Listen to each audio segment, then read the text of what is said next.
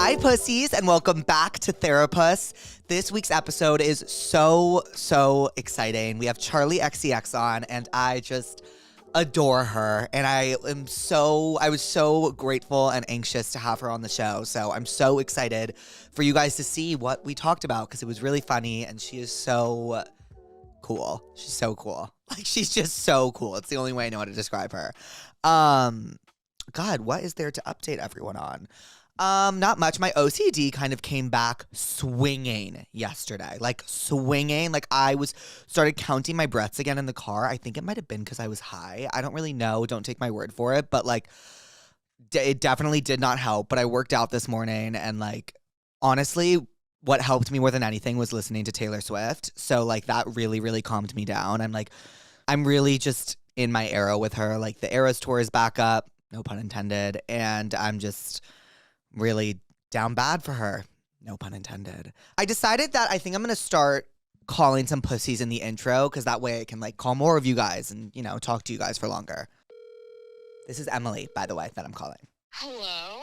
Hi, this is Jake Shane. I got your Tell Me What's Wrong. Is it your birthday this weekend? Oh, shut the fuck up. Literally shut up. No, seriously. Is it your birthday this weekend? Oh my god, yes. Happy almost birthday. Are you turning 20? Yes. I'm gonna cry. Oh my god. Wait, don't cry. Wait, so are you a Gemini? No, you're a Taurus. Oh my god, Yes. you're the last day of Taurus season, huh?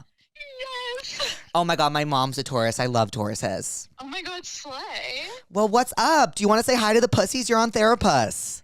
Oh my god, yes. Hey, pussies. Everyone say hi to Emily. Oh my god. I was like, who is calling me? Oh, don't worry. It's just me. How's your day going?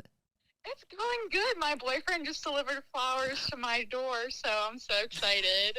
Oh, no, it's so nice. Wait, so you're like the birthday festivities have started for you already, huh? Yes, I'm so excited. Oh, are you like a birth week type of girl? Oh, hell yeah. Yeah, as you should be. As you fucking should be. Yes. Well, you know what, Emily? I would love to send you like a t-shirt or something for your birthday. I'm gonna text for your address after this. It's not a scam. It's me. I love you so much. Happy almost birthday. I love you. Thank you. I love you too. I'm so happy we got to chat. Oh my god, me too. I love you. Love you too. Bye, Emily. Bye. Charli XCX's album Brat comes out June 7th. Make sure to stream it, as well as her new music video for her new single 360, which is just amazing. As always, submit Tell Me What's Wrongs to passthatpuss.com and tell me what's wrong. Leave a name and number if you're feeling fancy. And yeah, enjoy the episode. I love you, pussies. Hi, pussies. Oh my God. Sorry if I seem anxious. It's because I am. Welcome to Therapuss, the one, the only Charli XCX. Hi, Charli. Hi, Jay. Oh my God. Thank you for being here. I'm so excited. Me too. Thanks for having me. We were just talking about sweat patches. We were, and how, cool. like, I'm scared that if I get Botox under my armpits, it'll just go in places I don't want. Yeah, I've heard that does happen. Yeah, like, that bugs me out a bit. You know what I mean? Yeah, because you don't want to then just get like a really sweaty forehead. Yeah, like or that whatever. I'd rather armpits. I think so too. Because forehead's like unhideable. Yeah, you gotta know? be wiping the brow. Oh, I don't like that. No. Well, I said that I needed to start this off by telling you my experience at the Crash Tour. Tell me. Because it was like actually, so basically at the time I don't drive. Okay. So I only have a passport. Okay. Or I did. Your tour taught me that I needed more than a passport. And I got to the tour with my passport, or so I thought, because I said, I'm going to a Charli XCX show. There must be a section where they will ask me if I'm over 21. Yeah. So, like, I need my passport. And then I forget what you were singing. It was about the 5th song in the set list. I think it might have been... Was it Baby?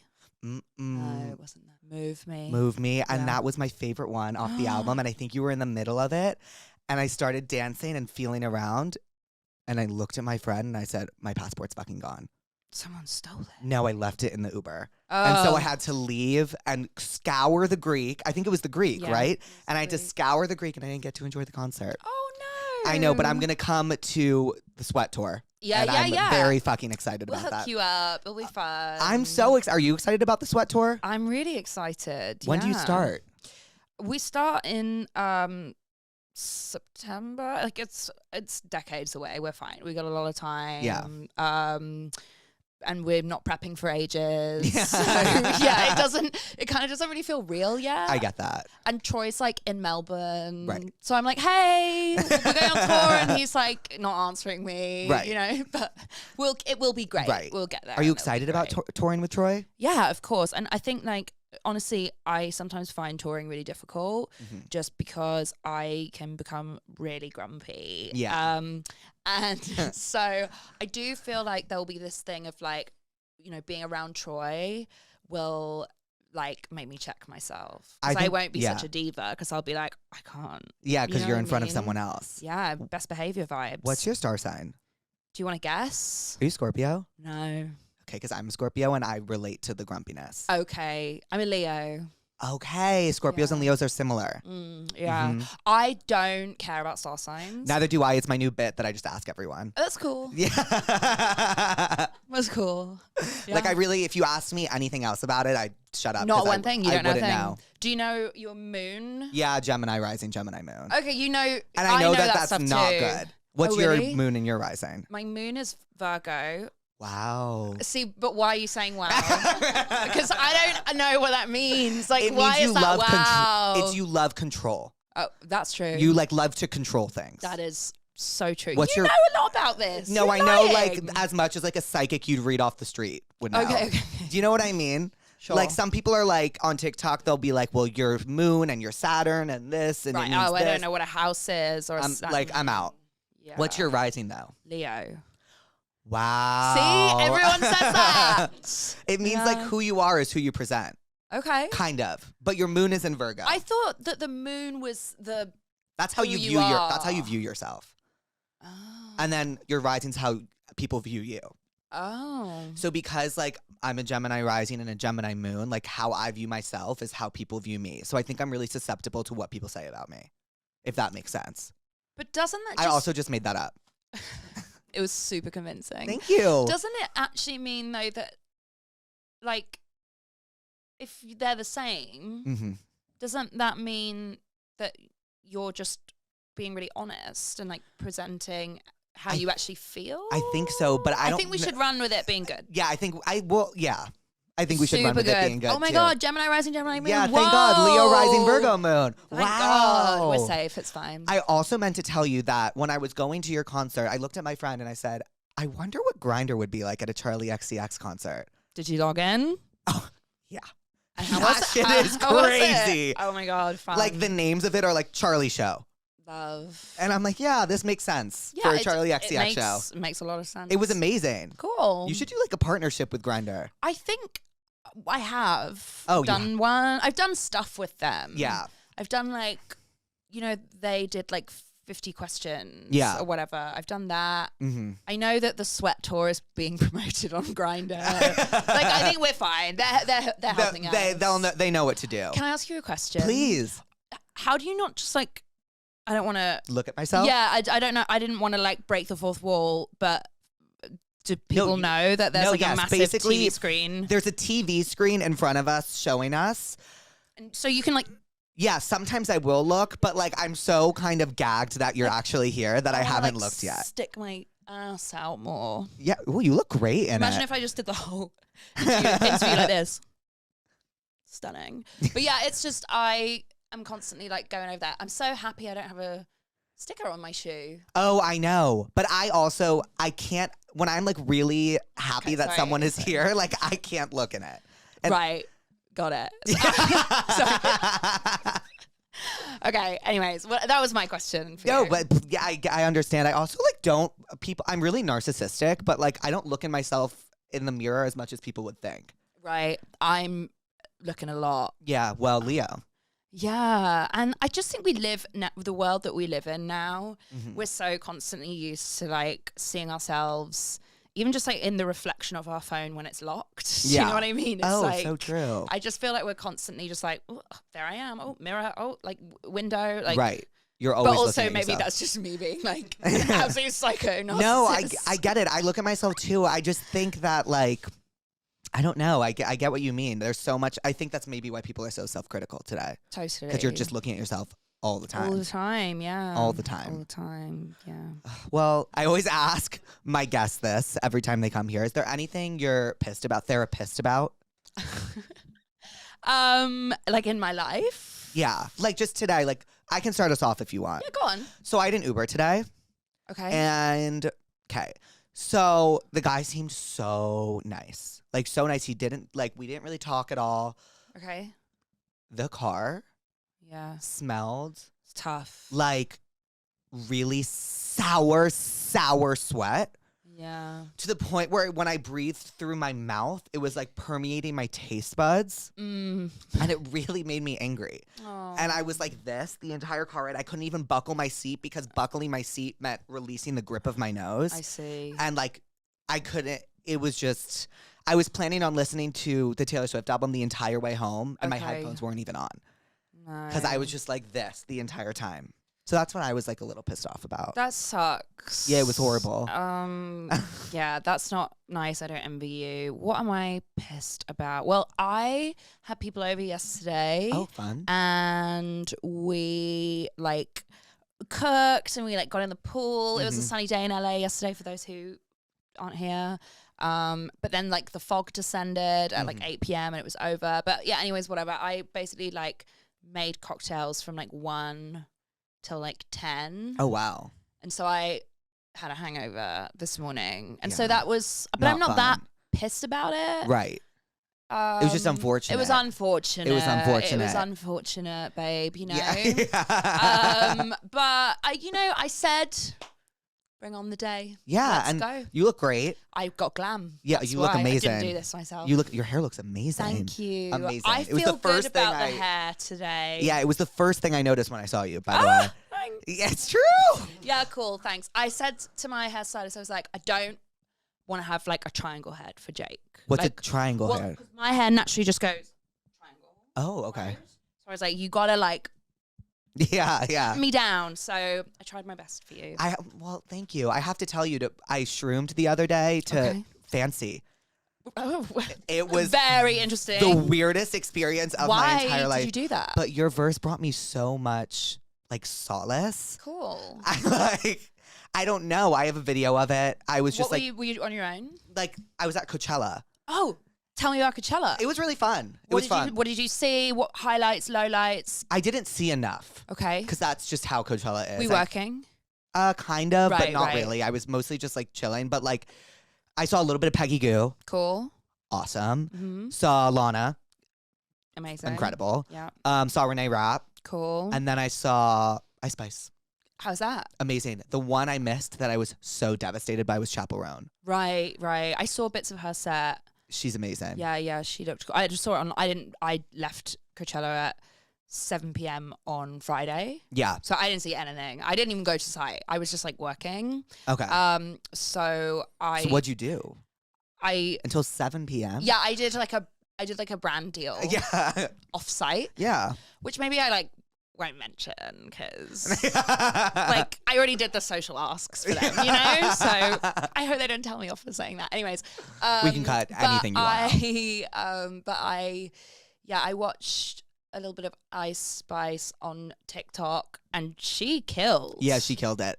She Her killed it. energy was crazy. Yeah, her stage presence cool. has evolved so much from the first time she's performed to now. It's like really nice to see. It was cool, and her movement was really good, and I really liked how like her DJ's mic was like really distorted. Yeah. And that gave me just like extra energy. Yeah. You know, I thought she's so cool. I actually have been dying to ask you about your friendship with Addison Rae because it is my favorite thing. And me and Louise talk about it all the time. It's our favorite thing in the entire world. Yeah. And like you really helped usher her into this like new niche that's like so awesome to see. Yeah, I mean, I feel like she's like doing it all on her own. You know, Yeah. I mean, obviously, like, we've done a couple of songs together now, but like the thing about Addison is like she just has crazy taste. Yeah. Like she has like really, really good taste. And she has really grown so much as a songwriter. I first wrote with her, like when she was doing the EP. Right. But that was actually written years before it came out. And I think that was a point, and I don't think she would mind me saying this. I think that was like, you know, the first few times she'd been in the studio, she was really kind of like figuring out just how to even just like be in the studio, you know, and like find her feet. And since I you know, you kind of have written with her like a couple of times years on, and she is just so eloquent as a songwriter. Like, she really knows exactly what she wants to say and what she doesn't want to say, and beyond like the way sometimes, you know, I talk about other artists who I've written with who like really don't write, and you're like, oh no, she like totally like, and you're like, she's actually just, they're not doing anything, but you're like, no, she's super involved. Addison is like an amazing writer. Right. She writes exactly like me. Like, when I work with her, I'm like, I'm working with myself. Like, she's so like, melodies amazing, lyrics, she's just so intricate, and I just love her. Yeah, she's amazing. And I think she's just, anyone I speak to about Addison who works in the industry, whether it be other songwriters, producers, whether it be like acting coaches or whatever, everybody is just beyond impressed by her work ethic and her determination to learn. Like, she has such a thirst for knowledge. I'm really like gassing her up right now, but like, I just feel like she's really like kind of like a one in a kind person, one of a kind person. Like, she's really special, you know? Yeah, you can really feel that through like your collaborations together. It's so cool to know that she writes her own shit. She really does, and she's very like, I'm happy that she's kind of really like, she knows when she feels like she's being played by other people who are like, yeah, no, that's a great idea, but let me just like write this whole song for you. And she doesn't stand for it. Oh, wow. And that's really cool. I mean, she's never rude. I mean, obviously she's like the most like polite, kind person ever, but like, she knows, she's smart. She gets it. She's a smart girl. She is, yeah. So were you a songwriter before, like, did you write for other artists before you became an artist, or did you just do it all at once? Because I know you've written for other artists. Yeah, no, I have, but I basically, like, I wrote a record. I signed my record deal when I was 15, just about turned 16. Wow. I made an album that was like super good, but no one heard. I think it sold like 130 copies or something. Wow. It was like a real like flop. But like, you know, people love that record now. It was called True Romance.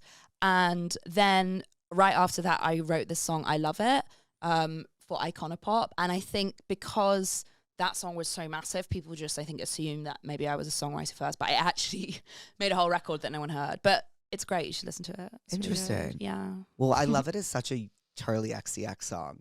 My voice is on it a lot. Yeah, so, I was about to say, like, it sounds feels like you. Me. I mean, it is me. It is you. With Iconopop, but my vocal's definitely like in the song. So then we decided it would be like a collaboration, and I kind of was a feature on it. But originally it was just for them. What does Brat sound like? Brat is, wait, can I sip my Voss? Please, however you want to sit. Should I not say Voss? No, say whatever you want. It's it's so tasty and cold. Okay, cool. Now you're going to be... That looks amazing. Jake, it is amazing. That looks amazing. It's amazing. Okay. Wow, is it like fresh and crisp? Put the logo out like that. Oh, yeah. It's fresh, crisp, and it's a glass cold. bottle. I know, which is good for the environment. Is it? I just said it. No, it must be. Totally. It's better than plastic. Better than plastic. What? What were you talking about? Brat. Oh, yeah. Not Voss. Brat.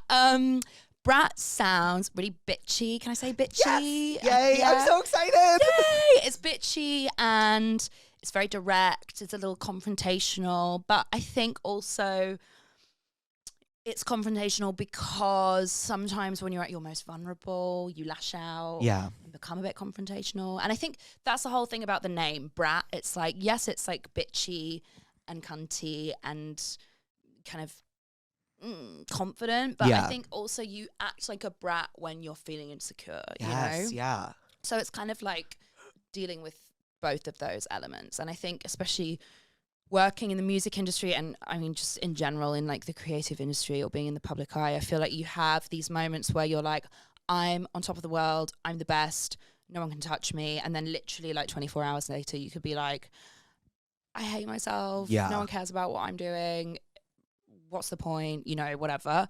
And this album really taps into the kind of pendulum swinging from both of those feelings, you know? I'm really excited for that because I think a lot of people, especially me, relate to that. Yeah. And like, I'm really excited to hear that play out sonically. Yeah. Are there any like ballads on it, or is it? You know, there is kind of two more down-tempo songs. One is about kind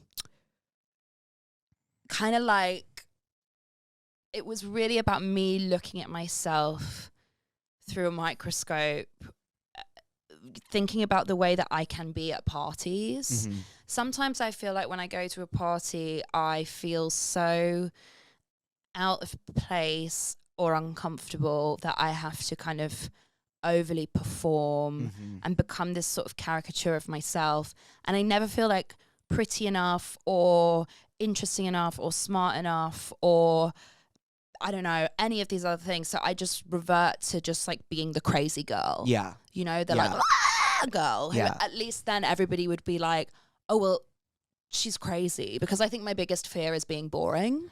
Yeah. You know, which is like, I think a really like hard and personal thing to admit, you know, because if you admit it, then you kind of are like owning up to that maybe you are. Do you know what I'm saying? Or like you're doing something to not be boring. Yeah, which is like cringe or whatever. But like this whole album's about like really, I'm just like laying on the table. But anyway, the one ballad is about me kind of really analyzing that behavior, particularly through the lens of like, you know, being like waking up the morning after and being like, oh my God, I did all this like really crazy stuff last night, but to what, you know, why? Like, why did I do it? And I feel like often I'll be like that when I'm in, you know, a room full of like people who I find intimidating, whether that be because of like power, fame, beauty, like whatever. I don't know. It's just real. I'm just like, we're all going to die anyway. I might as well just like say how I really feel. You should. And also you know? I relate to that because I feel like also, have you seen the show Baby Reindeer? No, what is that? It's amazing. It's about this guy. He's also British, Richard Gadd. It's like his whole experience, like as a comedian. I don't want to spoil anything, but it's amazing. Okay. And he has this monologue about fame and like his life and just the things that have happened. And he talks about how he wanted fame for so long because he was so scared of people judging him that it's almost like if you put out the craziness or if you put out something, like you're almost beating everyone to the punch. There's no room for like wondering like how to judge. It's like, well, I'm going to show you how you can judge me. Totally. So I can beat you to it. Totally. It's like a complete security blanket. Yeah. Mask. It's almost like you mock yourself. Right. As you say, to beat someone to the punch, like so that they can't really do it because you're already like, well, I'm in on the joke. I know I'm insane. Yeah. Or whatever it is. And it's like being in on the joke is like story of my life. It's like all I want to do is like, oh my God, I'm so excited to hear this record. Okay, good. Good. Well, yeah, it's cool. And then there's this other song that's more down-tempo where it's kind of about like thinking about motherhood, I suppose. And I don't have that many friends who have babies, but one of my really close friends, sort of at the beginning of last year, had a baby completely, you know, her and her partner weren't really like planning for it, just kind of happened. And I went to see her and meet her baby. And it was such a trippy experience because it was like my friend was exactly the same, like wearing exactly the same clothes, looking exactly the same. We were writing songs together in the same room in exactly the same way, but she had a baby. Yeah. So it was like she was exactly the same, but actually she was completely different. And it was kind of like she'd unlocked this door that I don't even have the key for yet.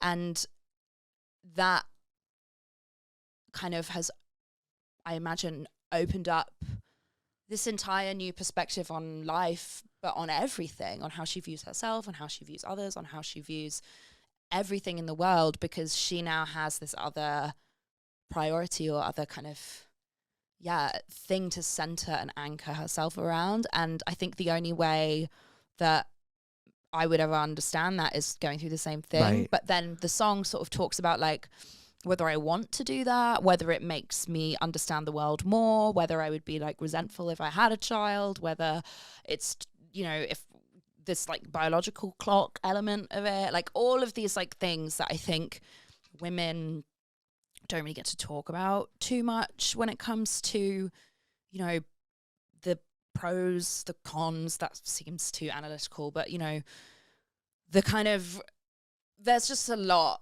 to talk about around like having a baby versus not having a baby. There's a lot of like societal like stigma on people who do, people who don't, what, you know, and I just think it's really confusing, and we don't as women get to talk about it too much. So this song is me just kind of like, yeah, you know. Wow, I have like chills. Oh, wait, I'm really fucking pumped to hear this album. It sounds really personal. It is. Yeah, it is very personal. And then there are songs about just like getting fucked up. You know? So it's the pendulum swings. But that's it's like should I have a baby? No, I'm just going to party. Yeah. Like that's the vibe. That's what we need. Yeah, that's what we need. And it comes out what, June 7th? It does come out June 7th. Yeah. Yeah. You read that sheet and you put it in your brain. I did not have a sheet. Mark. No sheets. No sheets. No sheets. I just no know. No sheets. Bitch, just standing. I just know. Love it. God, well, well, with that being said, sorry. With that being said, do you know about the Tell Me What's Wrongs? No. Okay. Oh my God. Should I? I'm sorry. No. I'm going to explain them to you. Please. The pussies write in and they tell us what's wrong. Okay. And we give them advice. Cool. And we prescribe them remedies. I love you. I love you. Cool. Okay, let's prescribe. Like, it can come in the form of anything. Like, you'll see. Okay. You'll see. Ready. I'm ready. Wow, it's so organized. Oh, that's the team. That's Nolan's specialty right there. That's the team. Are you laminated? Uh-huh. Shut up. That's crazy. They are kind of laminated. It's a high gloss paper. Yeah, it's a high gloss paper. Yeah, you know. That's cool. We've got the Voss. We've got the high gloss. The Voss. Yeah. The Voss. The Voss. The Voss. I actually am going to take another sip. Mm-hmm. Should we pause just for give it its moment? Just for. I am actually really thirsty. What are you drinking? A fast twitch. Okay. I like to call it liquid Adderall. What is that? It's like a pre-workout, but it tastes like soda. Cool. And it really just gets me going. You are shaking. Yeah. Like your hand when you drank it. Yeah, I shake a lot. Cool. It's a thing. I used to say I have like a really bad tremor, so I used to, and this makes it so much worse. Right. Okay, great. Good. So good, much good, worse. Good. And I went out this weekend, which makes it so much worse. Okay, good. So I'm just gonna be shaking. Yeah, love it. The whole time. Perfect. Well, let's see what's up on this glossy card. Advice on what to do when you're the fun single friend surrounded by relationships. I hold my standards high and haven't found my person yet, but it does get lonely sometimes. Oh, I mean, look, I don't think you should rush anything just to be, you know, in a relationship so that you and all your friends are in a relationship, right? I think the right person has to come and, you know, I don't think you should do anything to fit into a group. Like, your friends love you for who you are, and you should just go with it. Or you should just, like, I don't know, like, steal one of their partners, maybe. Right? Just break them all up. That's my advice. Break them up. Break them all up. I understand how lonely it can feel, though. And to my mind, you shouldn't lower your standards. Don't. And there's nothing, even though I'm like, I need to lower my fucking standards. Or else No, you don't. Girl. No. Girl. No. You're a catch, babe. Oh, thank you. Yeah. But I think the only thing that will make them feel better, aside from not lowering their standards, is like listening to songs or that go through the same experience. Because that's the only thing that like makes me relate to stuff. So I would prescribe, do you know the song People Watching by Conan Gray? No, but I love Conan. Yeah, it's about like, you know, watching other and being lonely. Oh, you're literally prescribing a thing. Yeah. I was more like giving broad. Like, no. You can prescribe. I was giving like, yeah, like be yourself. Like, you know, and you were like, listen to this song by Conan Gray. So do I need to do something like You really don't. You specific? can, whatever you want. If it comes to you, it does. If it doesn't, it doesn't. Okay, yours is so good. I'll stick with being vague for that one. Okay, Be yourself or break them all up. Yes, great. It's great advice. Okay, thanks. My ex treats me like we're still dating, no matter how many conversations about it. Help! It's been months, and he's being a cockblock. There is no fixing this. And she gave us her number if we want to call her. Should we just ring her? Yeah, let's ring her. Oh, that's so fun. I know. Do they always do that? Yeah. That's so nice. Is she gonna like Be freak excited. out when you ring her? Sometimes they're like, "Hey," and I'm like, "It's Jake," and they're like, "Who?" And then like when I have a guest here and they don't answer, it's real awkward. So just like prepare.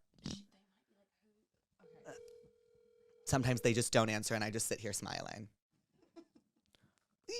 Looks like she's not answering. She's at work. She's working. But I call twice. Yeah, as you should. Okay, one more time. And if she doesn't, we'll just give advice to the void. She hates you. Like so much. Okay, thanks, girl. Okay, well, never mind. Okay, well, here's my advice for her. Yeah, pick up your fucking phone. Yeah, pick up your fucking phone. Pick up your phone, and maybe you wouldn't be in this situation. No, don't. That's not bad. Her Shut up, ex Charlie. is being a cockblock. I've never had an ex, so I don't really know. Have you ever been in that situation? Yeah, but you know what the thing is though? Not really now, but I used to like love being friends with my exes. Really? Yeah, but it was a power thing from Okay. I was like, you think you're moving? I was the person that she's dating, Yeah. kind of, or was dating. I was like, you think you're moving on? Haha, forget about it. You're still in Yeah. my life. You're my friend. And then I'd be like, oh, maybe we should hook up. Like, Right. nightmare, you know? Yeah, yeah. Like, nightmare. Yeah. So I would say that you need to, like, get an app that blocks his number. That would be my... Right, because she's still description. somewhat wanting to talk to him, maybe? Yeah, It sounds you like. you gotta like how do you say it? Prescribe. Prescribe. Okay, I'm gonna prescribe that this girl gives her phone to her friend and like delete the number. Maybe like, block the email, like block. Right. Block. I'm prescribing block. That's the only way to stop the cock block. Well, because otherwise this person is just gonna like keep sneaking in, Right. and ruining your vibe. Right. What do you prescribe? Another song? No, I prescribe the episode of... Shut up! You're so good at this. I'm like, okay. I didn't do my research on this segment. No, the only thing I can prescribe is are you gonna do an episode of a show of Jersey Shore when Ronnie and Sammy break up. Oh my god! And Sammy... Mine answers are so basic. And they like try to be friends for a second, but it's just like not working. Moral of the story, don't be friends with your ex. Don't be friends with your ex. And like they try to do is like keep each other jealous, and it's just like not. Have you ever seen Jersey Shore? Yeah, is she the one who's like, I'm the sweetest bitch you'll ever meet, or whatever? Yeah, love her. Love her. Jersey Shore is like some of my favorite television of all time. It's really, really, really good. I watched the reunion. Did you watch the reunion? Family Vacation or the reunion? Family Vacation, I think. I haven't seen Family Vacation yet. And it was one where they're all sort of in their like they're all in their kind of like fitness era. Mm-hmm. And I just remember like they're all still like drinking, but they're like not eating carbs or whatever. Right. And they get pizza, and and Vinny's like picking off the pepperoni and eating it, and that's like I'm like, babe, like you can just have a slice of pizza. It's okay. At this point, you're fine. Right. And that was the whole charm of Jersey Shore. Yeah. Were you ever into like reality TV? Yeah. Okay. My thing right now. I mean, I've just finished it. I'm a bit late, but Housewives, Salt Lake City. Yeah. Did you see Reality Von Teese? Okay. Can I just? Yes. Can we talk about this? Yes, please. Yes, the floor is yours.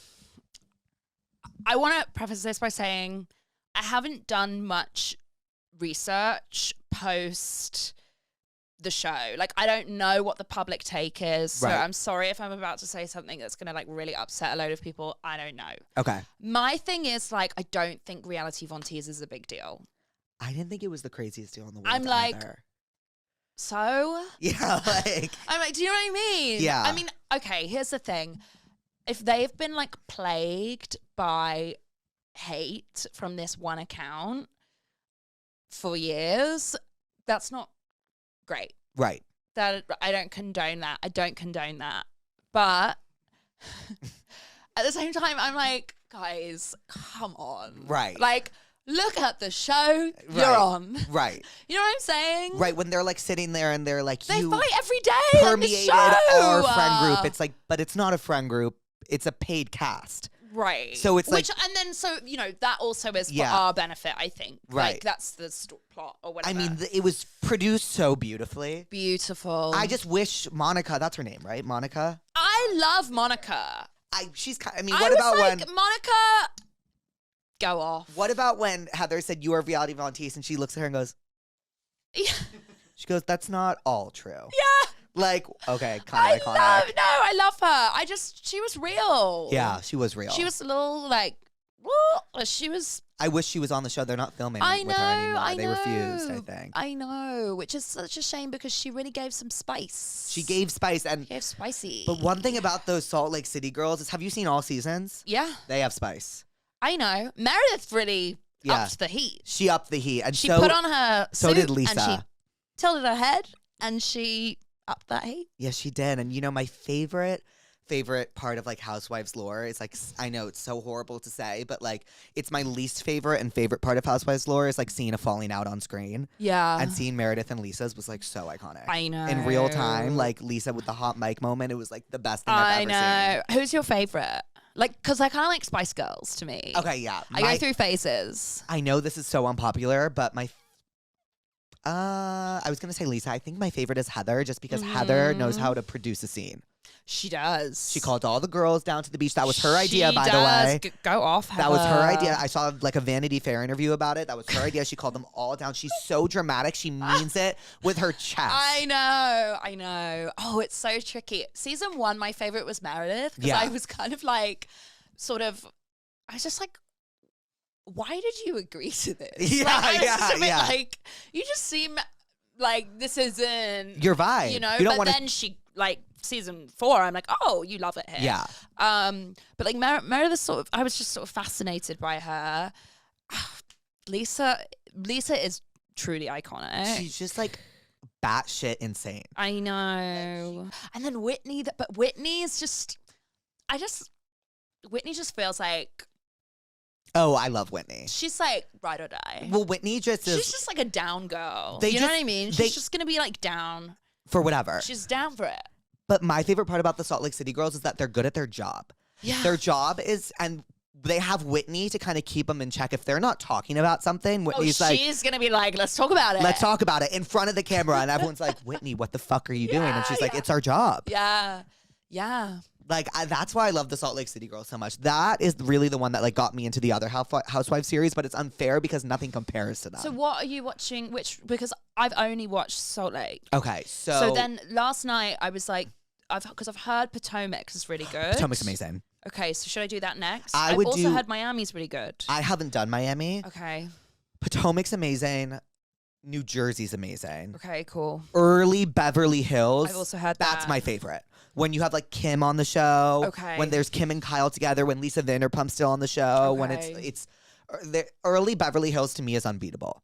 Okay, so maybe I go there next. Yeah, it's amazing.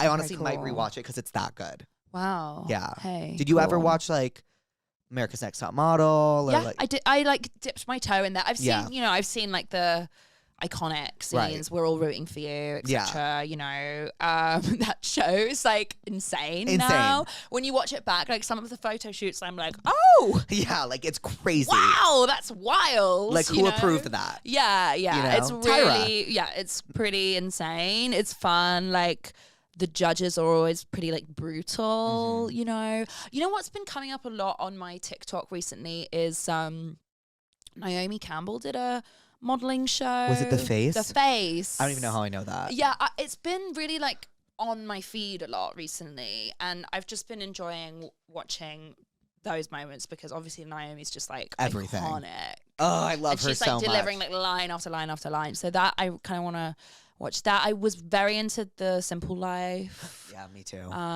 Also, Bad Girls Club ever? I never watched that. I never watched Oh that. my God, it's my favorite show of all time. Okay, I need to start. And like the lore behind it is just as fascinating. Okay, I gotta add it to my list. And then like kind of random one.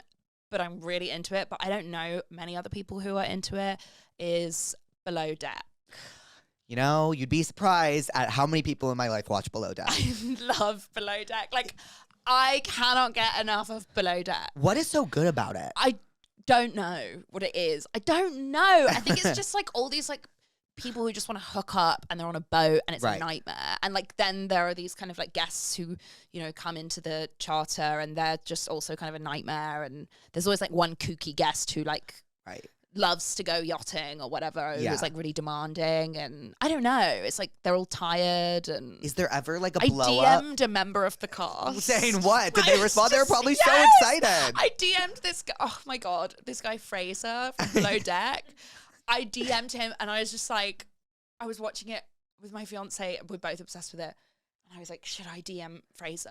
Like, maybe we could go for drinks with him. And George was like, sure, like, okay, like that feels weird, but go for it. So I was like, I DM'd him and he didn't respond for ages. I was like, checking the DM, checking the DM. And then like 3 hours later, he was like, hey. And I was like, ah! I was like, Fraser responded. Like, I was so, I've like never lost my shit more. Is it a different cast each season or member? They switch it up. But Fraser is a part of it always. Fraser's been in 2 now. And did you meet up for drinks? We didn't. You should. No, but we follow each other and we, you know, DM from time Where do to they time. live? Well, this is the thing. He's always on a boat. He's Got always, it. you know, he's head stew. I think chief stew is what they call it, which is like pretty top job. So he's busy. I'm just gonna put this out there. What if, like, for album promo, you did Below Deck? Okay, so here's the thing. Yeah. Here's the thing, because trust me, I've thought about it. You actually have to pay to go. But the label. Well, but it's kind of like my thing. It's like, do enough people watch Charli, Below Deck? I would watch Below Deck if you did a Below Deck episode. Yeah. I mean, I think the only way it works is if I'm awful on it. Like, I have to go and be a nightmare. Like, you can't go on it and be nice because otherwise you're not, well, because the guests aren't really part of screen time, really. So unless you're a nightmare, you're not really getting. So those are the best ones. Yeah, when the guests are like crazy. Like, there was this one where this woman just kept like jumping off the boat and she was just like always just like diving off the boat. And the captain was like, no, like you can't be doing that all the time, like when we're moving or whatever. So I need to kind of like up it to like that level. I think like you would be polite, but maybe your guests could be like crazy. Insane. Yeah. Like, I really think it would be maybe we could go together. I would love to. I'm the worst traveler of all time, so I'd be great. Why? Just you diva? Yeah. What in what way are you diva? I just like live to complain. Like okay. I don't. That sounds like a nightmare. Like I can't speak positively about things because I'm like, what are we gonna? That feels not true from the 45 minutes we've been together. Oh, thank you. But I mean, what do I know? You could be fake as fuck. Who knows? Well, I don't know. No, you're not. I can tell. Oh, thank you. But when I travel and something pisses me off, like I just really go down a rabbit hole. Like, for example, I went to France once and it was for this thing and I was like so excited. Okay. And my number one fear, one thing about me is my number one fear is losing my luggage. It is my number one that sucks. fucking fear. And I lost my luggage. And I sat on the floor and I cried. And then I wrote a poem about it. And then I had to buy all new clothes in France. And for those who don't know, people in France are really skinny. So nothing was fitting me. Sure. And I just was a nightmare. And all I was doing was complaining. And then they found my luggage. Okay.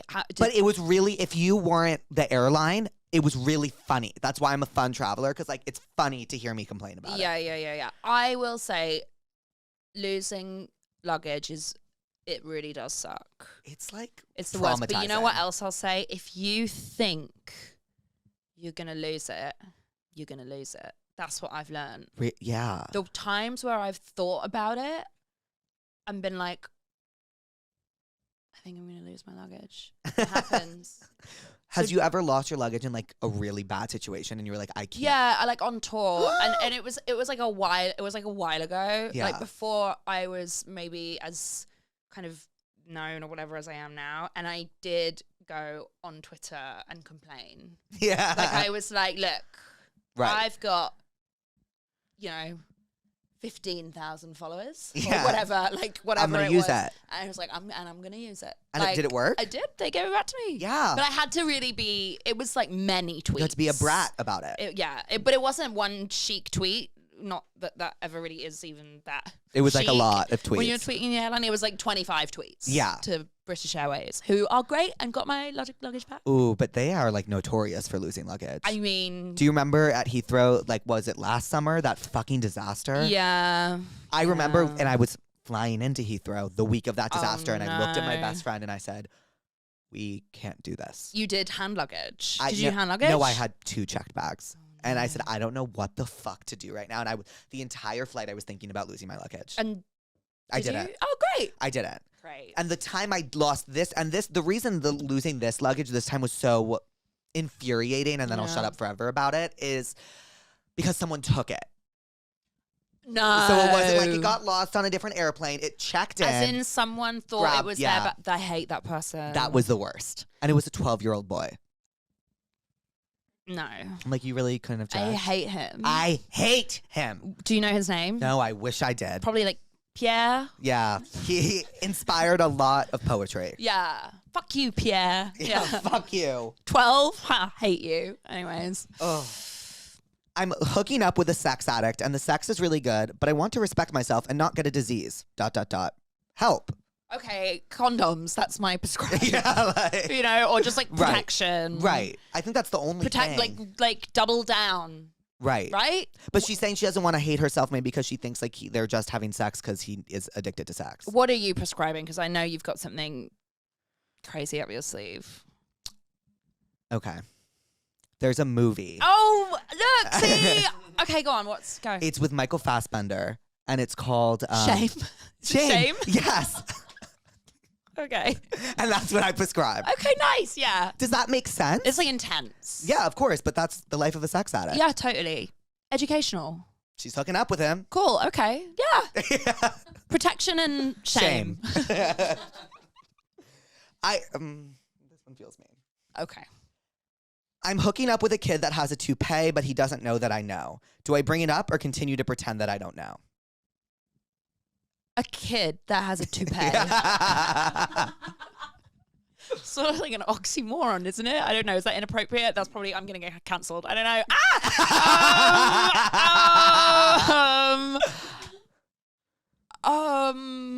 Oh, God. Mm-hmm. Look, I don't have like a book. I don't have a book or how a to deal with podcast or a fucking film, but I just don't think you should say anything. I don't think she should say anything either. You know, I think just like wait until they're ready to tell you that they have a toupee. And then be like, oh, babe, cool. I know. Do you think I would be like, oh, I knew? Because then that would be reassuring. Yeah, I knew and it didn't bother me. And it didn't bother me. Yeah, I knew and I love you. Yeah. I don't really know what to prescribe for this, to be honest. I'm at a loss for words. Holy fuck. Yeah. A hat. Or like...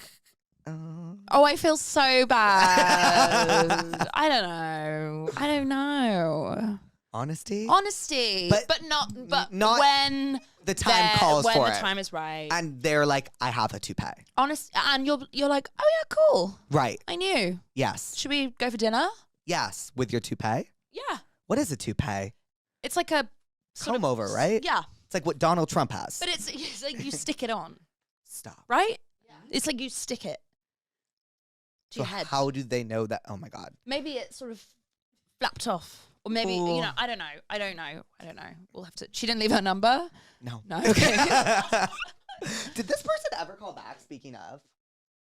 No, she hates you. She fucking hates me. Yeah, it's probably Pierre. Yeah, it's probably Pierre being like, I know this fucker is complaining about my luggage. Yeah.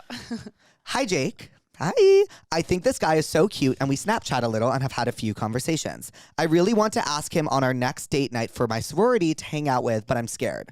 How do I slide in without him thinking I'm a weirdo? Love you. And they gave me their number. Okay, there was a lot of info there and I zoned out. Yeah.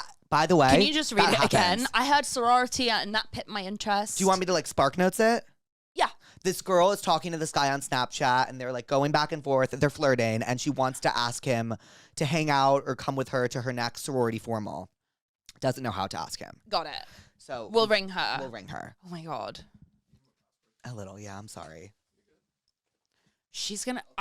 Okay. If she doesn't answer... She's going to have no idea who I am, that's for sure. She's 14 and in a sorority. She doesn't know. No. The 14-year-old was the girl who heard the dad. Oh. I was like, how are you 14 in a sorority? Interesting. You guys. Does that? Louise, she's from Atlanta. Louise is from Atlanta. Your call has been forwarded to voicemail. Leave a voice. Okay. Voicemail. Is not available. At the tone, please record your message. When you have finished recording, you may hang up.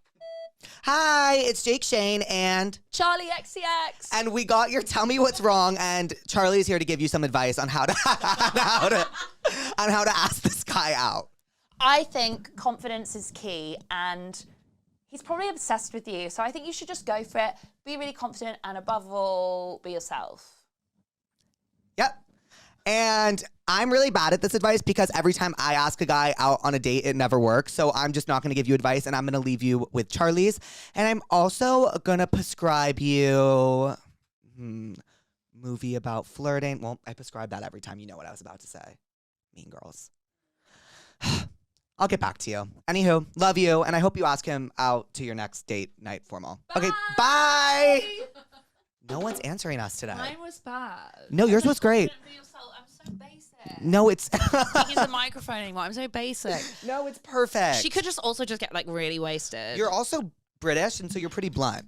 Yeah. My best friend is British, and she's one cool. of the most blunt people I've ever met in my entire life. That's fun that you have a British friend. I love British people. Where did you grow up? I grew up in Hertfordshire, which is like north of London. Yes, I think I... You don't know it. It's fine. I only know the word London. Yeah, and it's close. So yeah, it's like the countryside. Ooh. But it was cute, and I started like going into London when I was like 15. Got so it. I was living like dual You live in like the life. suburbs. Like no, like Okay. it just like was. I just think It about wasn't London, London. and then it's just like not that. Did you ever watch like Skins? Yes. Okay. My whole like life when I was 14 was like Skins. Who was your favorite? Who do you think? Effie. Of course. Yeah. That show really traumatized me. In what way? I watched it when I was 9. Okay. And it was the worst decision I've ever made. What, I was like, I watched the American. scared? I watched the American remake on MTV. I never saw that. Don't. And it just wasn't. I was like, do people do this? What was happening in the American version? Like, oh my God. I just remember there was this one episode in the British version. I don't know if this happened in the American one, where like, and I don't. Were the characters the same? Yes. Okay. So Tony. That's Nicholas Hoult, right? Yes. Yes. Went to like a rave. Mm-hmm. And I think like Effie had been like kidnapped. What? Or something. I could be really like remembering this like not accurately, but I think the whole thing was like maybe Effie had gone to a rave and been like kind of kidnapped, and then Tony, Nicholas Hoult, was like, oh, I'm gonna go and find my sister at the rave because I know she's gone to this rave and I hate those guys who are throwing the rave. Right. And then like he found her and everybody was like in animal masks, like very Saltburn vibes. Uh-huh. Everyone's like in animal masks and it's like dubsteps. It's like what? And it's like, you know, and then basically he finds Effie and she's like passed out and she's like on a pool table and there's some like mean guys who are in there like, haha, yeah, we got your sister and we like fucked her up or whatever. And then actually it turns out like they gave her like too much like Tylenol. A what? Yeah, it's like they like she goes to hospital and they're like, oh yeah, you took like 3 Tylenols, and it's a bit like, huh? Yeah, how did that happen? So that's what I remember. It was, and then I was just like, oh, you really got to just only take 2 Tylenols. That's like kind of what I learned. It kind of reminds me of Degrassi a bit. Have you ever seen Degrassi? I never watched it. It kind of feels like the same shit. Right. It's just same shit, different city. Why did Skins scar you? What happened? I watched this episode and I forget what character it was, but his parents had just moved out. I think it was literally the pilot, and he threw a weekend-long rager. His name is Chris. Yeah, it was something like that, and like it. In the British version, he's the guy who's like in Game of Thrones. They're calling back right now. Oh yay! Who? The girl we just left a message for. Okay, cool. Hi. Holy fuck, Jake. Hi. It's your Shane. Oh my God. Wait, I got your tell me what's wrong about the guy that you were cute, that you're Snapchatting. And I'm sitting here with Charli XCX. Say hi. Hi. Yes. Yes. Hi. Hi. Wait, so did you ask the guy out? No, okay, I got too scared and I went out. Wait. No, do it. You have to ask him. You have to ask him. I still have time to ask him. I could still ask him. It's on Thursday. Oh, yeah. Go for it, babe. I think go for it. I think go for it. I will. All right, love you. Oh, I hope she asked him. He was so cute. I know, I love her. She was really cute. They're all so nice. Aww. The pussies are great. So what's the deal with your fans? Like, is there a lot of girls? Oh, sorry, just destroying your set. It's basically all girls. Sorry. Yeah. I can't stop trashing this room. That's cute. I'm only friends with girls, so it kind of makes sense. Right. Do you feel like you have like a big gay following also, or it's mainly like the girlies? I think it's more, I don't know like my demographics, but I think it's a lot who's of calling and it's often girls. Girls, yeah. That's so nice. Yeah. But yeah, most of the pussies are girls. That's cute. Yeah. I love that. Yeah. I love that. And we love skins. And we do. It's scary at times, but Very scary. Okay. you didn't like that one. It's about horoscopes, and once again, I just don't know. We don't know, except you kind of know. I will say, little liar, you know. A little? Yeah, I you also seem to know. I Sorry, also- I'm flashing a lot of thigh. No, I also lie sometimes. Oh, that's cool. Me too. But after I lie, I say it. Sorry, I'm just readjusting. No, readjust as needed. That's the side. Oh, we're gonna get the. Oh, we're at an hour already? Wait, I'm having so much fun. I know, Tim. I kind of don't want this to I'm end. Are having you the in a best time. rush? Is this always how it like happens? You just like chat and you're like, hey. Yeah. Who's been your favorite guest that you've done? Well, besides you, Obviously. I would say, oh my God, you know who we had on the other week was Mary Beth Barone. Oh my God, I actually knew this. And Terry told me today. It was. She's so fun. No. Like She's so fab. It was seriously like Louise vouched for me here. Like we were like I left that being like I've never felt so happy about like an episode. It was that's so so funny. good. We were so quick with each other, and it was yeah. so cool. And she's so cool. She's really cool. And then aside from that, I think my favorite guests are I have my roommates on a lot Oh, fun. just to talk shit. Yeah, And cool. That's nice. My favorites. What do really. you talk shit about? Should we talk shit? I talk shit about like people I know and things. Who do you hate? Who do I hate? I'll like Yeah. bleep it out, I guess. You know, I'm actually at this phase where I Wait, don't. are we talking about like? Oh, I was just talking about people in my life. Okay, right. There's no one I like really hate right now. There's no one I'm really like, oh, I hate them. Well, that must be a lie. I think I just lied. I don't. Classic you. Should we whisper to each other who we hate right now? Sure. No one will know. Okay, let me think about the person I hate a Are lot. you doing like someone in the public eye? No, like. You doing? That would be a bit more fun. Louise over there. She's like, come on. Okay. But we can't say it. No. We'll whisper it to each other, and no one will ever know but us two. Okay. No one will ever know Okay, but us two. Okay. But we're gonna go like this. We have to go like this on the mic as well. Okay. I'll go first to make you feel better. Okay. Oh Ready? no, I can go first. Okay, you go But- first. okay. And you go like this, cover, so only I can. Okay, or whisper it in my ear. Okay, wait, let me see. You hold both mics and Here, you know what we're gonna do?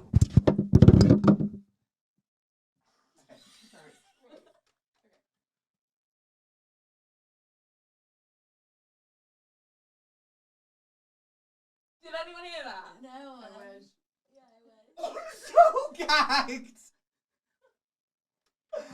And I have questions I know. for after the show. I know. Okay, want to hear mine? Yeah.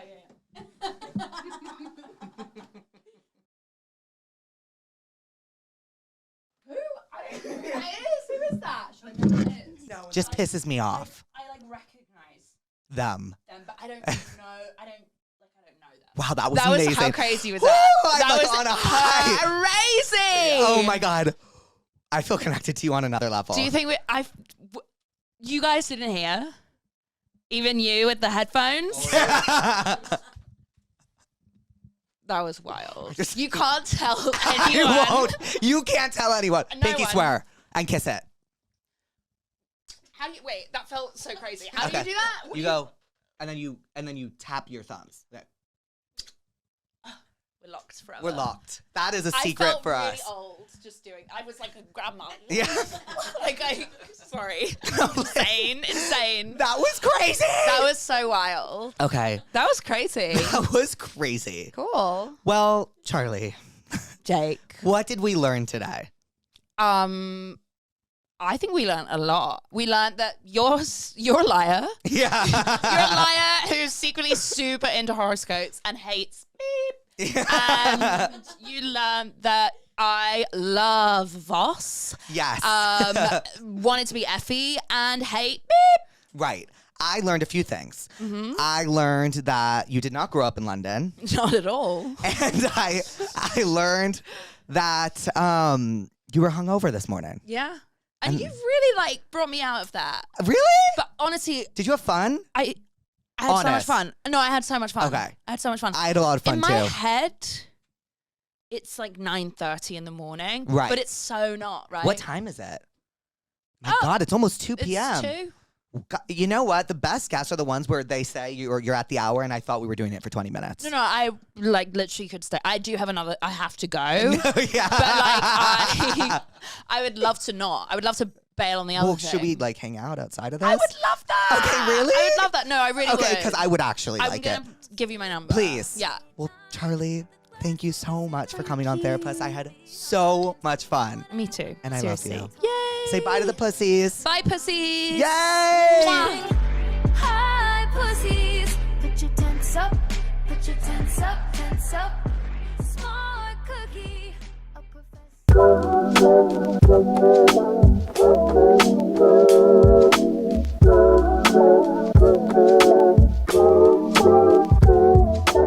Hi, pussies. Welcome back to Therapuss. This is the first time I've ever recorded an intro away from home, I think, right? I think this is the first time I've ever done it, but we are on the bus. We are on tour. We've done Dallas and we've done Baton Rouge. Tonight is New Orleans. It's Mardi Gras. I'm so happy to be here. I'm so excited. I get really homesick, but seeing you guys makes it so much better. I just like every place. I really love the South. I'm discovering I really, really love the South. Connor's with us. He's the best. He's so funny. I love watching him on stage. Today we have Mel Robbins on the podcast. I tried to be as open and honest as possible. Louise was like, you have to, if she's coming on, you have to be honest. So I let it all rip, and yeah, she's the author of the Let Them Theory, host of one of the #1 podcasts in the world. She's incredible. I'm really, really excited for you guys to hear from her if you haven't already, which I'm sure you have. I love you, pussies, and I can't wait to give you another tour update. Hi, pussies. Welcome back to Therapuss. Today, I don't think I've ever had so many people be so excited about a guest before in my entire life. Today we have New York Times best-selling author of the Let Them Theory, host of the #1 podcast in the world, the Mel Robbins podcast, Mel Robbins. Oh, I cannot believe I'm here. I actually can't believe you're here. So... Okay, we have so much to talk about. what were we just talking about? Oh, I was telling you how your podcast feels like, and I have a very short attention span. I have a very hard time listening to things. I have a very hard time reading. But I was listening to your podcast the other day. It was so easy to listen to. Oh my gosh. Well, thank you. It's all you. Well, here's the thing. Like, I think what's super cool is that the person that is listening to this right now, Mhm. the thing that's interesting about a show like this is that you don't bump into it. Like, if you really stop and think about it, Jake, somebody had to actually select this episode and hit play. Right. That means they found time when they don't have time, Uh-huh. and they made it to listen to you. And it means they want to be here. See, on social, people bump into content all the time. Uh-huh. But when you really think about your show as something that somebody has made the time in a very busy schedule to be here, you think about the single person that's listening somewhere around the world very differently. And so as you and I jump into everything from, like, the first topic, I really have to just say out loud because it's so on my mind, is that these mics are so thick, it feels like holding a penis. Like, I know, I'm literally like, I know. I've never been on a show where I'm like, okay, 2 hands, here we go, right at the base. And so I like, as we jump into everything from dating to anxiety to whatever the hell you want to talk about, I'm going to be thinking about the fact that one person is with us right now, and they have decided that you and I are worthy of an hour of their time. And so I'm going to not only show up for you, I'm going to show up for them. Oh my God, yeah. How does that change the way that you think about this? I think sometimes I feel like I'm speaking into a void. Mm-hmm. I don't know why I never thought that someone was like actively being like, I am so excited to listen to this and I'm Yes. going to actively press this and listen to this. It's when you don't, it's okay. I think it's because I started on TikTok and TikTok is very fast and very hard. Yep. So it's kind Like of your mic. like love bombing. What? Like your microphone. Yes, like exactly like my microphone. But everything happens really very, very quick. And TikTok, within like 5 minutes if your video is working or not, and like how many people are liking it, and like, Yes. oh my God, that is so cool. That really just like changed my whole perspective on this. Honestly, I'm not even just kidding. I like now feel like there is like one person right there that's listening. Yeah, of It course. like helps you visualize them. Yes, exactly. And that's like an incredibly cool thing that you're providing for somebody else. That is awesome. Yeah, because you're funny as fuck. And I mean, like I want to know. I saw the video where you fell skiing. Did you rip your jumpsuit? Like, because that looked like a really bad fall. No, see, it looked worse than it was, and I actually give credit to my ski instructor who was filming it, who's the best. Shout out Adrian. And he cut it. The video was just perfectly timed. Like I fell, and then he like cut it immediately, so it all seemed very fast. Wasn't that bad though. All right, good. Because that was a cute jumpsuit. Thank you. And I welcome. actually found, do you ski? Yes. For me, it was because I don't drive. Why don't you drive?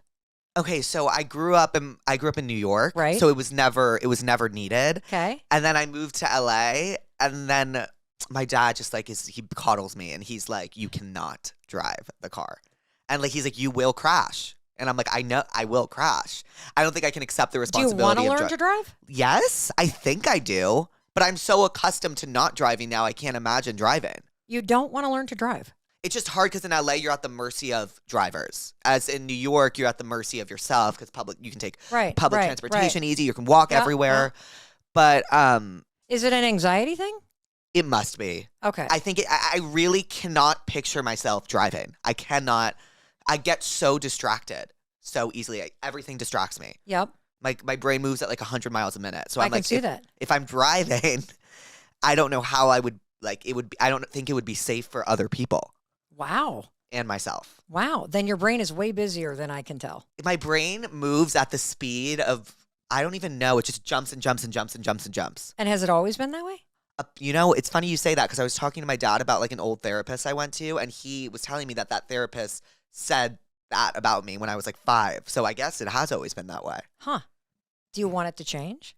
I think so. I think it would make me more grateful if it changed. Like I think I would be able to like live in the moment more. Okay. Because like life moves so fast for me, but so slow at the same time. Ooh, unpack that. What does that mean? Like I feel like I blink and I'm like, how did I end up here?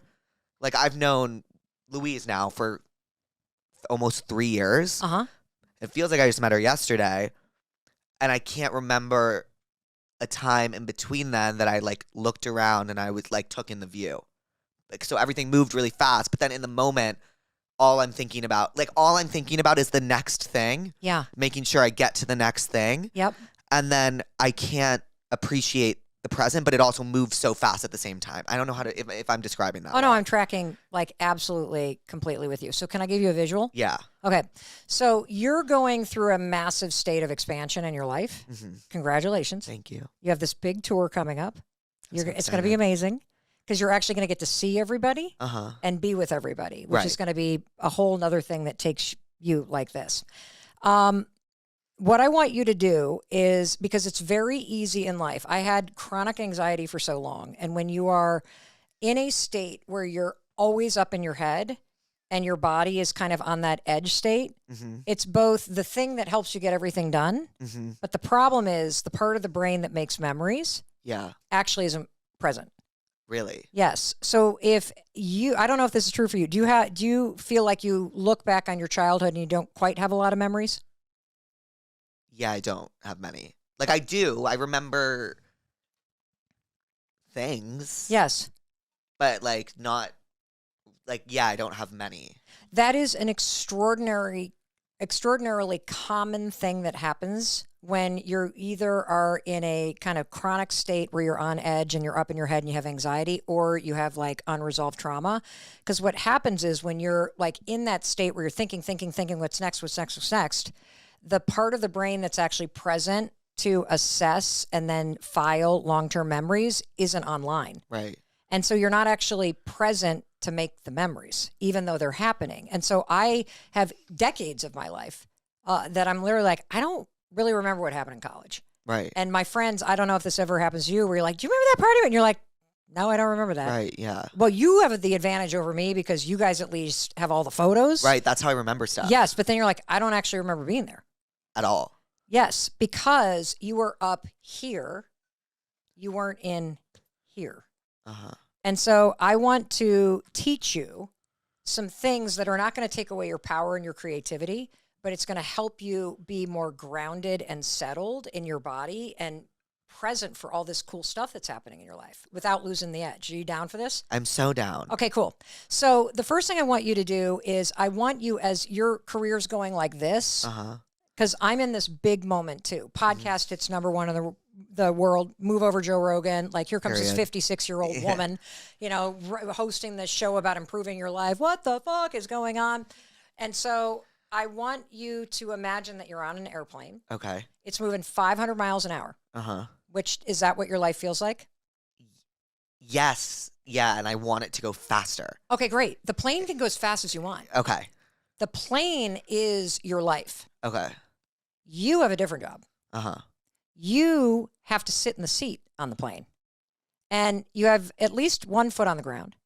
And I want you to focus on being in the seat and enjoying the Celsius that you're drinking, right? And then occasionally you're going to look out the window and you're going, oh, look how fast we're going. But your job is to just be in the seat and to enjoy the Celsius and know that it's your life and the career that has the velocity, but the velocity isn't you. Because otherwise, a couple years are going to go by and you're going to be like, I don't even remember being on a tour. And it'll be funny to everybody else, but it's not going to be funny to you. Right. And so that's one thing I want you to do. The second thing I want you to do is I'm going to give you a new definition for anxiety. Okay. Okay. And this is coming from somebody who literally, I could tell you the whole story about anxiety, but it's boring. I struggled with it for too long because I didn't know what it was. Mm-hmm. And I'm going to give you this most simple definition. You ready? Mm-hmm. Anxiety is just a moment in your life where you feel a little uncertain. Yeah. And you then doubt your capacity and capability to handle it. Yeah, that's actually exactly what I think it is. That's all that it is. Like the worst case scenario, because I have very bad OCD as well. Like in terms of like, well, that's related to anxiety. Yes, yeah. OCD is about trying to control something because you're triggered by uncertainty or past trauma. Right. That's and that's what I'm thinking. And that's why your let them theory resonated so well with me, because it was like, you cannot control anything. All I want you to do is control everything, because I'm so scared of something bad happening. Okay. I'm so scared of something bad happening. What is the bad thing that's going to happen? I have this like fear ever since I was a kid, like of getting in trouble. So like now with what I do, I'm very scared of saying the wrong thing and then having everything taken away from me. And then what do? I have nothing. So like that's like, that's what I think about. I'm scared of losing everything. Okay. That's like my. And what would happen if you lost everything? I don't know. Like I don't know where I would go. I don't know, because you get surrounded, like when I'm the type of person who I like make really real relationships with everyone, even the people I work with. So it's like, if you lose everything and then those people that you work with and they're not there anymore, if you lose everything, then what happens? What do you have? So let's go back to the definition of anxiety, which is a moment where you feel uncertain. Right. And then what do you doubt? Your ability to handle it. Correct. So anxiety isn't all of this scary shit. Anxiety is a very normal moment where you feel uncertain, because it's a sign that you're mentally well. Right. That's a sign that your brain's working correctly, by the way. Okay. Because you should worry about that. Yeah. Right? Because it means you're a responsible business person and you actually want to make a difference and you don't want to offend people. You just like want to entertain people. Right. So that's a sign that you're actually mentally healthy, by the way. Oh, okay. Great. Okay. So the thing about anxiety, take that. Let's clip that. Clip that. Mel Robbins said I'm mentally healthy. I am. Yes, you are, damn it. Yeah. And so the thing I want to keep coming back to, because this will change your fucking life, is in any moment that's uncertain, if you make the mistake of going up into your head, which I did for 50 years, you go right up in your head and go, fuck, fuck, fuck. What if this? What if that? What if the other thing? Because you feel uncertain, you disconnect from the power to face it. Mm-hmm. So anytime you're up here, you're actually in danger when you're feeling anxious. And I want you to go, oh, wait, I'm just doubting my ability to handle it. Right.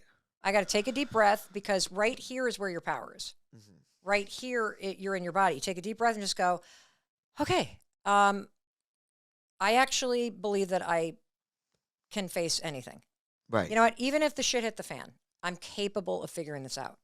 If you just start to say that as your mantra, I'm capable of figuring this out, everything will change, because you're not allowing your brain to hijack the moment. And you're saying, no, I get it. This moment feels a little uncertain. I've never gone on a tour. It's a live situation. Don't want to say something that somebody, might be filming. Right. That's a reasonable thing to be uncertain about, but I actually believe in my ability to handle this. The more you start to say that, the more you will not default to going up here. See, the interesting thing about OCD, and I think the let them theory is really going to help you, is that this is actually a book about control. Right.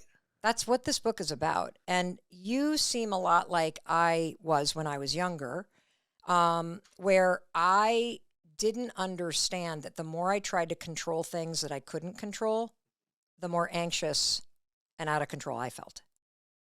And the hardest thing in life is recognizing that the one thing you'll never be able to control is another person, what they do, what they think, what they say, what they feel. Right. Never.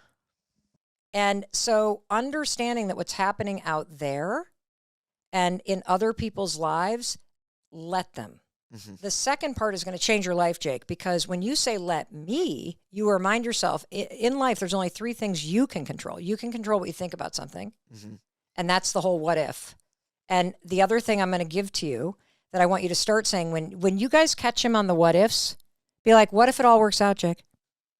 I'm so scared of jinxing it. Like, that's what I'm so scared of. Like, I'm so superstitious. Like, if it all works out, and then I'm like, oh my God, well, if I just said that, is it not going to work out? But are you capable of figuring it out? I think so. Yeah. No, seriously, if things don't work out, could you figure it out? Like, I know I would figure it out. Great, then you need to start saying that. Yeah. Because the fact that you constantly go upstairs is just what you're used to doing.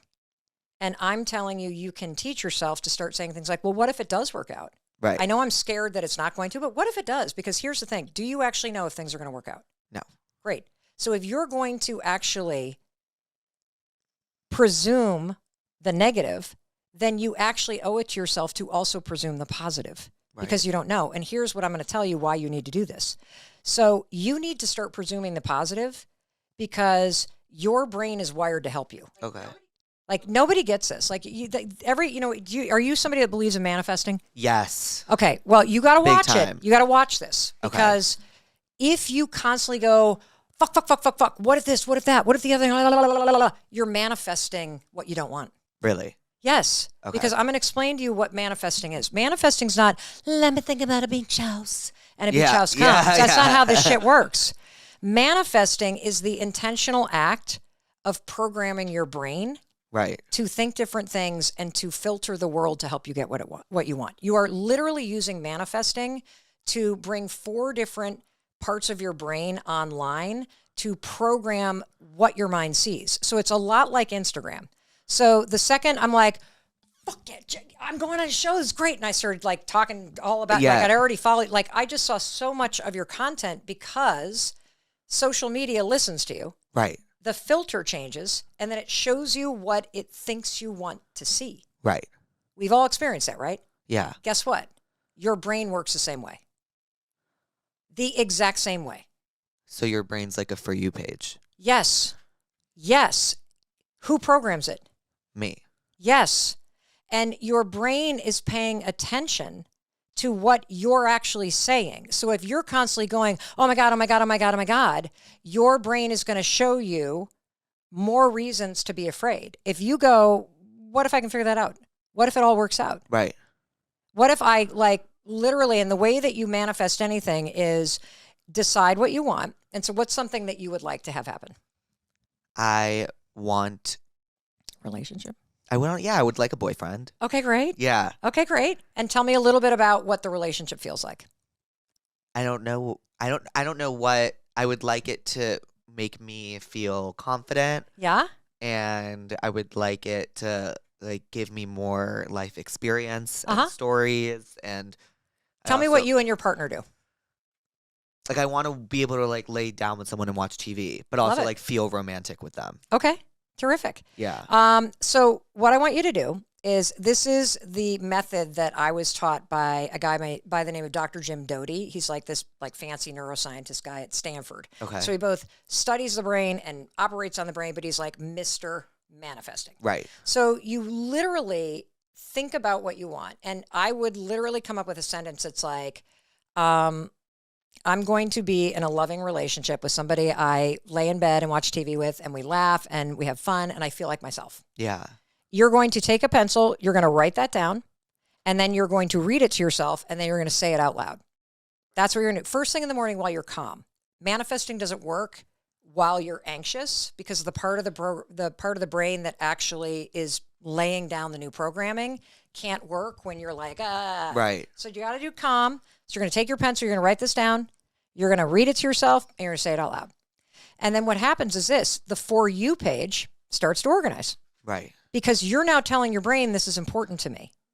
And your brain has this filter called the reticular activating system. Doesn't matter what the hell it's called. It's like a hairnet on your brain. Right. Changes. And now all of a sudden it lets in information. Oh, there's another loving couple.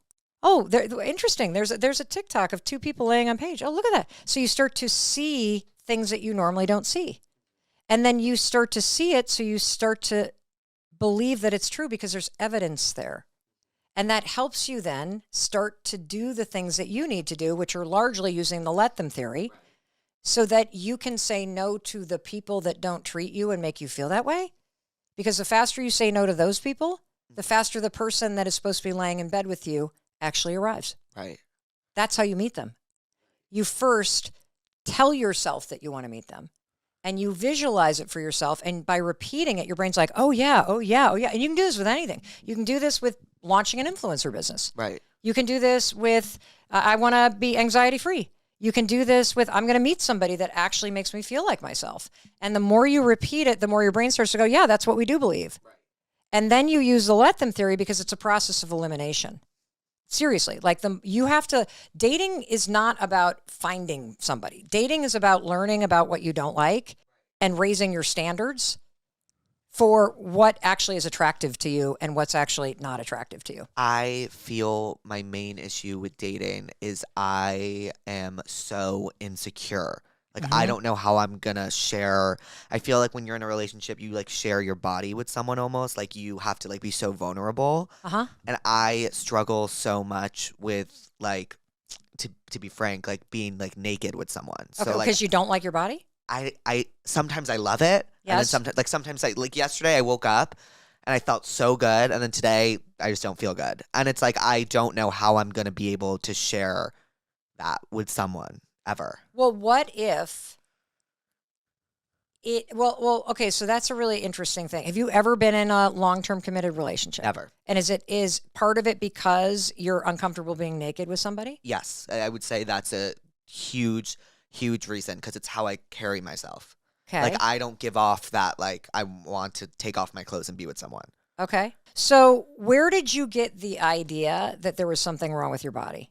Someone made a comment when I was in 4th or 5th grade, and it really stuck with me. What did they say? That I was fat. Okay. And was it in a situation too where you guys were all getting undressed in a? I don't know what, I forget. I was wearing a rash guard, I think. Yeah, it was horrible.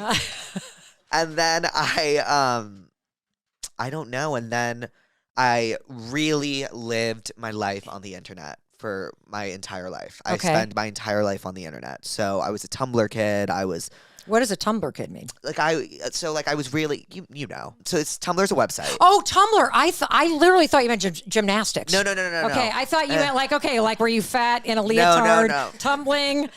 Okay, I got you now. So you were a Tumblr kid. Got So it. like I'm seeing Tumblr's all about Tumblr is all about the aesthetic. It's very aesthetically pleasing. I was also introduced, and I have my parents. I love them for this. Let me watch whatever I wanted to at a young age. Okay. So I was watching any movie I wanted to. It's part of why I'm so creative and so into this space now. But I was seeing, like I was introduced to what sex is. Yes. Based on like a multi-million-dollar movie. So those men are ripped. Got it. Okay. Yep. So that's what I'm thinking like a normal person looks like. And then also in the gay scene, it's very, very, very body focused. Yes. So I'm short and I don't have a six pack. So it's like I don't have either of them. Okay. And like and when you're in the gay scene, you're kind of forced into certain roles. So and I don't really know. I always felt like my body was weird, and watching people on TV, I still felt like it was weird. And then because of that, like I then had a weird relationship with food, and I'm like, okay, I like abs are made in the kitchen, so like I'm just gonna eat a lot less, and then I eat and then I end up binging, and I just have at the end of the day, I just have a horrible relationship with my body, and I don't know how to feel. And then, like, right when I feel good about it, like, something happens where I'm like, ugh, no, I don't feel good about it anymore. Yes. Yeah. Yes. So it's interesting that we're going here because I actually believe this is going to sound like the cheesiest ass thing I could ask you to do. But your issue is self-rejection. Yeah. And one of the things that you're going to figure out in your life, and this is something I would work on with your therapist, and I would really just explore for yourself, is that you're looking for the validation out there. Right. When what you have to figure out is, what does validation look like in here? I don't even know. Well, that's where we have to figure out how to have you get your power back. Right. Because the problem with seeking validation out there for your actual self-worth, or whether or not you're attractive or worthy or lovable, is that that's never in your control. Yeah. And that's why you have OCD. Because your entire life is set up to give you the very validation that you need from yourself, only you've handed all the power over to whether or not strangers actually like you. Right. Yeah. And so we can flip this, okay? But you've got to understand, and this is like the heart of the let them theory. Like, I'll give you an example. You cannot get sober until you stop drinking. Right. And it's a nuance that most people don't think about.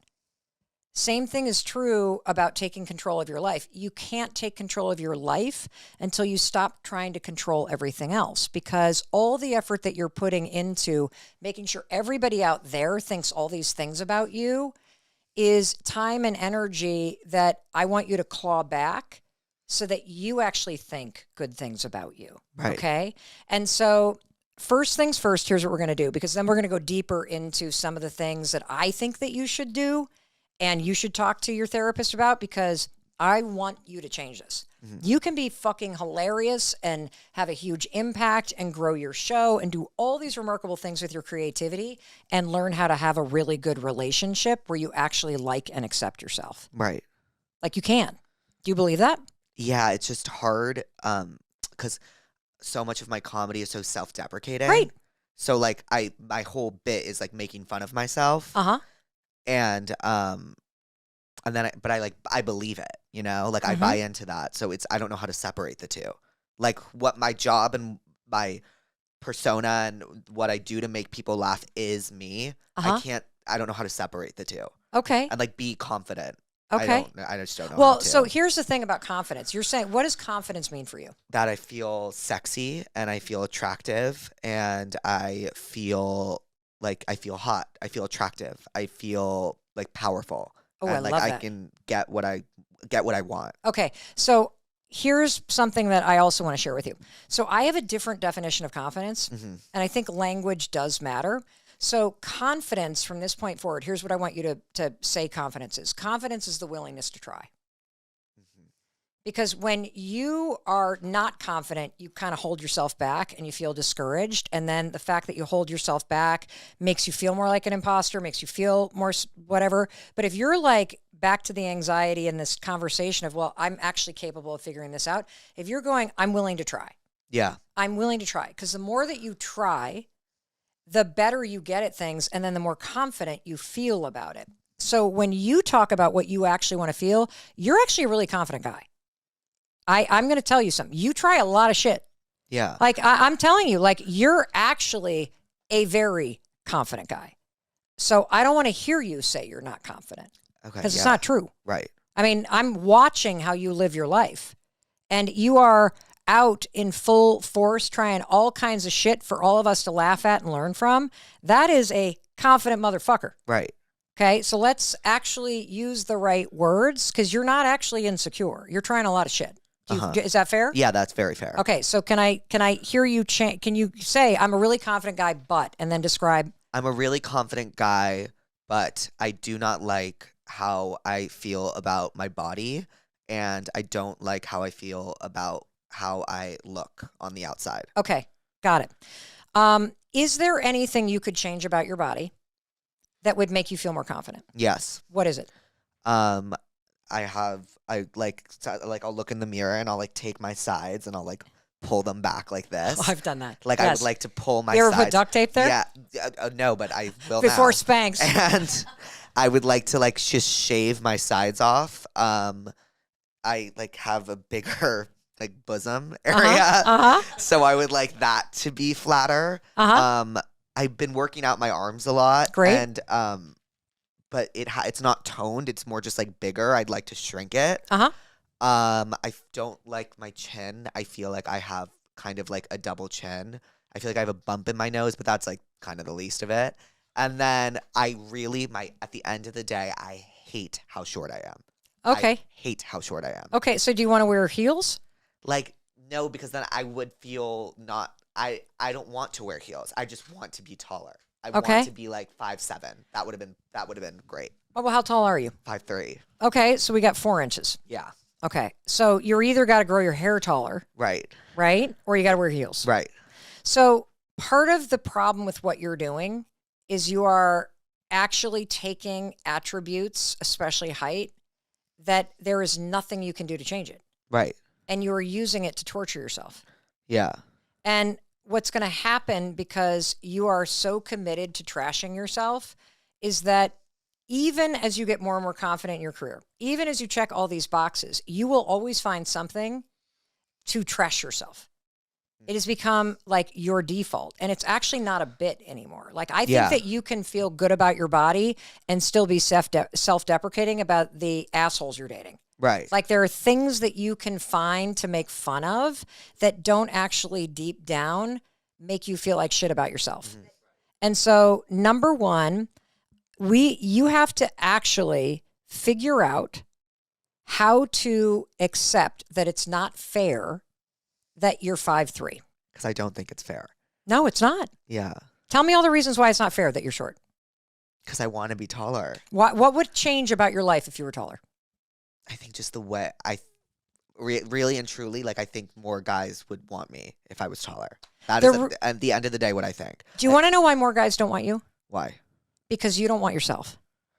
Yeah. It has nothing to do with your fucking height. Right. You're focused on height because it's distracting you from actually doing the work of learning how to look in the mirror. Right. And say, I am going to do life with that guy. Like you only get to do life with one person from the moment you're born till the moment that you die. You have one person to take care of. It's you. Yeah. It's you.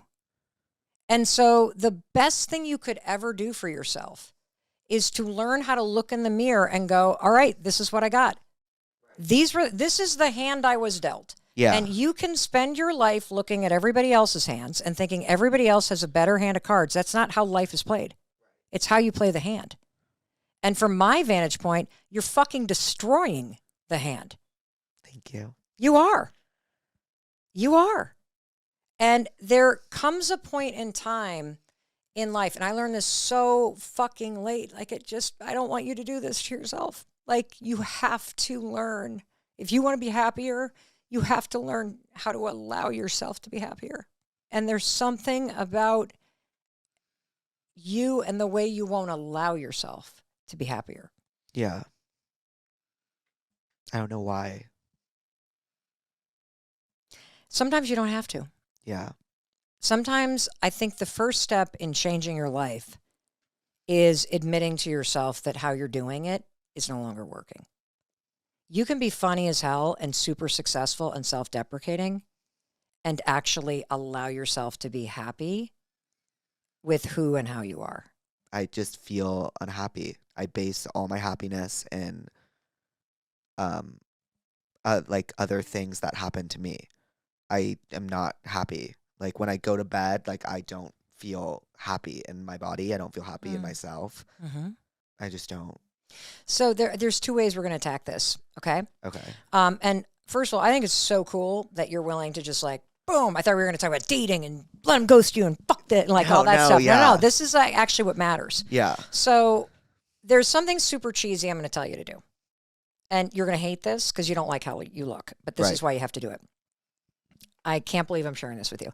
So tomorrow morning, when you get up and you go into the bathroom, after you brush your teeth, I want you to do something that sounds ridiculous. Okay.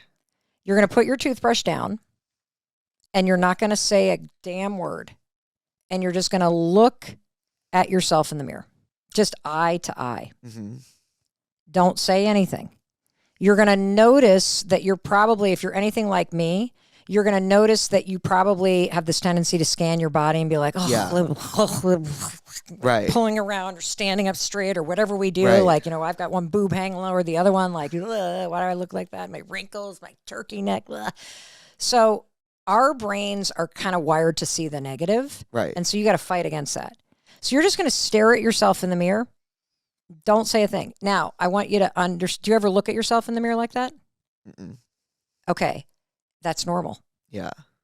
Based on the research, 50% of people can't look at themselves eye to eye in the mirror because they don't like the person they see. Yeah, I don't.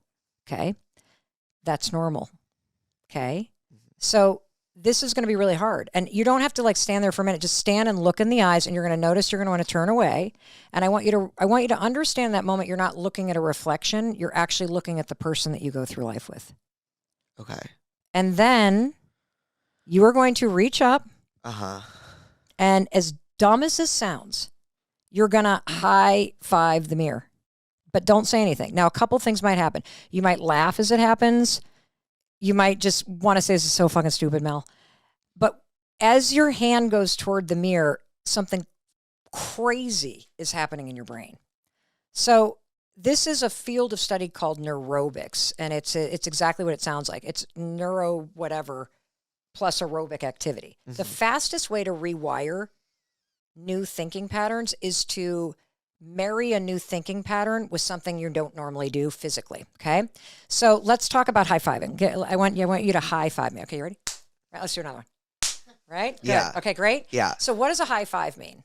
You're like clapping with someone. Right, but what if you and I are high-fiving, what do you say?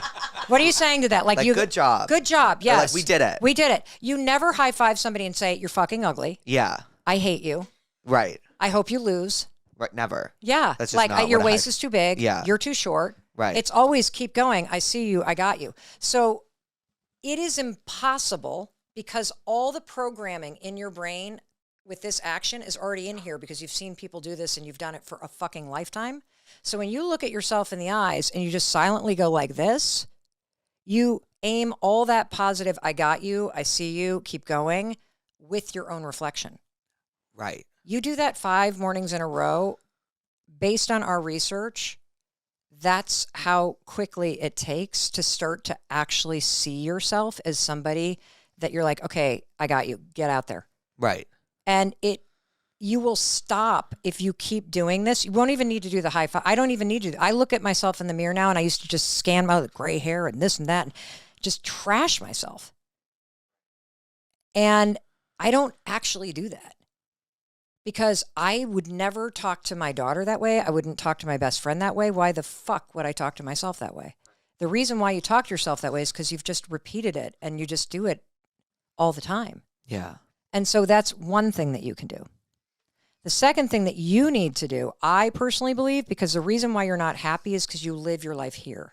My entire life from morning to night is if you could describe me as one thing, it's in my head. Okay.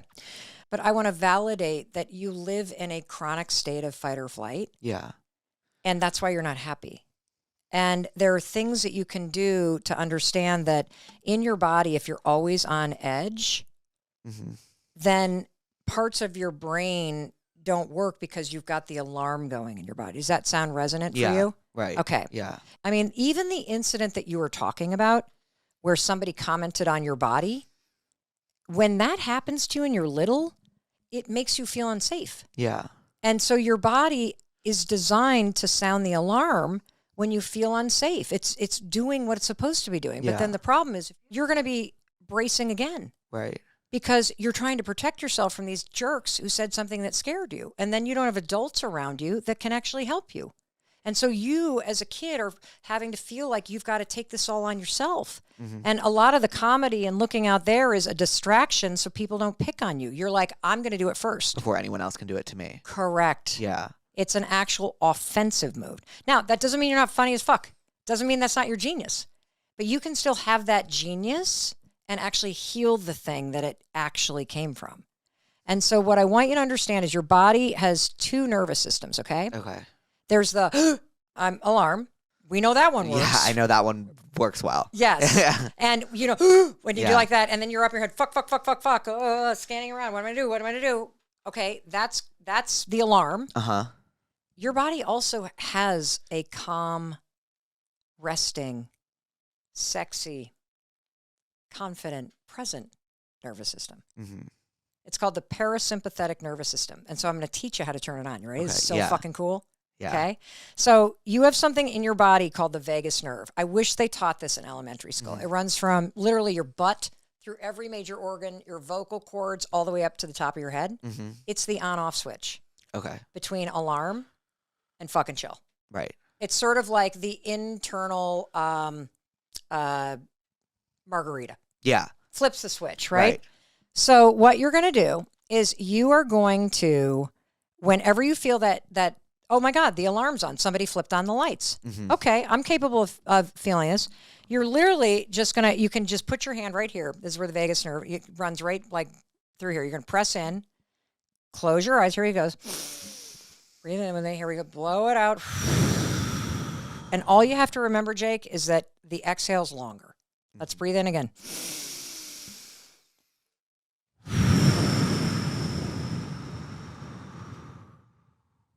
One more time. Here we go.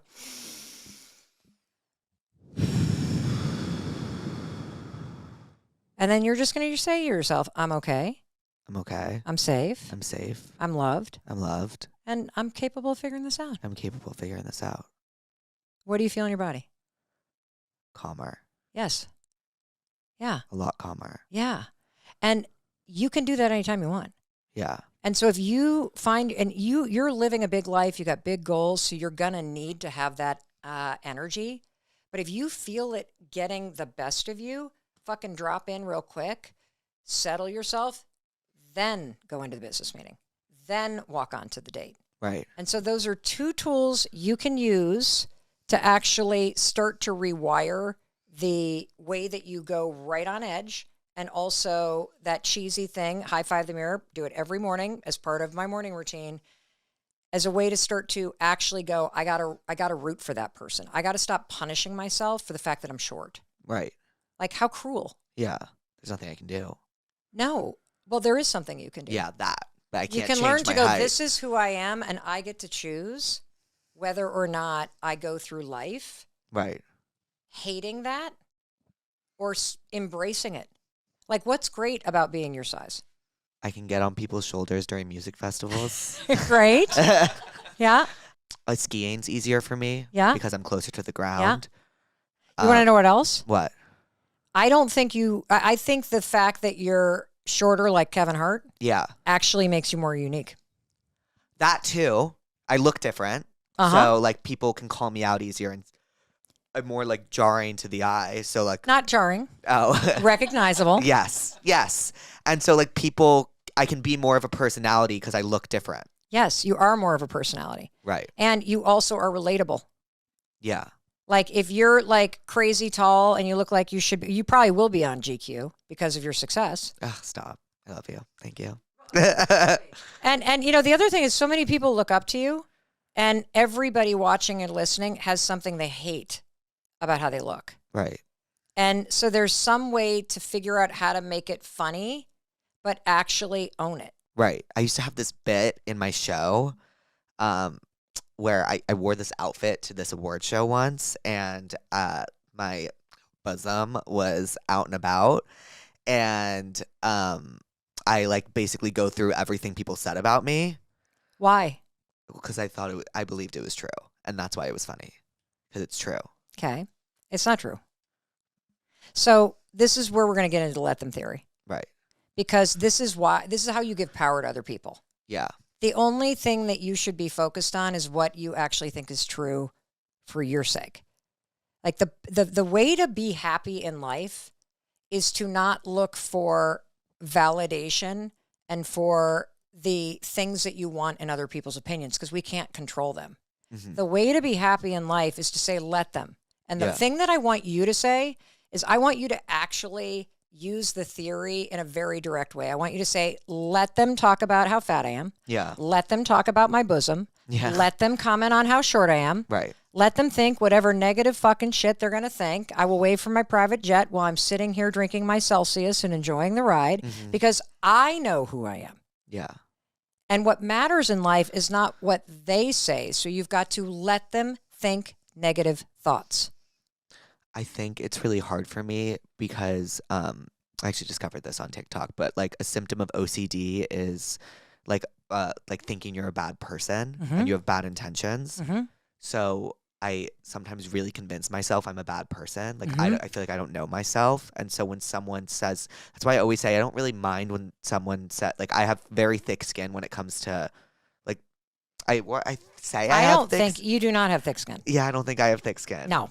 You are porous as fuck. Yeah. Yes. You have very clear skin. Thank you. Yes. No acne. Yes. But yes, very thin. And I think I'm very good at deflecting comments about my appearance. So when I get a comment about my appearance, I can deflect it quickly into a joke, or I can change it and like make it funny and get something else out of it. Yes. When someone comments about my intentions and my character, I really take it to heart and I really feel like a bad person. Okay, so here's how you use the let them theory because number one, the major thing in life you can't control is what somebody else thinks, what they do, what they believe, what they say, how they feel. Cannot control it. So you got to learn to let them. Yeah. If somebody misunderstands you, let them. If somebody actually is confused about your intention, let them. Right.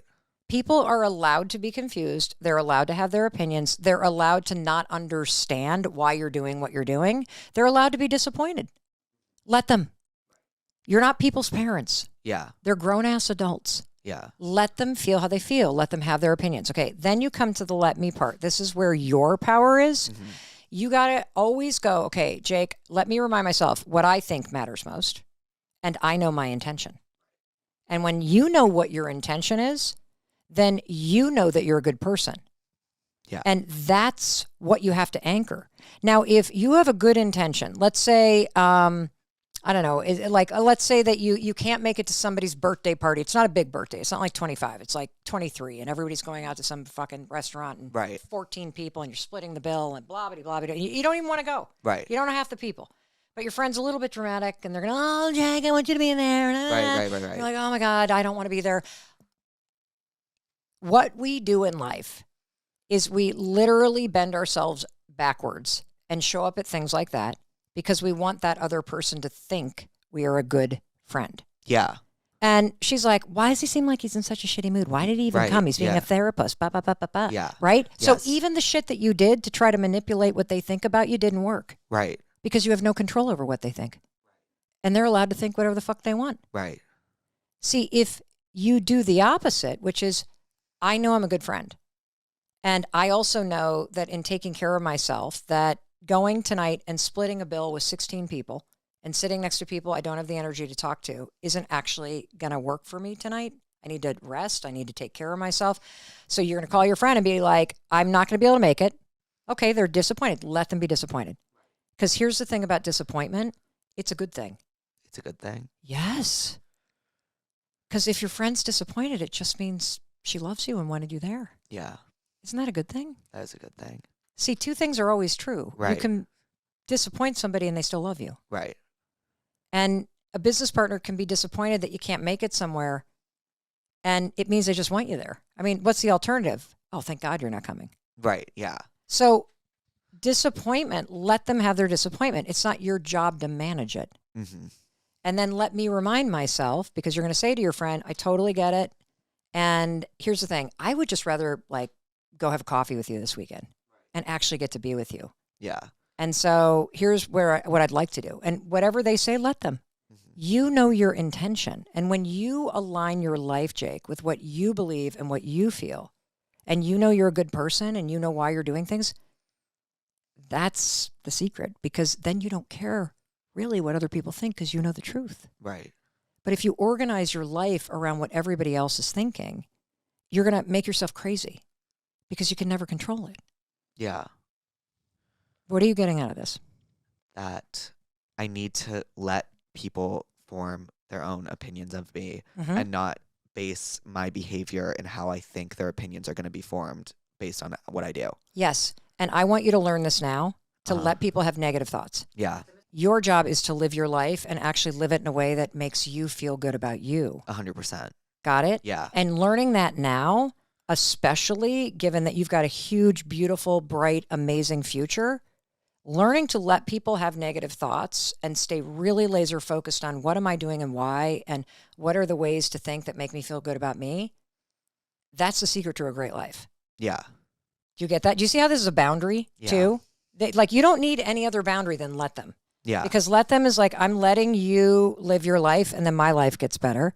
And it's not like I'm being a dick. You're basically going, I'm not responsible for what you think and feel. Right. I feel responsible sometimes. I know what you like now. I'm like, say, like I feel like if my actions make someone feel a certain way, Uh-huh.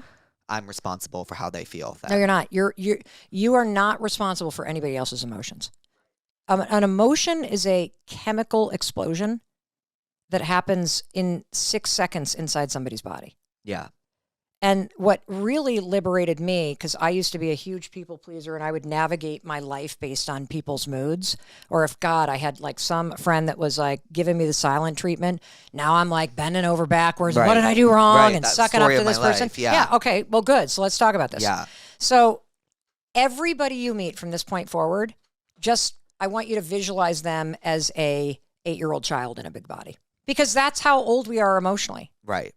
And we make the mistake of looking at other adults and our friends and thinking that they're actually emotionally mature. None of us are, because our parents weren't. And you're not born emotionally mature. And all emotional maturity is, everyone loves to throw around that word, is it just means you actually understand and can process your emotions without puking them at another person. Uh-huh. I puke my emotions. Me at too. people. I'm an erupter. Yeah. So you and I are basically 8-year-olds that throw ourselves on the floor and throw tantrums. Yeah. Do you vent text to people? Oh. Oh, me too. Yeah. I got I'm my like- daughter just went like, I'm the that's you. biggest venter. Like I talk and talk and talk and talk and talk until like the words are like nails on a chalkboard. Well, so what that's a sign of, because that's me too, is it's a sign of when your emotions get going, you don't know how to settle them, so you just puke them out. Right. And when you get frustrated, it's like, rah, with the raging, right? Right. And they're like, oh, I'm really sorry. I just had a stressful day at work. No, you just literally can't tolerate stress, and you just fucking puked it at me in a text. Right. All caps. Yeah. And then I sent an emoji. I'll see you later. Yeah. Like, I'm done. It's like Yeah. out of my body. That's me. That's Yeah, what I same, do. same. So here's what. So first of all, you actually just did the hard part. You said, "Oh my God, that's me." Right. And so recognizing that you're that. Let's go through some other ones though. Yeah. So another big thing is the friend that is the silent treatment person. Yeah. If you think about that friend as an 8-year-old, that's a child who pouts. A child who pouts is just a child who, like, you feel frustrated or disappointed or hurt and you don't know how to use your words. So you go pout in the corner. Why? So the parent. avoid it. Yeah. Yes. It comes to you. Yes. Yes. This episode of Therapuss is brought to you by Booking.com. Yeah! So we have been using Booking.com nonstop to book all of the hotels and all of our travel for tour. I totally forgot how stressful booking travel was until you are in a group of 10 people and we all need a place to stay and we are all incredibly last minute people, especially Matt, who I love dearly. Booking.com makes it easy to book travel because it shows you exactly what you are looking for. You can set criteria if you want a pool, you want a hot tub, you want a balcony. And that's specifically very important for me and my team on tour because most of the time are in cities we've never been in before. So we really rely on Booking.com to book the best hotels or wherever meets all of our needs the most. For example, today we literally woke up in New Orleans and Matt was like, oh my God, I forgot to book the hotel, and we had nowhere to stay. And so we went on Booking.com and we found a hotel literally across the street from the venue with all of the requirements we needed, and we booked that immediately. And it was just so simple and so easy, and it took all the stress away from travel, which is something that I really appreciate as someone who is really stressed out all the time, especially during travel. I've also found that it's incredibly useful and very important to find stays walking distance to the venue. When you're on tour, it's hard to like actually move your body and walk around. It's important to find a hotel that is walking distance to the venue. No matter who you are, Booking.com helps you find the stay that is ridiculously right for you. So what are you waiting for? Find exactly what you're booking for on Booking.com. Yeah! It all starts with a swipe. Thank you, Tinder, for sponsoring today's episode. In a recent study, it has been proven that people find having a hobby sexy, okay? And on Tinder, you can list your hobbies, like the hobbies you enjoy doing on your profile, which is crucial to finding a romantic or platonic partner. Some hobbies I enjoy doing are complaining, going on my phone and doom scrolling, cooking. I love cooking. I love working out. I love watching TV. So if I could find someone that loves going on their phone in silence with me, that would be ideal for me. And honestly, I think you can make anything out to be a hobby. It's just, I feel like the definition of a hobby is just something you like to do. Your bio on Tinder is like prime real estate. So instead of just like listing out hobbies, you can make them like part of your profile. It's sometimes hard to like start a conversation on a dating app, but what is so great about Tinder is that they give you so many of these prompts and like places for you to put in things that are interesting to you and about you, that it prompts conversation with whoever you're talking to. Tinder is the perfect place to show off who you are through interest. It's not about looks, but it's about what you vibe with and what you are interested in, and if somebody else is also interested in that. Explore all the possibilities for yourself. Tinder, it starts with a swipe. Download the app today, and thank you, Tinder, for sponsoring today's episode. If somebody's doing the silent treatment to you, choosing whether or not you're going to be compassionate and try to comfort them, some people you may. Right. Choosing that, okay, I see who this person is, and I now know to have kind of good boundaries because this is what this person does. Right.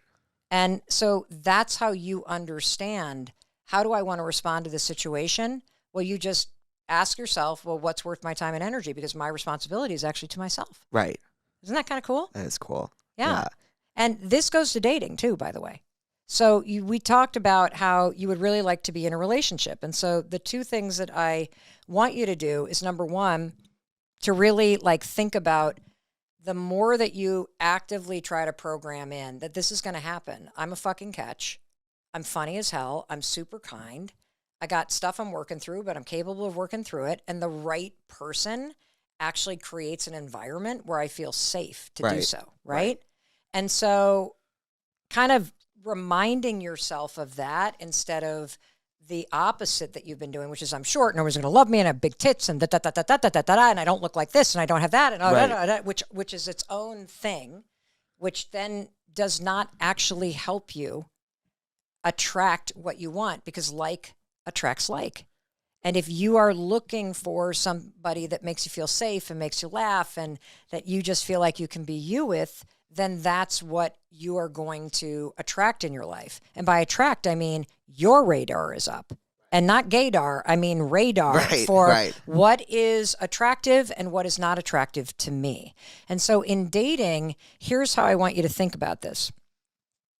people's behavior tells you the truth Mhm. about where you stand and what their priorities are. Right. And the danger that we all get into is, and all the situationship shit, is that we refuse to see somebody's behavior, especially in the fool around stage where it's super casual and you're just protecting yourself from venereal disease and having fun. Yeah. With the lights off, of course, right? Of course, we're going to work on the body image stuff, yes. right? That you get yourself in danger because instead of living in the reality and letting them reveal whether or not they like you and how they treat you and whether or not you're a priority, you live up here in your head and you create a fantasy about what's going on. Yeah. See, I think people's behavior is very black and white. What do you mean? Well, I mean, if somebody wants to see you, you'll know it. Right. If you're a priority, you'll know it. If all they do is text you, but you don't make plans, it means they don't like you. They're bored. There's no confusing behavior. Right. You confuse yourself because you go up here and go, well, maybe it means this, maybe they're busy, blah, blah, blah, blah, blah, blah, blah, blah. And the only thing that's confusing about dating is how we confuse ourselves. Right. Because we will not let people show us that they're not interested. Yeah. Let them show you they're not interested. Let them text you when they're bored and never ask to see you. Let them lead you on and never follow up. Because now they're showing you where you stand. And then you go to the let me part, this is where the boundary is, and go, is this attractive to me? Right. Let me go back to my little manifesting. Okay, this was not what it was supposed to look like, so this is a no. Right. And the more you say no to the wrong stuff, the faster the right person walks in. Mm-hmm. And see, I think because you don't like how you look, Yeah. what you're processing. I can feel like the octopus going like this. It's because, like, when I pick someone, I'm like, okay, like, that is, like, I was thinking about this. I was honestly thinking about this guy I was talking to. Okay. And I thought he didn't respond to me, but it turns out I didn't respond to him. So I reached out the other day and we were talking. Mm-hmm. And he was being lovely and we were having a great conversation. And he was on a plane somewhere and he said he was going to watch this movie. And he was like, and then I was like, I'll watch it too. And then so I've been trying to watch it. And then I was like, I'm going to text him when I finish the movie. But then I was like, should he have should I text him like that I finished the movie, or should I let him text me that he finished the movie? Or like, does he not care? Like, that's what I was thinking about. Great. Super relatable. So here's the thing. Why were you questioning whether or not you should text him? What are you managing? I was questioning. Well, I didn't finish the movie yet. So there's that. There's that. But I was questioning, like, why didn't he text me that he finished the movie? Because I know he finished the movie because he was on a plane. How do you not finish a movie on a plane? You know what I mean? Let him. Okay. Let him. See, what we do in dating is we invent all these rules because we're trying to manage what they think of us. Yeah. What if you just let them think what they think and you gave yourself permission, let me just like text when I want to text. And if I'm too much for that person, then they're not my person. Okay. How is somebody that's meant to be with you supposed to find you if you're busy trying to fit yourself into places you don't belong? They won't find me. Correct. So learning that you're not on this planet to be somebody's husband. You're not on this planet to find the one. Right. You're on the planet to like get the most out of your life that you can and build this beautiful life. And then somebody gets to share it with you when you figure out like what makes you feel good. Yeah. And so thinking about it from a standpoint of meeting people isn't about getting to anything. Meeting people and being in relationships is an opportunity to learn more about yourself. Yeah. And the breakthroughs that I want for you are for you to actually have relationships where you can be naked in daylight, where you can really feel, where you can be comfortable with yourself and feel like yourself, and where somebody loves everything about you and it helps you love you more. Mm-hmm. Like, that's what I want for you. Yeah. And, you know, instead we chase all this stuff out here that's on the surface when really a meaningful relationship is about all the stuff you don't actually see. Yeah. And so for you, using the let them theory, it's going to help you because I don't like learning how to not play games and giving yourself the permission to just show up. If you want to text, fucking text. If you're some psycho freak and that's what you do, I'm not saying you are, but you know, like a clingy, then let yourself be that. And the people that can't handle that, leave. Yeah. Faster. And you want them to. Right. And let them think a negative thought. Let them misunderstand you. Let them think you're this. Let them think you're that. Because that's not what you're going to try to control. And let me just give myself permission to just act however I want to act because that's what feels good for me. And the more that I give myself permission, the more a person that can handle me is going to show up. Right. You see what I'm saying? Yeah. And so I feel like using this, you're going to not do the danger of censoring yourself because you're going to let them think something negative, let them misunderstand me, let them feel how they're going to feel, and let me not invent some stupid fucking rule. Like you could text them after this conversation and be like, I didn't even watch the fucking movie, but I just was thinking about you. Yeah, or I'll text him, I'm having a really hard time getting through this movie. I'm sorry I recommended it to you. Yeah. It kind of sucks. Yes. Did you end up finishing it? Yes. Great. Yeah. That's true. Yeah. Right? Yeah, that is true. I was like, you should watch this. I heard it's amazing. And now you're like, fuck, I recommended a shitty movie. It now what does he think sucks. about? This Yes. movie fucking sucks. Okay, great. Let him think it sucks. No, this is so relatable because this is what we do because we put all the power over there. Right. And every time we censor ourselves, we're saying to ourselves, I don't like myself, so I can't say that. And then what if this? And I got to be a different thing. Right. And it's self-rejection.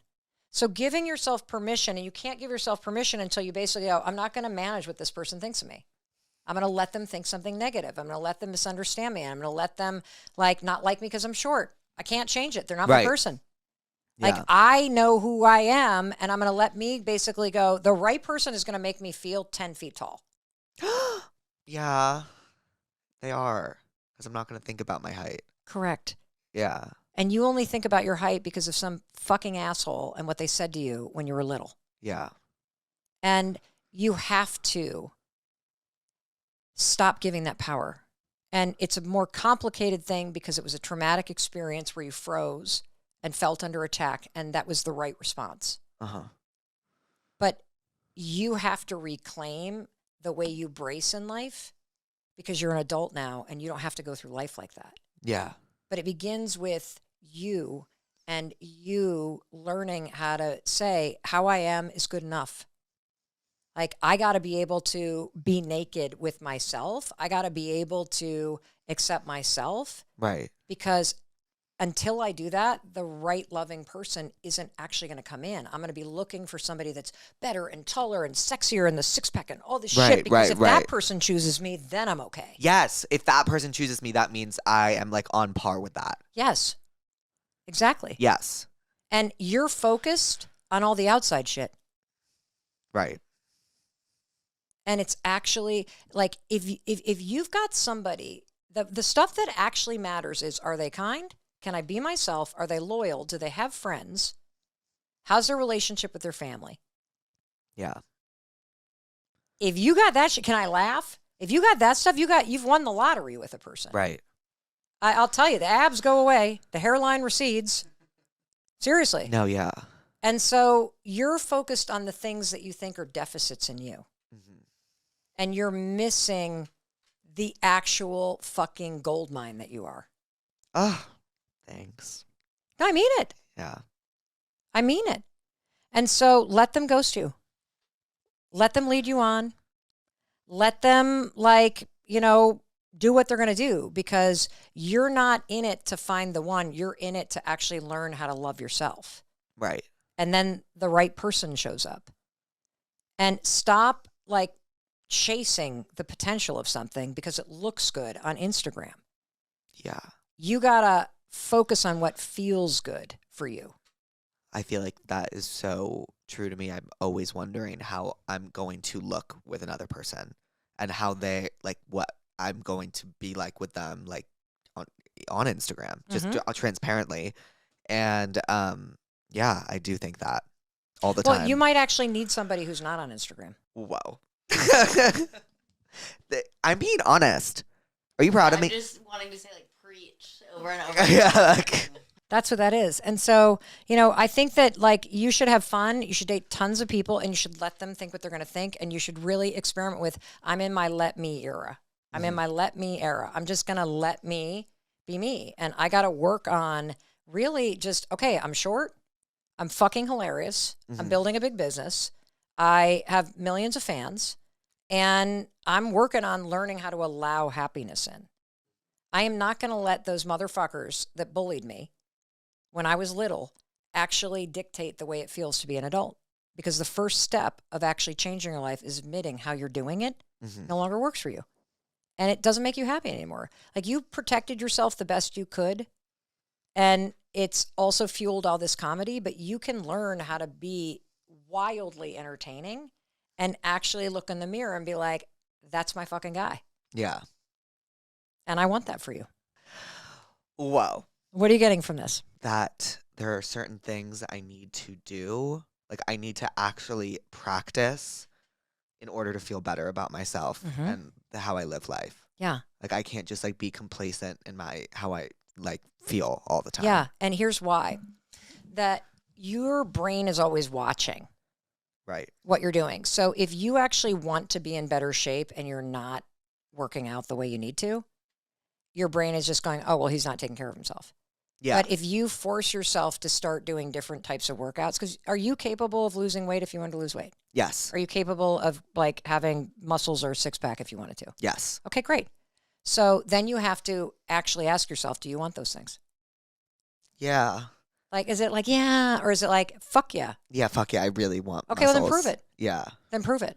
Yeah. Because every day that you wake up and you're like, this is actually on the list. I carve out time for this. I've hired a trainer because if you're like me, you're a lazy ass. I'm so lazy. Oh my God, you need somebody screaming at you. Yeah. Like, so do it.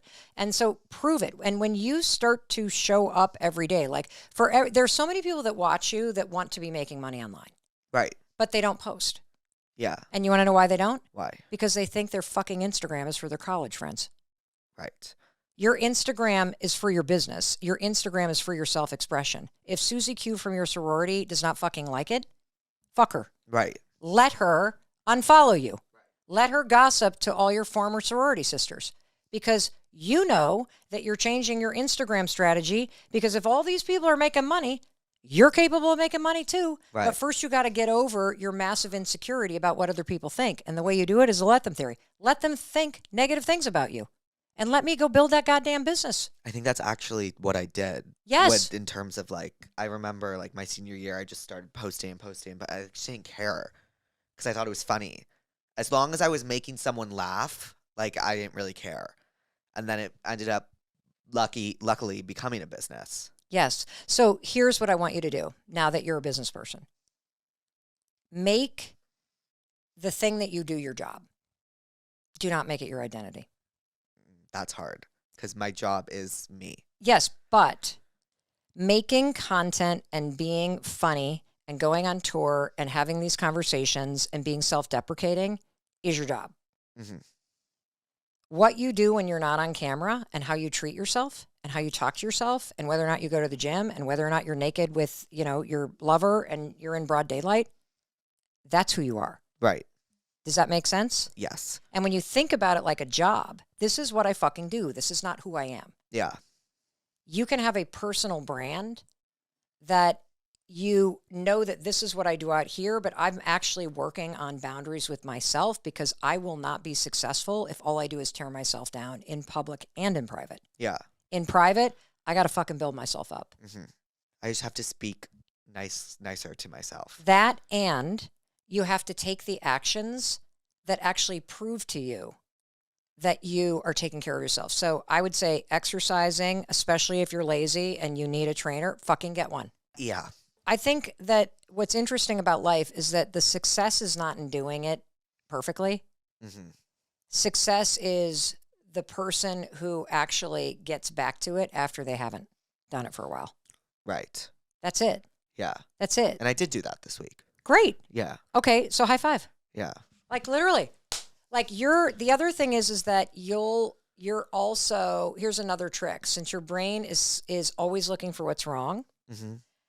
you'll forget that you did 100 things correctly today. Oh, yes. right? But then you'll laser focus on the one thing you didn't do. Mhm. It is a superpower to train yourself literally at the end of the day to go, well, what went well today? And if you can't do that, Lulu, please ask him. So tell me one thing that went well today. I worked out. Fuck yeah. Okay. Because that's what somebody does if they actually care about themselves. Right. Yeah. I worked out. Great. All you need is one. Yeah. Like if you literally only ate 75 French fries instead of 76, we're winning. Right. And so ending the day is another way, and just saying what actually went well. Like name one thing that went well today. I met you. Well, I met you. Matt, my tour manager, is here. I'm really, really happy he's here. Great. And I got to see him, and I love seeing him. Great. So a lot of great things went well. Yeah. Great. And so another thing you can do, and this is for the person listening too, if you really struggle with like supporting yourself, if you did support yourself, what would a day in the life look like that's not utopia? Like, what are the things that you would do if you were actually happy and you were proud of yourself that you're not currently doing? Oh, I can give you an exercise. Do you have an answer? No, I don't. So, okay. Yeah. Okay, you ready? So this is, I'm going to call out my daughter Sawyer. And when COVID hit, was it COVID? This is the exercise where we drew a line. It was in Rhode Island, drew a line down the center. High school or Boston? Okay, so she graduates from college. Uh-huh. And the 20s are the worst decade of your life. There, I said it. Really? Oh, the worst. I thought they were supposed to be like the best, though. Well, that's why it's the worst, because you guys have been gaslit into thinking it's the best. Yeah. No, the 20s are the worst, and I'll tell you why. From 0 to 20, your entire life had structure to it. Yes. Where you knew exactly what was going to happen next. You were going to go to first, second grade, third, fourth, fifth, all the way to college, and people go to college, and you go to freshman, sophomore. You had celebrated the same milestones as everybody else. Yeah. So you could locate yourself in a big group of people. Yeah. You knew who was ahead, who was behind. We were all kind of in a pack. Plus, you were with people your age all the time. Yeah, all the time. All the time. And you Yeah. were all celebrating birthdays. You had the same milestones of graduation or prom or rush or whatever it may be, right? Mm-hmm. And then all of a sudden, the 20s happen, and something that I call the great scattering hits. No one sees it coming. Mm-hmm. And all of the structure and foundation that you didn't realize was something that gave you a sense of confidence and a sense of what's coming next and kept you in touch with your peers evaporates. People go to LA, they go to New York, they go to Chicago, some people go to medical school, some people like don't know what they're doing, some people take the IB job, some people go into, like everybody's all over the place. And the only thing that's holding your friend group together is a text chain that gets quieter and quieter and quieter. And you start to think, I never see my friends. What the fuck is going on? And then you start to look around and everybody's in different phases and places. And some people are single and some people are over here. You don't see people. You start seeing some of your old friend groups get together, but then you're not invited. And then you wonder, am I in the in? Am I in the out? And you start torturing yourself. Yeah. And the reason why this happens is because of this great scattering. And the other big thing that happens is friendship goes from a group sport where everybody's together. If you are living with a bunch of people, everybody's always invited. Yeah. If you're on a team, everybody's invited. Right. If you're in whatever Kappa house or whatever, everybody's invited. So you start to expect friendship to happen. Then the 20s hit, and it all of a sudden becomes an individual sport. And that's when people start to grip and cling, and they wonder the frenemies and the breakups and all this shit. And it's because the rules of friendship have changed and because everybody has scattered and the actual structure that gave you a sense of knowing where you were disappears. Yeah. And so the way you use the let them theory of this is you've got to let friends come in and out of your life. You got to be more flexible. You've got to let me take a proactive approach. If I want to see somebody, I need to make the effort. I can't sit back and be like, they never invite me anywhere. Well, when have you invited them somewhere? And the other thing I want to teach you is this, because I think it's really important to understand in your 20s. There are 3 pillars to adult friendship. Mm-hmm. One is proximity. Yes. Yes. If somebody is in front of your face, you spend more time together. Mm-hmm. There's actual research that says that you need like 78 hours to be a friend with somebody. Mm-hmm. And in order to be a close friend, you need 200 hours together. Okay. If you think about your childhood or think about college, you're freaking living with your friends. Yeah. You see them all the time. You're in Right. class together.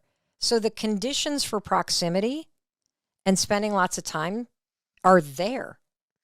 You never see your friends when you hit your 20s. Yeah. Because everyone's all over the freaking place doing everything. Right. And so it's natural, since you're not in front of each other, to feel the friendships start to fade or strain.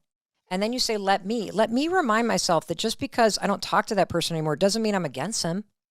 Yes. We're still friends. Right. We're still friends. Like I can be super flexible with people. Yeah. Now, if somebody is immature or toxic or whatever, then okay, let them be that way. I get to choose whether or not I'm going to invest in this friendship or not. Mm-hmm. But when you take a more flexible approach and when you understand it's about proximity, it's about timing, it's about energy. Before you break up with a friend or you have some big, super weird like blow up, ask yourself, did any of these 3 pillars change? Because if the timing or the proximity or the energy is shifted, then the friendship is going to shift. And that's normal. Yeah. It's supposed to. Yeah. It means you're kind of growing in new directions. And the cool thing about being flexible and not being that clingy asshole that's always looking for the invite is that when you let people come in and out of your life, they almost always come back. Right. Isn't that cool? Always. Yeah, they always do. Yeah. And when you let people live their lives, your life gets better. When you let people be who they are and who they're not, your relationships get better. Right. And when you let yourself be who you are, everything gets better. Yeah. Yeah. You have so much more power than you think. Ugh. So this exercise is so good. So she did it after she graduated from college. Okay. She was so depressed, no purpose. My friends are all gone. I have no life. I hate my fucking body. I'm so fat. I'm out of shape. Blah, blah, blah, blah, blah, blah. So I'm like, okay, take out a piece of paper. Yeah. Draw a line down the center. And I want you to imagine a moment in your life when you were actually the happiest you've been. And you might not have been happy, but when's the moment that you were the happiest? Can I do the exercise Yeah. now? Okay. Can I just like name a time? Yeah, sure. Okay. I was really, really, really happy when I woke up. I went on tour in the fall. I'd never done it before. And I didn't think people were gonna buy tickets on the pre-sale. It's so materialistic, but I really didn't. And I got a text that it all sold out, and I wasn't expecting it, and I was really happy. Okay. And what was your day-to-day life like? I was having a lot of fun. It was during summer, and I was just living my life. Okay, but like, tell me more. Like, what time would you get up? Like, who were you hanging out with? Like, were you exercising? I was exercising, but I was traveling. Okay. A lot. Okay, you were And traveling. I was working. I was going to a lot of events. I was working the whole summer. I was showing up to places. I was really putting myself out there. Okay, great. Yeah. So that's your kind of version, and I would say I would even go more granular, like what kind of food were you eating, and when would you wake up, and who were you hanging out with, and you were exercising, and you were putting yourself out there, and so you're really focused on the creative and all that. I was saying yes to things. Saying yes to things. I was saying yes to things. Okay. I remember it was right after this like weekend. I was so happy. What happened on the weekend? It was like literally the best weekend of my life. Okay, what happened? I went to my friend is a DJ. He was performing in Las Vegas. He's like, "Come to Las Vegas. Let's do this." I always say no. I always say no. Like, not to him, just in general, to stuff like that. I'm always like, okay. Like I don't. I'd rather just stay here. And Peyton was like, she was like, we're going. We need to go. We need this for me. Like, I need to go. Yeah. And then my friend Ashton too was like, let's go. So we went, and then we flew from Vegas to the Hamptons. I was living my Gossip Girl dream. I flew from Vegas and like that is something. If you told me I did that as a kid, I couldn't even imagine that that's real. And I literally just had like I felt so on top of the world. Like I felt like I could do anything. I felt like the coolest person in the world. Okay, great. So that's your version, and you kind of pick apart some of the details, and some of the things I was saying yes. Yeah. I was putting myself out there. I was exercising. I was dancing. I was dancing. Yes, I was dancing. I was dancing a lot. Okay, great. I was dancing. Like, so there's all these elements, right? Yeah. Of energy and exercise and dancing and saying yes. So when I asked my daughter, okay, think about a time in your life where you were actually genuinely like one of the happiest you can think about. It doesn't have to be elation. It could even just be like, well, this is a period of my life where it was actually generally good. And she said senior year in high school. And that had been 4 years ago. And I said, well, tell me about it. She's like, well, I would get up. Yeah. I would go to school. I'd be with my friends all day. I would then exercise 7 days a week because I was playing lacrosse. I was in a relationship. I felt good about my body. I was really looking forward to going to college. And so she laid all this stuff out. And I said, great. Now, on the other piece of the paper, describe your life right now. And she's like, I sleep till noon. I eat my feelings. I'm single. I hate my body. I have nothing to look forward to. I don't see my friends. And I'm like, great, compare. There's your map. All of the things that were present in your life when you felt even just a little happier. And you could add to your list by going, what other periods of my life did I even just feel more content? And you'll start to see, oh, I got up earlier. I had structure to my day. Yeah. I was exercising or dancing or doing my art. I was saying yes instead of cocooning in my brain and by myself and just working. And that's your map. You actually know what it feels like. To know what to do to be happy. Correct. Yeah. Your own life gives you the answers. We just allow the busyness of the world and the anxiety in our mind to shield us from what we actually know to be true. And so if you were to add in more yeses, not like more obligations, but yeses to fun. To stuff I wanted to do. Yes. That you now say, I don't have time. Yeah, that's what I always say. Yes. But when you see it on paper, you go, oh, wait a minute. This is allowing happiness. I have to say one yes or two yeses a month. I got to dance once a month. I need to. You have to. Like, so understanding that this is direct access to your lived experience and happiness makes you more intentional about putting it in. Yeah. That's the exercise that can help you. Wow. You have your own formula.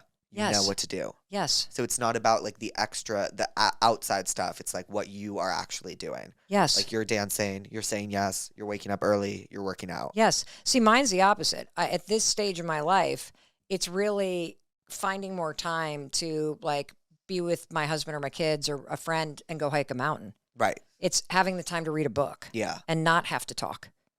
It's cooking. It's gardening. It's spending time with my parents who are getting older. Like I have a different formula now. And it's why I have big boundaries. Because when you're wildly successful, people just want more from you. And the game is actually in saying no to everything that doesn't work for you. So funny you say that because I feel like, or I've always told myself that if I become successful and people want more of me, that will make me feel good. I'll become more successful and I'll get the hot guy because he will want my life and want what I have. But that's such a bad way to think. No. It's actually all the research is very clear that you do not achieve happiness by accomplishing something. Yeah. That's actually a recipe for being miserable in your life. Because the second that you go, I mean, you've already achieved it. You've already sold out the fucking tour. You accomplished the thing that you thought would make you happy. But now that it's over, now you don't have anything to make you happy. And so the real secret is, how do you make yourself happy now while you're working toward those things? Right. And the way that you make yourself happy now is you do that exercise and you go, oh, dummy, like I need to dance. Right. I actually need moments of quiet. I freaking need to exercise. I'm happier when I do. There's my formula. And if I do that now, I'll actually be happy while I'm working on these big goals. And if I'm happier now, I'll be even better at working on this shit instead of being miserable and trashing myself and slogging through the day, hoping that I'll be happier then. Fuck that. Period. You ready for the tell me what's wrongs? Yes. I'm currently in art school, and there's so many personal projects I want to do to add to my portfolio so I can actually get a job. Every week, I tell myself that I'm going to work on my projects, but I always end up getting sidetracked and doing something else like decorating my room, meaningless chores, etc. It makes me feel awful, but it's not like I'm not motivated to do them. I just put it last in my priorities. Do you have advice for that? My advice would be to just like force yourself to do it one day, and then like that starts a pattern. It's kind of like what I did with working out. It's like I always put it last in my priorities, and once you just like force yourself to go, like you end up, it becomes natural. Like I used to smoke a lot of weed. Every single day would smoke weed, like morning to the night. And then I quit, and then I really missed it the first week. Second week, I missed it a little less. Third week, I missed it. Now I don't even really think about it. So, like, when this person, the same goes for starting a project. So, like, you start it the first week, it might be hard to, like, keep yourself on doing it. Second week is a little less hard, and then it just becomes second nature. Yes. So there's 2 tools you can use to push yourself to start. One is something I created called the 5-second rule. So when it's time to go work on that project and you feel like cleaning your room, you're going to count backwards. 5, 4, 3, 2, 1, move. Yes, and the count I love backwards that. Yes. pushes you through the bullshit, and it tips the first domino. And once you go 5, 4, 3, 2, 1, and you've started counting, it actually switches from this part of your brain that's going to make you clean to this part of the brain that's like, go. Right. So that's one thing you can do. The second thing that you can do is, this comes from this researcher, psychiatrist dude named Dr. K. He has this big channel on YouTube called The Healthy Gamer. Way into video gaming addiction. So if you avoid it, here's what you need to say. I know that this is hard and I don't want to do it, but I'm doing it anyway. Right. Acknowledging that you don't want to do it, believe it or not, actually removes the resistance. Really? Yes. Okay. Yes. Because we wrestle in our brains instead of going, I get it. I don't want to do it. I'm still fucking doing it. And then the final thing I would say about this is, don't look for a big block of time. I have this practice called the Hot 15. And it is find 15 minutes, and I typically do it first thing in the morning, to just inch the ball down the field. That's it. If you can do 15 minutes once a week, you'll get the thing done over the semester. Right. Yeah. Just 15 minutes. That's it. And then you might even want to spend more time doing it. Correct. All right. Yeah. There we go. There we go. What? A prescription? That. That. Yeah, we don't want to give you anything else to do. Yes. Just fucking do what you need to do. Yes. I recently have found out that my boyfriend's family is very wealthy. It all hit me when plans started to form for our vacation that we are going on next week. What's wrong? I'm a small town girl and I feel worried I'm not going to fit in with their vibe. How do I cosplay? You don't. Right. Let them think what they're going to think. Let them have their opinions. Let them be uber wealthy. And then let me trust that if the person has chosen me, that's all that matters. Right. I do have a prescription for this. Get it. Crazy Rich Asians. Oh, yes. Yeah. That is fucking right there. Right. Yes. It's right on the money, right? Yes. Because you're actually dating him, not his parents. Right. And like, if they're not going to think of you in a certain regard because of your wealth, then why would you even want to be with them? And even more important, don't watch them, watch him. How he treats you when you show up as you is what actually matters. Yes. Let him reveal who he is and how he treats you when he's with your family. Right. It's like how a Data. guy treats you in front of his friends. Mm-hmm. Yeah. Exactly. I ghosted my best friend of 10 years. We live a few hours away from each other now, and she basically randomly called me one day just judging my entire life and made me feel like shit. It was completely out of nowhere. It's been 2 years, and I still don't know if ghosting her was the right move. I think you know it wasn't the right move, which is why you're writing to us for advice, and that's okay. Yeah. And so recognizing that you didn't handle that well it takes a lot of courage. And your friend did not handle her emotions well because she let it sit for 2 years and then vomited on you. Mm-hmm. You have to ask yourself this, because you're going to go, let them be emotionally immature. Let me be emotionally immature. Right. Like, give myself some grace. Ask yourself, is this a relationship that you really do want to repair? Because the fact that she called you, it comes from hurt. She actually misses you. Right. And doesn't understand why you left. It is so painful when somebody walks out of your life without explanation. Yeah. because you don't know what you did wrong. Yeah. And so you have to ask yourself, is this something that A, you want to repair, and B, you're going to regret ghosting this person? Do you just need to clean it up? And you could do that with a letter. You could do that with a voice memo. You could write an email and say, I've been thinking a lot about what you said. And while it was painful to hear, like you had the right to say it. I would love to talk to you in person and actually clean up the mess that I made. And then let them respond. But you get to choose what you're going to do next. What's the prescription? I don't know what to tell them. That it's never too late to clean up something. Yeah. It's still on the floor. Oh. You know? Ooh. Clip that. It's true. Just because you don't clean it up doesn't mean it's going to magically disappear. Yes, it doesn't.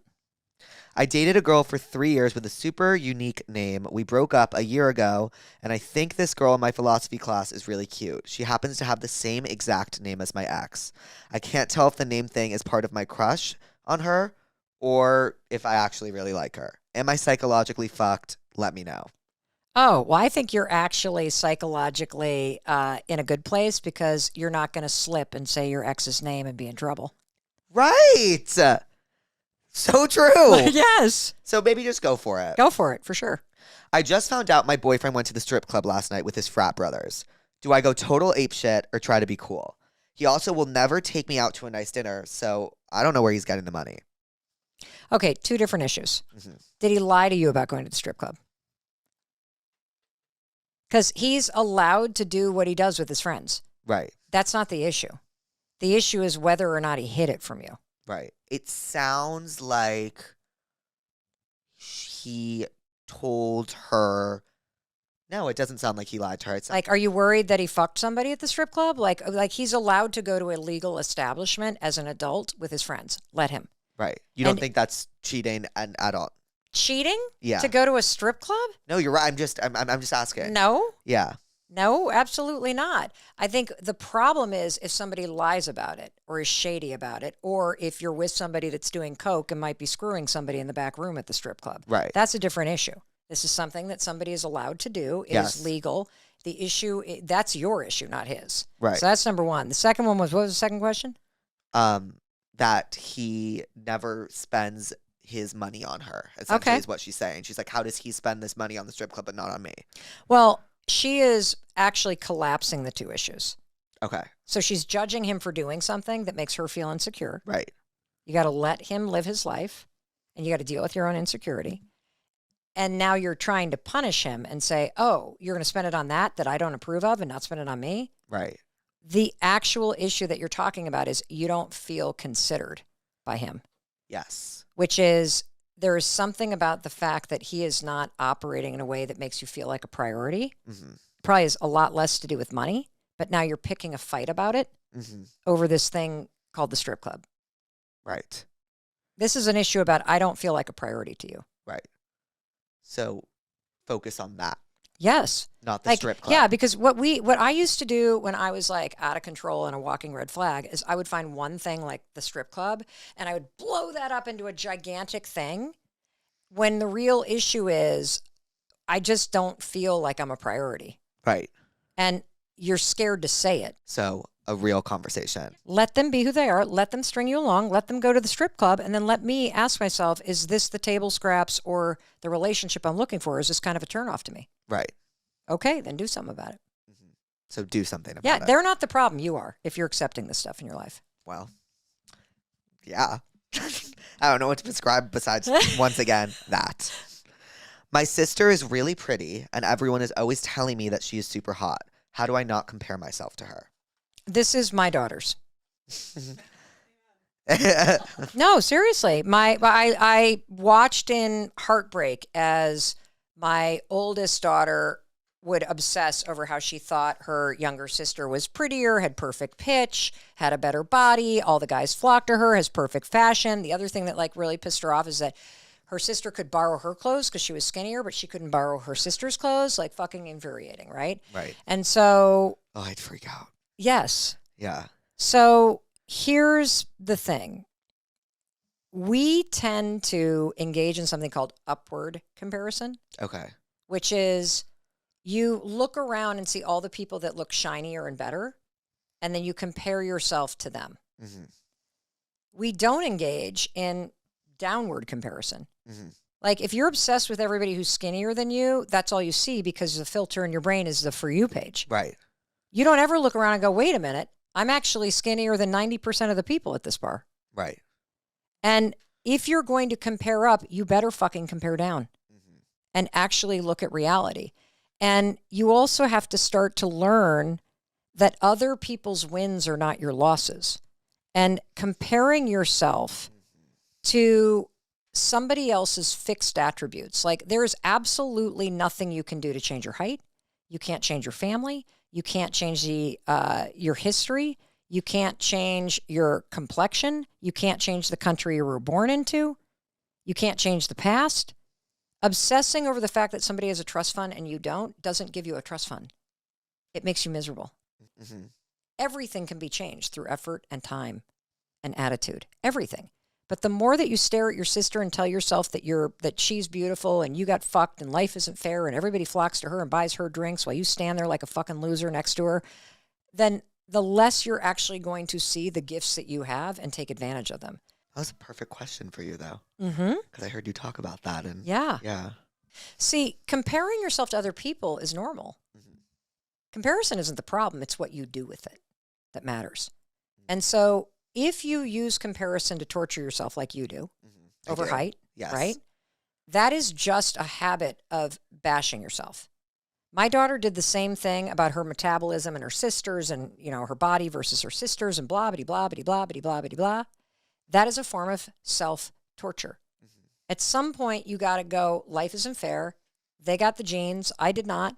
And I got to look at the cards that I've been dealt. I got to figure out how to play the fucking hand that I have. Mm-hmm. And I'm not going to become better at life or be a great card player if all I do is trash myself for the cards that I'm holding. Right.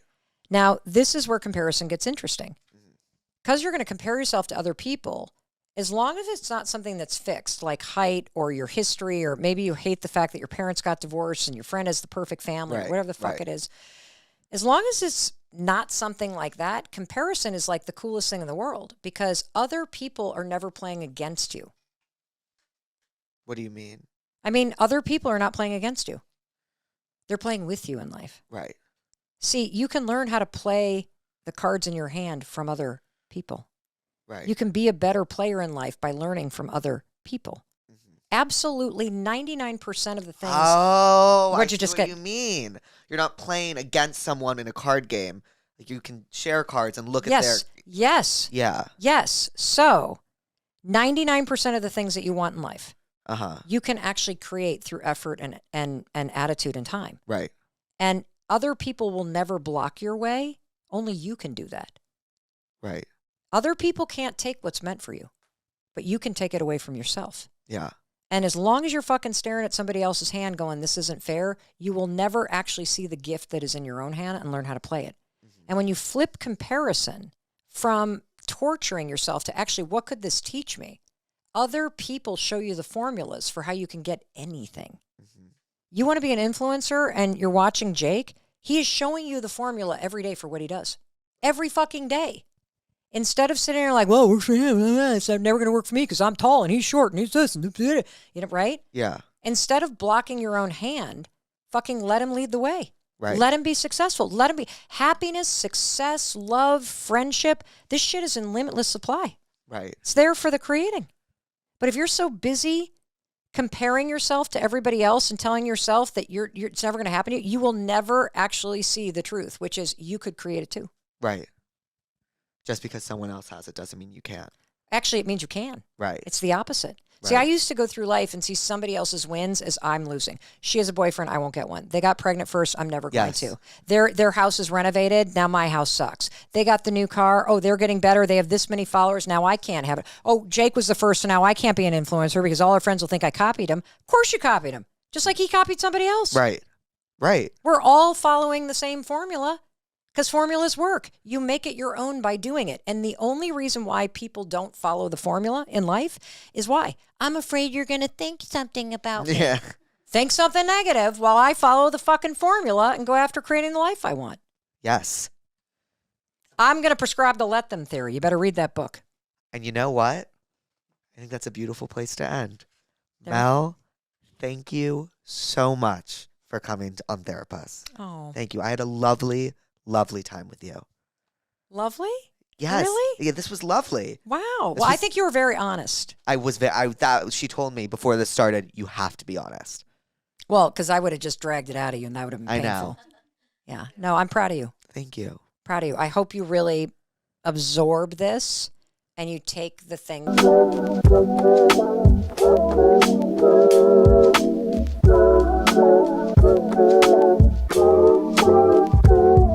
Hi, pussies. Welcome back to Therapuss. Tonight we have the Kid Leroy on. It's a great episode. I am so excited for you guys to listen to it. In terms of news with me, I guess nothing is new. I'm finally back in Los Angeles, which has just been unbelievable, okay? This is my favorite city in the entire world. I know where I've been. I've been watching Mr. Robot. And now if you're wondering, what is Mr. Robot? It was a show released a while ago with Rami Malek, and it's just unbelievable. It was recently added to Netflix, and the whole show has become my entire personality. My entire day revolves around when I can watch this show. I'm on season 4, which is the final season, but it's like a thriller. It's pretty intense, and it's about a hacker. Okay? I don't really know what else to say, you guys. Yeah. Tour's over. I don't really... Sometimes I'm out of things. Like, I don't really know what's going on. Aside from that, enjoy the episode. It's a fun one. I hope you guys love it. And to submit Tell Me What's Wrong, go to passthatpuss.com. Leave a name and number if you're feeling fancy. Okay. Love you, pussies. Honestly, sorry, I've had like the worst day ever. That's fine. But you've made my day so much better. Thanks. Did you have a good day? I've had a pretty good day. I've had a decent day. What'd you do? Not too good, not too bad. I went to the gym. I've been going to the gym a lot, which is like been a really cool thing for me. This is like the most like discipline I've had when it comes to that stuff. I've always kind of like in and out gone to the gym, but now I've been like really like focusing on it, like eating like good meals and stuff like that. So What do you mean eating good meals? Like, do you like how do you stay regimented with that? eating my veggies. Oh, okay, right. Do you cook? I do sometimes. I actually know you cook. Yeah, I was gonna say. You definitely know that, right? Yeah, I know you cook. I know you heard about my chicken piccata. Yes, I did hear about your chicken Okay. piccata. Did I? Yes, I must have. If you didn't, that might be concerning. Yeah, no, I've heard about. I know that you do cook. Yeah, So I cook a little bit. you like? Are you on like a diet? I'm not really on a diet, but I'm eating like 5 meals a day. Are you trying to bulk up? Yeah, a little bit. Oh, Trying to get a little bit of size. I see. Like, I'm so jealous of you that that's what you get to do. Like, you're like, I have to eat 5 meals a day. It's a little. It's like it gets annoying. Like, though. are you like? Are you ever like? I'm gonna be sick. I've had feelings like that for sure. I'm like, oh my god, I'm so full. How am I gonna do this? But you're just It's just power through. a discipline thing. Yeah. Right. I don't know, and it helps me. Like I feel like what I've realized about myself is that I need to have some type of routine in my life to be sane. Basically, Yeah, I get that. I have to have something. So Yeah. like the gym is just like a good thing. It's like a good healthy habit. It's something that I have to like think about. If not, I'm just too like I'm all over the place and. Yeah, it's I love the gym. I feel like I maybe that's why I had such a bad day today. Honestly, I didn't go today. I didn't go yesterday, and I was in such a shit mood all day today. And I was like, it's definitely because I didn't work out. Are you still running up Aloe? Yeah, I Wow. do. I used to think cardio was like running all the time, but I realized like I can kind of hack the system by just walking on an incline. Yeah. And it's like, do you know what I'm talking about? Yeah, I know. And it's like 12-3-30. Don't get me started. What 12-3-30. Tell me about it. So it's the 12 incline. So you put the incline to 12, speed to 3. So you're like not doing too much. And then you Okay. go for 30 minutes. And you would think it's not too much, but like at minute 15, you're like, wait, why is this hard? And then you're like dripping sweat. And then you get like 20,000 steps. I mean, you look great. I was going to ask, do you think I look good? You didn't even have to ask. I know. Do you think like because everyone keeps saying to me like, wait, have you lost weight? I'm not even just kidding, but like everyone's saying that to me. So I just want to see if you also agreed. I agree. Okay, I think you look great. Thank you. That's what I think. Thank you. Everyone keeps saying like my waist got smaller. Like I'm feeling it, and it's because of 12 through 30. I'm sorry, I'm kind of going off on a tangent. No, that's. It's just like been on my mind lately. I love it. Yeah. Maybe I gotta come do it one day. To Aloe? Maybe. What do you usually do when you're in the gym? I just do all like weight stuff. Do you go alone with friends?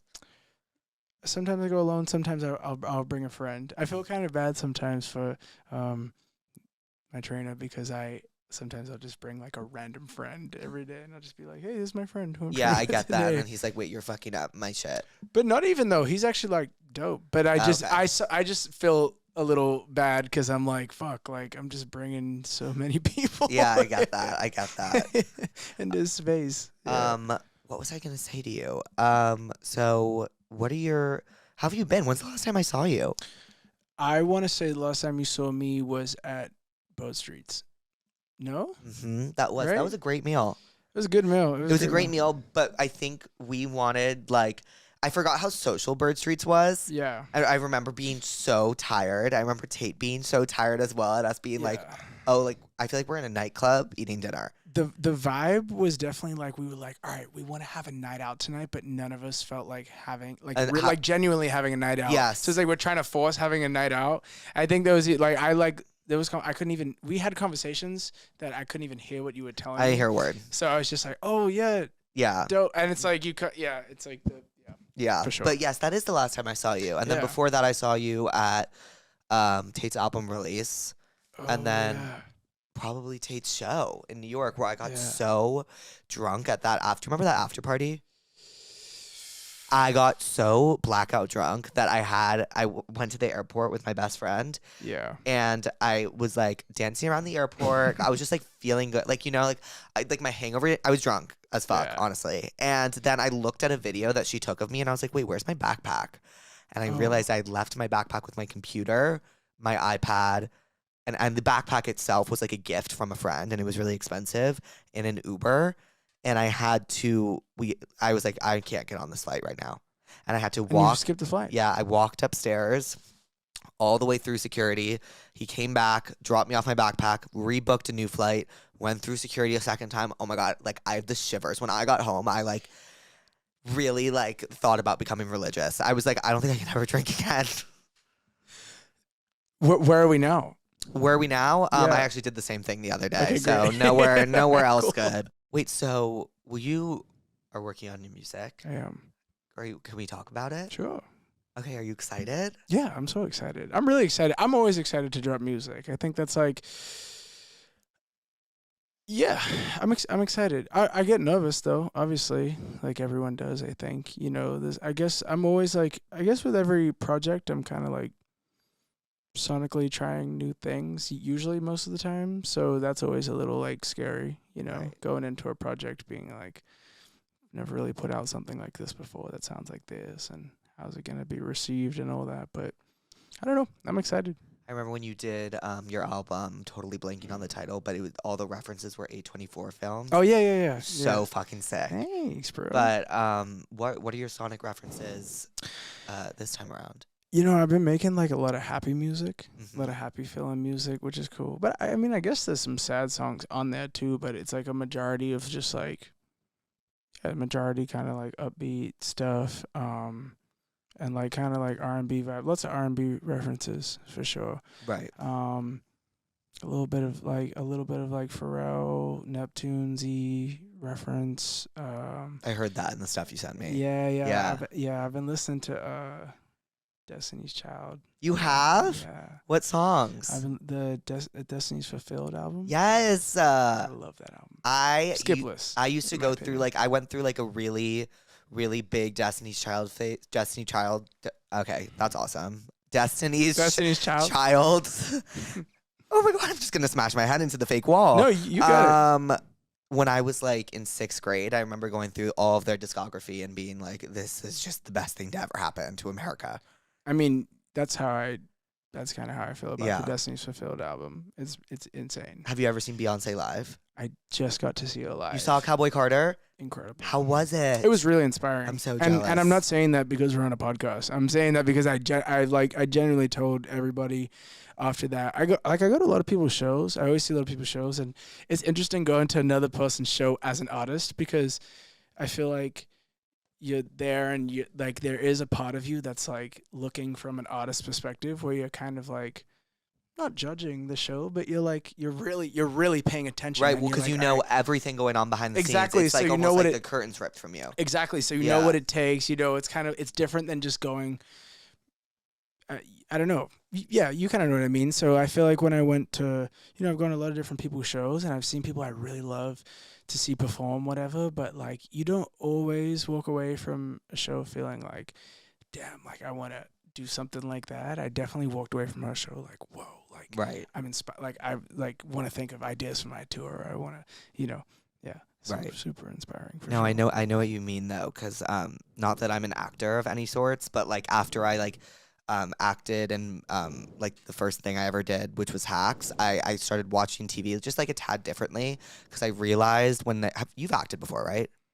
Yeah, I was in a movie. Yeah, like that's what I knew. I know, but it feels weird to be like I'm an actor because right, like you're an actor. Well, you've acted. I've acted. Right, but I've acted. You know how they will like shoot a scene 4 different times from 4 different angles. Oh yeah. So like when I'm like watching, when I'm watching an old, like when I'm watching something, sometimes I'll think like, oh, they probably shot this scene from a wide angle, this angle. That it just like makes me view it differently. Do you feel like that's kind of how you view concerts a little bit? Yeah, a little bit for sure. And like because again, you know everything that goes into it, like how in terms of like how much money it costs to put on a show. And right. And, well, that's just one element of it, obviously, and then as well, like what it like what it takes to be on stage, and like that's a hard thing to be up in front of a bunch of people and doing it. But I think the biggest thing is like, when you see like a full production that's like pulled off and you're like, wow, they really spent like obviously money, but time, spent a lot of time. It looks like, wow, they spent a lot of time rehearsing this, going back to back. Cause I know like how much time I spend, and my stuff is like my shows are not nearly as like intricate as Beyonce's. Yeah. So I'm like, wow, like, it's really crazy to, like you see the time and the money and everything that was spent and put into it, and like how many people are like working to make it happen, and just, I mean, she's also just like her aura, her stage presence is just insane. Like next level. Is insane. Yeah. I remember I didn't get to see Cowboy Carter because I think I had like just gotten back from something. I remember just feeling like dead, and then but I did see Renaissance, and it was just. I wish I saw that. Dude, I wish I saw that. Like, oh my God. Do you like that album? I do. I loved that. I love that album. And so seeing that live was just like electric, honestly. That would have been really cool. Yeah. Even just thinking about hearing that album live would be really cool. It was fun. It was very like dancey and euphoric, and it was fun. Do you deal with like chronic anxiety? It's gotten a lot better. It's definitely gotten a lot better. And part of that I would definitely credit to like gym and like eating a little better. You think eating better makes you less anxious? It does. I know. I genuinely believe it. I think it does. No, I know you're correct. I know it's a hard pill to swallow. Yeah. I also I stopped like smoking as much weed. I used to smoke weed every day, and now I don't smoke weed. I remember talking to you about this. I haven't smoked in almost 6 months. Wow, that's how good do you feel? So good. But how hard was it to stop? Yeah, it is hard. It is hard because it's like the thing you like. I don't know. This is bad. I used to like my whole rule was like, all right, I'm not gonna smoke in the day. We are the same person until 6 p.m. Still 6 p.m. Yep. Yeah. And then that's going to be my reward yes. for getting through the day. No, and that's just not like, crazy. I've been there. Yeah, so you get used to that, like, you get used to that routine of, like, and then being like, I need to relax. But when I stopped smoking weed I'm not perfect still, but I've stopped smoking every day, and it feels like I like came up from being underwater. Yeah. You know, Yeah. my brain got so much clearer. And that's just the type of that's just like how it is for me. I know people who like need it, are just fine. You know, smoking every day. They're like super clear, super normal. Just what it does for me is just like, it definitely increases my anxiety a lot. Me too. But like after the fact. Yeah. You know, which is weird. It's like it's like the first 10 minutes are great, or at least for me, it was like, the issue for me was like, I would wake up every day and then I'd be like, okay, like I need to smoke. Like, when is it 6 p.m.? Like, I'm going to freak out. And then oftentimes I'd be like, well, it's 2. Yeah. But whatever. I was definitely having days like that. Yeah. And then it's like when I started doing this a lot more, I was like, this isn't good. Cause I'm like talking to people and I'm like, should I be high right now? Like, or like, you know what I mean? Like, could I be? And then it's like, and then it was also like, I was like putting out like stuff and I was getting really anxious about it. Yeah. But only when I was high. Yeah. So and I was like, fuck, like I just don't need to feel this way. Yo, that's facts, because sometimes I'll get like, if I get like high and I listen to my music, or if I like see like something from a photo shoot or like something that I posted or something that doesn't bother me, I'll be high and I'll be like, damn, should this bother me? Like, what, damn, does this sound really bad? Or like, damn, does this, you know? You just like perceive yourself in such a different way and you get so in your head. Yeah. That's when I realized I was like, I need to just like take a break. And I took a week break and then a 2-week break. And then it's been 6 months because I'm just like such an addictive person that like if I start again, like I will not fucking stop. That's how I am too. I'm definitely like routine person / potentially addictive personality. Yeah.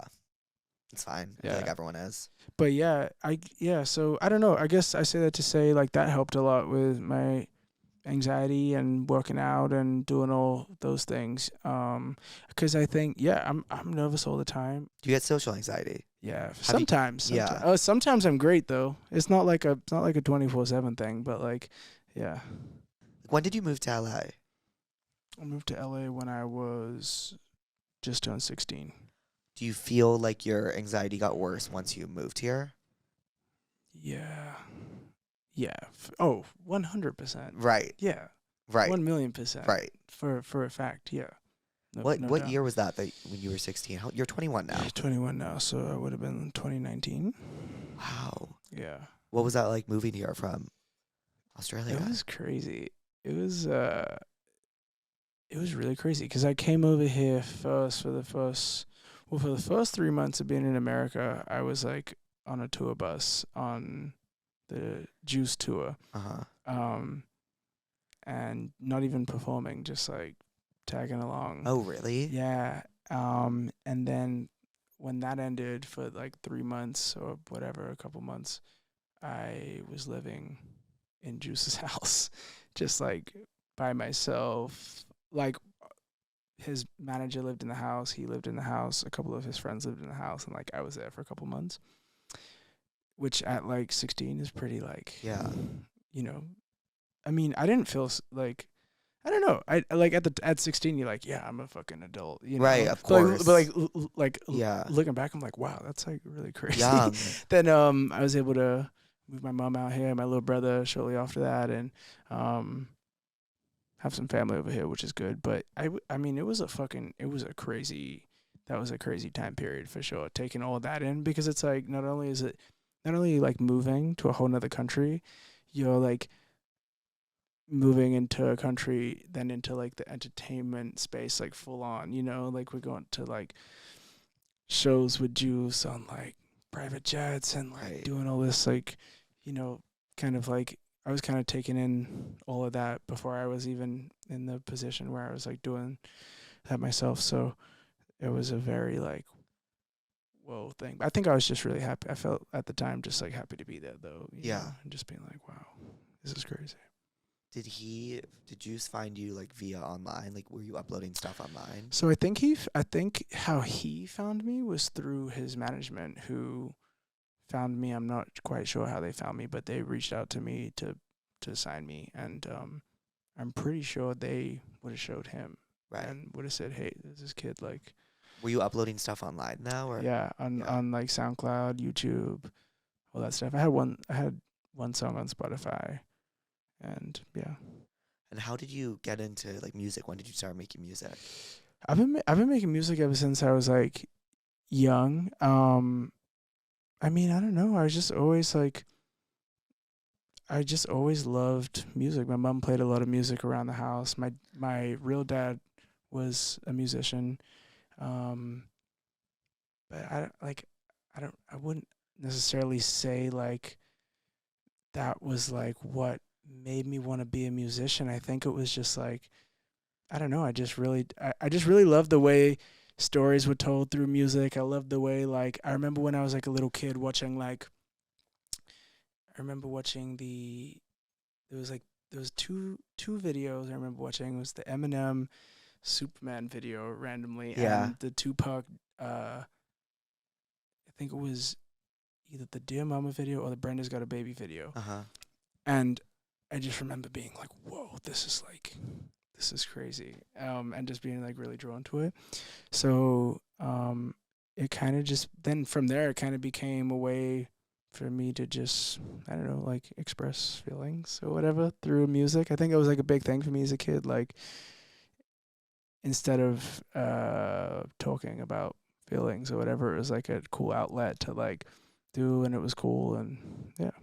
And then you would just like, you would write and then just like, I would write like to like YouTube beats or something, and like take my mom's phone and like record on my mom's like phone, like a video of me doing it. Or sometimes like my mom would record me rapping, and yeah, that's really sweet. Yeah, but yeah, so I don't know, I just kind of was around music a lot and just really just was like drawn to it, and obviously it like, I guess it runs in my blood, I guess, you know. So So yeah, but I think that's what it was. I was really attracted to like being able to express yourself through that way, I think. Yeah.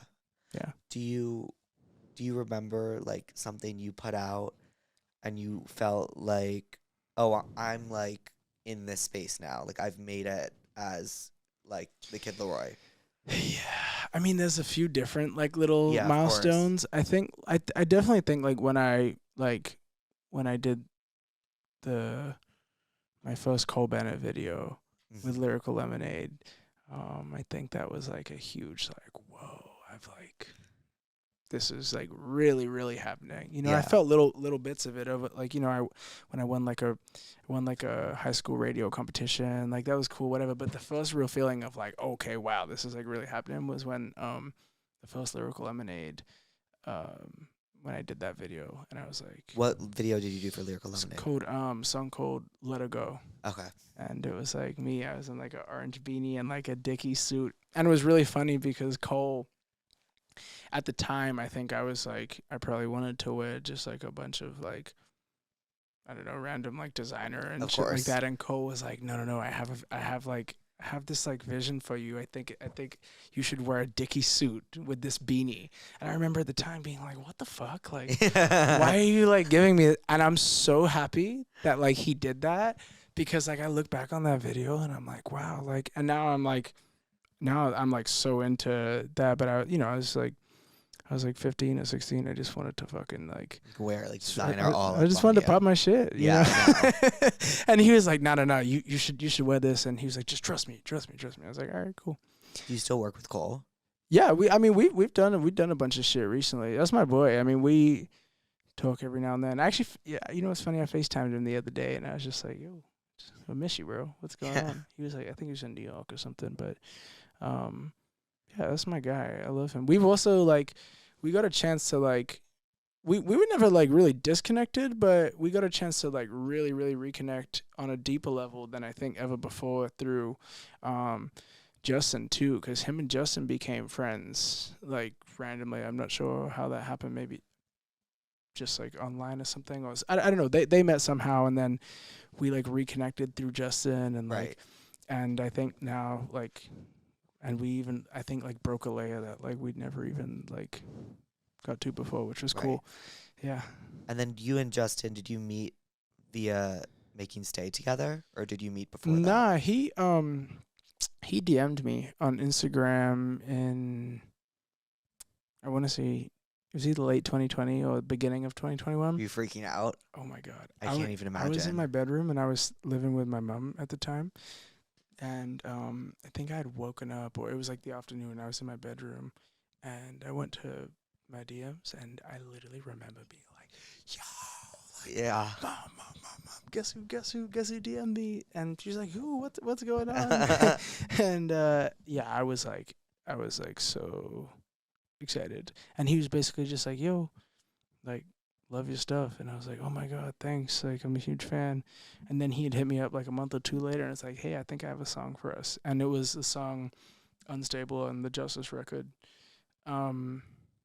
And yeah, so then I was kind of like, damn, I got to send him one back, like, for my thing. And Stay was a song that we had made like months before. I dare even say like it would have like maybe like 9 months before or something. I was just sitting in the notes and it was like an unfinished song.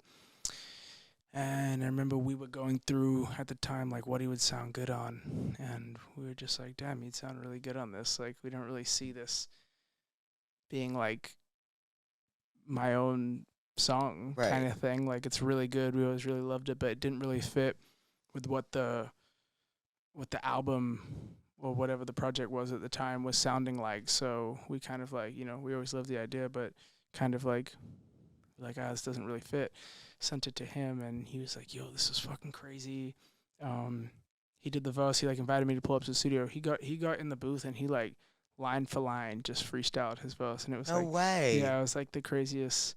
It was so crazy because I feel like people don't give him enough credit as like how good like a writer he is. They don't. You know, he's like an incredible writer and like extremely talented musician, and like I've seen it myself. You know, so that was like really, really it was really special. And I remember I was a little like freaked out about it because I was kind of like, damn, like is this song like too like pop for my project, which is so weird because like I don't know. I didn't like, you know, I don't know. I was just kind of thinking that at the time, like, is this too pop or is this like whatever? So I was like, yo, do you want to take this for your album? Like, I don't know if it fits on my album. Like, I don't know. Like, and he was like, bro, like, you're tripping. Like, this song is like, you got to keep that. Like, you got to put that on under your name. Like, he's like, this is a smash. Wow. And I was like, and I always loved the song. You know, the day that I made it, I put a snippet up on my Instagram because I loved it. But I was just in my head about like, damn, are people going to think like, I don't know, are people going to think like, oh, damn, not like I'm like, I don't know, selling out or something. Or I don't know. I had like all these weird thoughts in my head. And he was just like, bro, this is a smash. You got to put it out. Like, And so I did that and he was right. Did you posted a snippet on TikTok? I posted a snippet on my Instagram stories. And did it just like take off from the snippet? Yeah, so everyone was like, yo, drop stay before like. And they didn't even know Justin was on it at the No, time. yeah, exactly. This was like, and it just kind of like was a thing. Then we put the song in the notes, but the fans were just like, yo, like you gotta drop this. I remember me and Blake. Do you know Blake? Slackin'? Yeah. I know of. So me and Blake were walking to the In-N-Out at USC.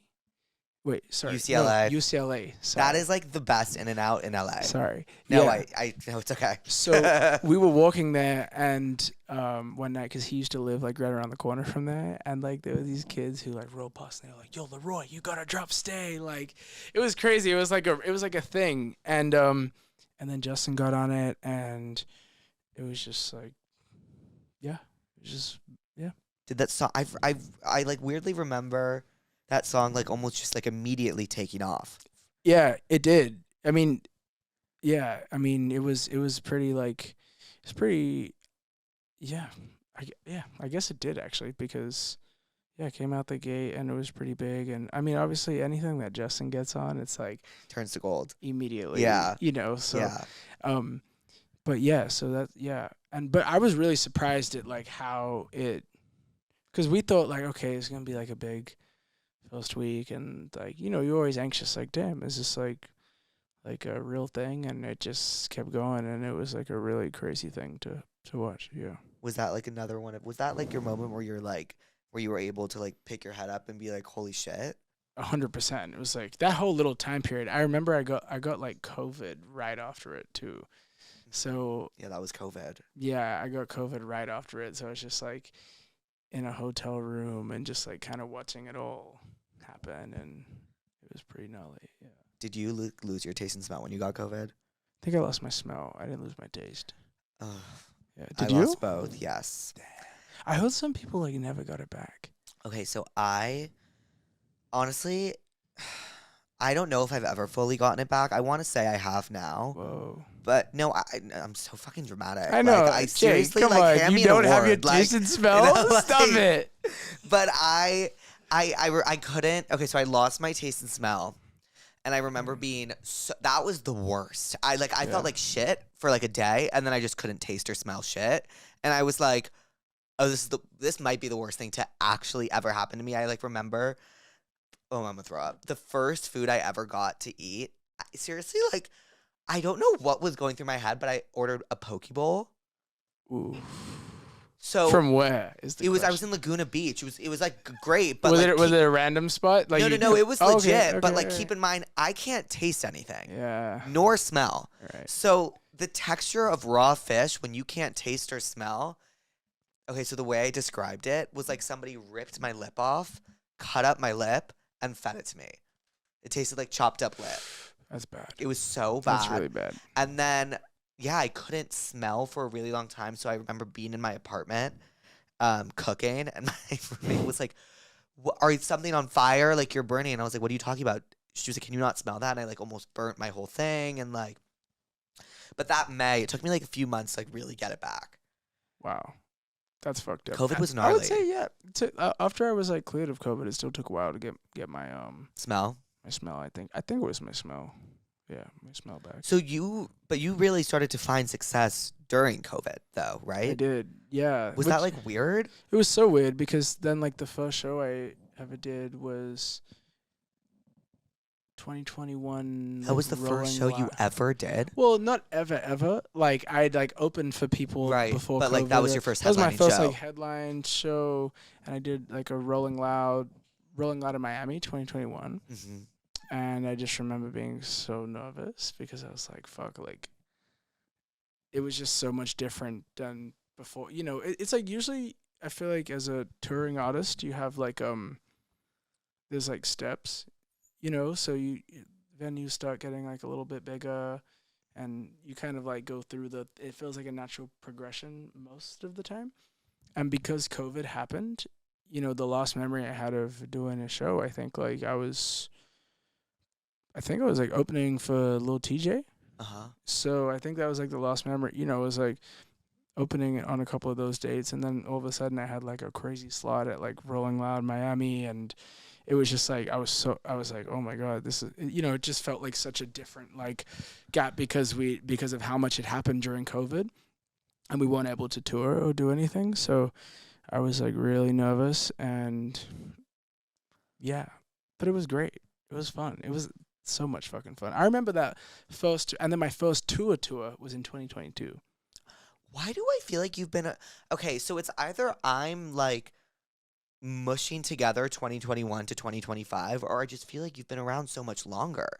I feel like, yeah. But then I feel really like that sometimes too. Yeah. But then I really think about it, and I'm like, no, the first time I ever remember hearing of you was 2019. Yeah. Yeah, because were you with Internet Money at the time? I wasn't with them. Like I wasn't signed to them, but I worked a lot with them. Right. Yeah. Because I remember because they were I used to work at a label, and they were. You did? You know this? No. From 2020 to, why did I say it like that? 2020 to 2022. What were you doing? 2023. Sorry, I worked in international marketing. No fucking way. So the person I worked for, her name is Molly. Hi, Molly. Hey. Yeah, still very close with Molly. Okay. Yeah, she's great. She worked like very closely with like Trippie Redd. So like, okay. Oh yeah, okay. We I would be on a lot of his stuff with her. Like she was like, okay, so like basically like for a while I would like analyze international data and like international playlisting data and like see like where we needed to push the song, what playlist it needed to be on, like what countries it was doing well in. Like I would get them to record liners. No like fucking way. yeah.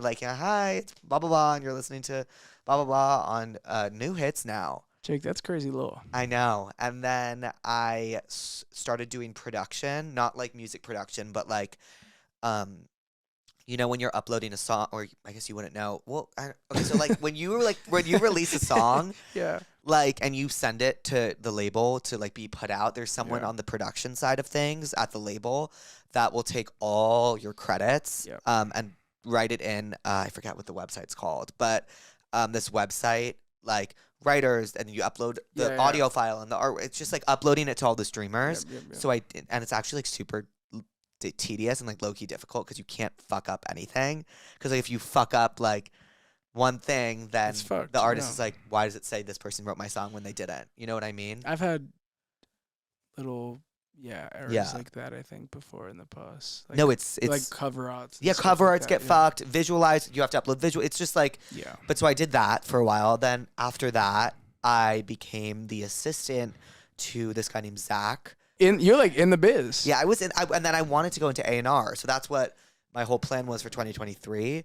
But Zach always made this joke, like, if anything ever happens, I'll manage you. It was like a joke, but like, I don't joke. Does he manage when you it comes now? to that? Yeah. So now he manages. He does? Yeah. No fucking way. Yeah. And so when my whole thing took off, like, he was like, all right, because a bunch of agencies were reaching out, but so was management. But like, I looked at him and I was like, wait, so like, do I need to like, are you my manager? And he was like, yeah, you can ignore all the management stuff. Wow. So then he took me to all the agencies that had reached out, and we have just been nonstop since then. He's like my best friend. Cause I need to.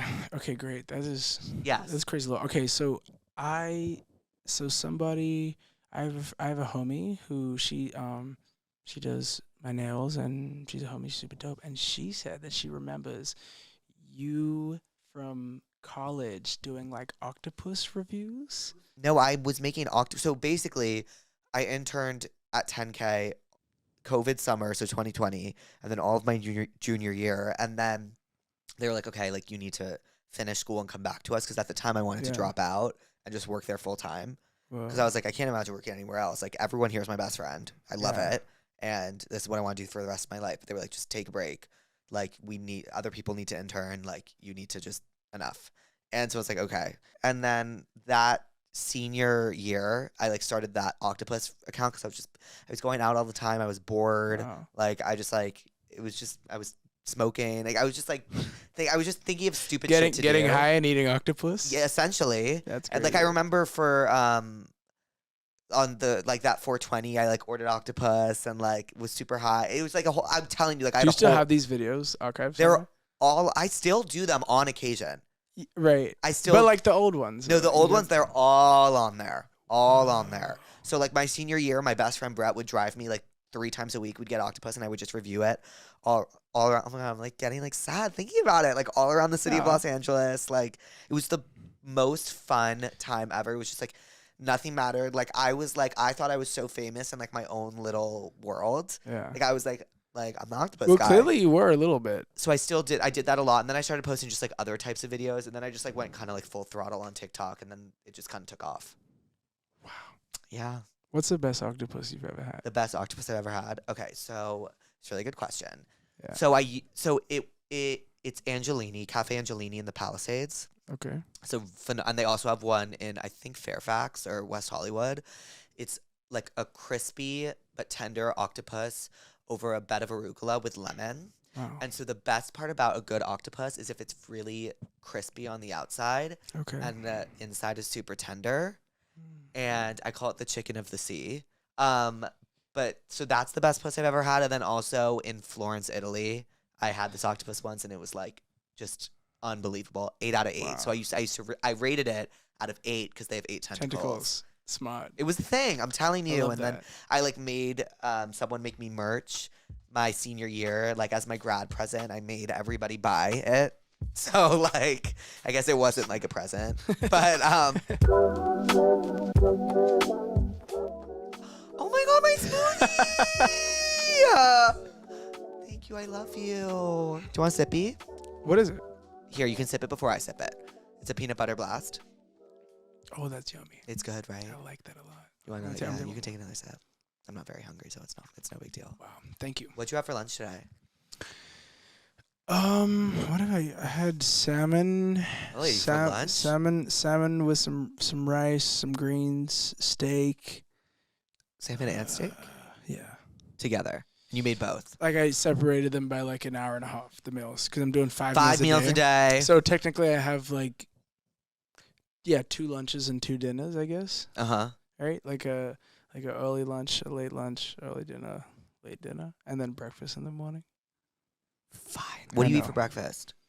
I always get the same thing. Scrambled egg whites, chicken sausage. From where? I live in a hotel. Yeah. I live in a hotel. So, like, they have a restaurant downstairs. Since when? Dude. Since when? I remember you not living in a hotel. I was living in a house for a while. I actually moved. It's been a while now. Let's see. It's been maybe like 8 months, 9 months. Why did you move to a hotel? I was living in a house in the valley. Yeah. And I don't know. I was just like, it was just time to do it. Like, I feel like I don't know. I was like, time to live in a hotel. Yeah. Yeah. Long story short, and I was like, I don't know. I just wanted to kind of like experience living by myself for a second. And because I was living with friends, and that was so much fun. And actually, the night that we were like saying goodbye to the house, me and my friend, I have a friend, Shock, and he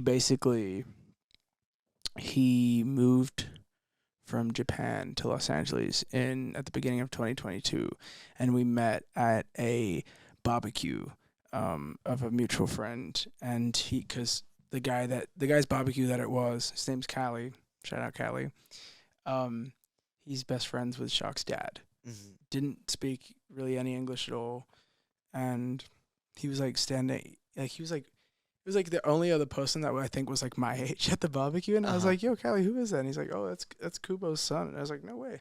So I like went over and I was like, "What's up, bro?" And we just like vibed out, had a conversation. I was like, "Should we go to Six Flags tomorrow? Like, let's be friends. Like, this is fine." How old? Oh, I forgot. We were like, well, 17, he was in 18? college, yeah, and he was like, yeah, because he was explaining to me, he was like, "Yo, it's been kind of like, it's been."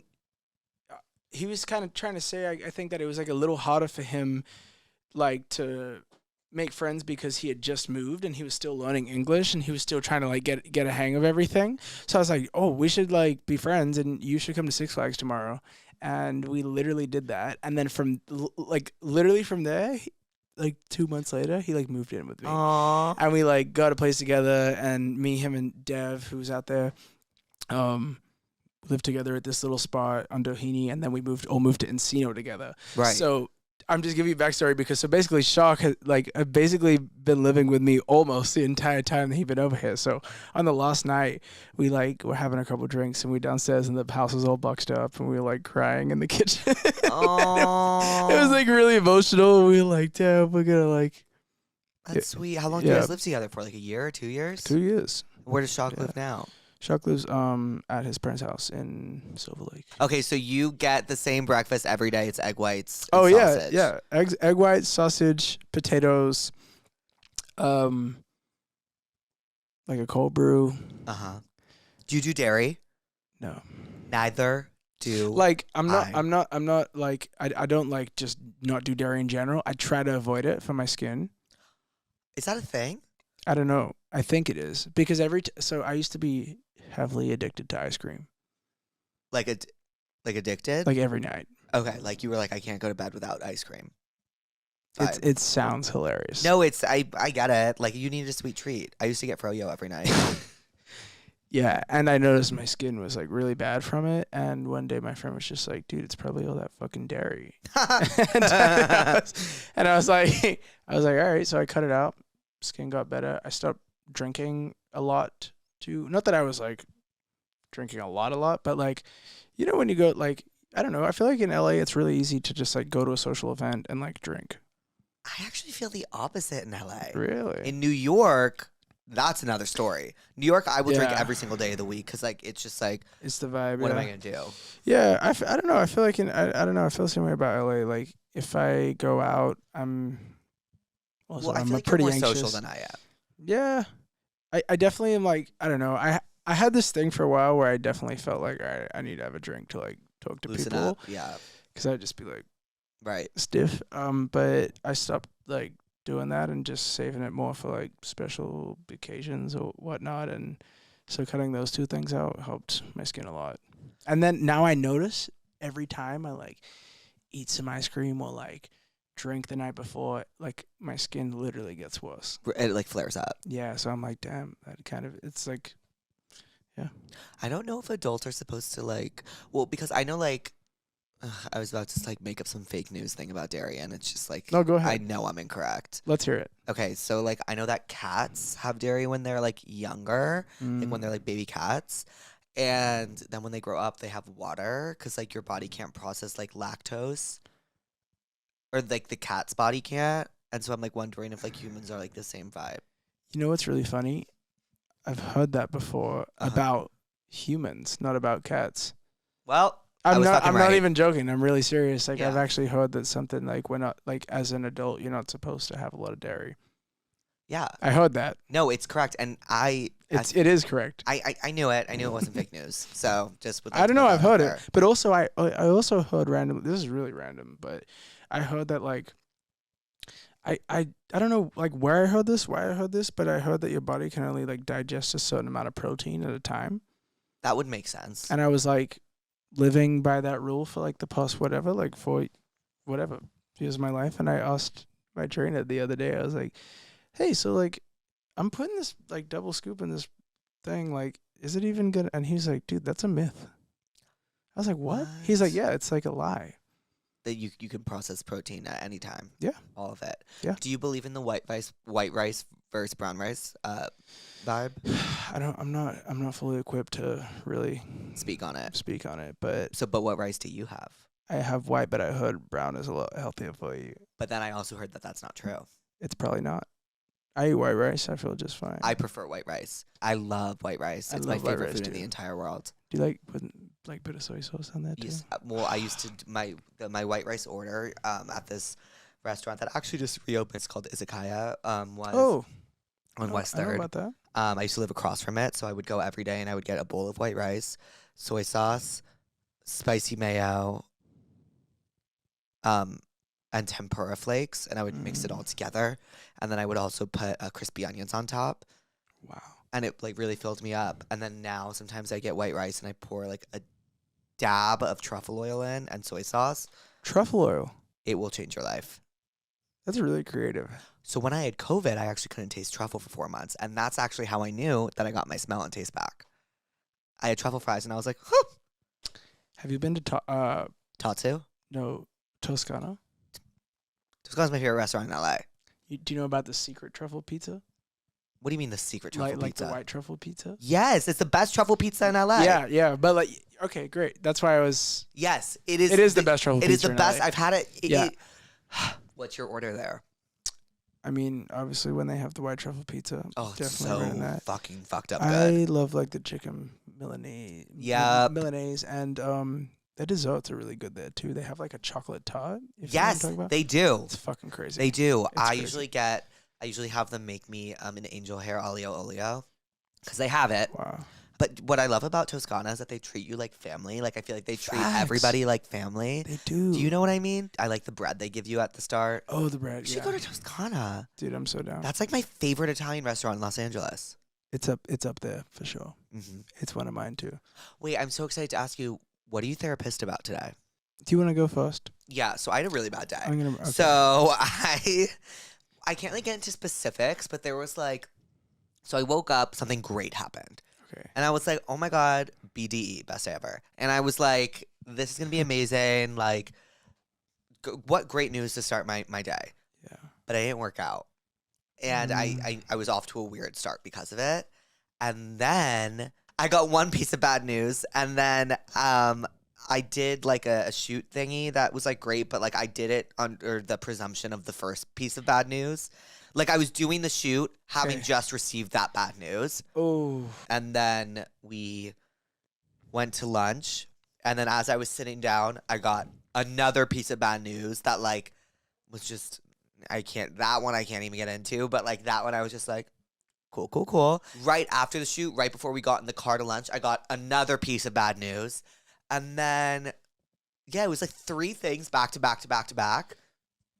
And it sucked, and I was in a horrible mood. And then I watched the rehearsal and felt a little better. You watched the rehearsal? Yeah. Do you really? I'm up to date. I'm not up to date. I just started. I'm on season 1. Oh, you're on season 1? Yeah, but it's really funny. I guess I'm therapist, so you're not caught up. I know. Is that what you're gonna use as your therapist? No. Okay, cool. But I am therapist about. I know. that. I'm gonna catch. I'm like after this, I'm gonna sit down and watch it on my season. TV. Season 1's incredible. I've heard season 2's the best. Season 2 is like. He's just he's a little genius, dude. I know. I don't know how else to explain it. He's just a fucking genius. I was watching. It was in the first episode where the guy lies, or he's like lied about his master's degree in the trivia game. And do you remember this? I mean, yeah. I mean, there was a lot that went on in that first, but yeah, I've heard towards the end of season 1, it gets like fucking ridiculous. Oh no, it's the most ridiculous of all. It just like keeps getting ridiculous and ridiculous. And Yeah. What are you watching? Well, no. What are you therapist about? Okay, what am I therapist about? Okay, great. I don't know. Today there wasn't a lot of like bad stuff that happened. I mean, I guess I'm therapist. I mean, I don't know. This wasn't even bad, but I don't know. I was hanging out with a friend today, and they were just going through something, and so I was therapist for him. Oh, you're an empath. I'm a little bit of an empath. Damn, it makes mine seem so selfish. No, not at all. Yours is understandable as well. I understand that. So I was kind of I guess I took that on. I took on his feeling of feeling that way. He was going through some stuff, and I was therapist for him, for sure. So yeah, and I mean my salmon was like okay today. Every time you say salmon, it makes me nauseous. How do you cook in a hotel room? Well, it's not a hotel room. It's a residence. It's an apartment. You know what? I think that should be my next move. And you get to go down to the hotel restaurant every morning? You just charge it to your room?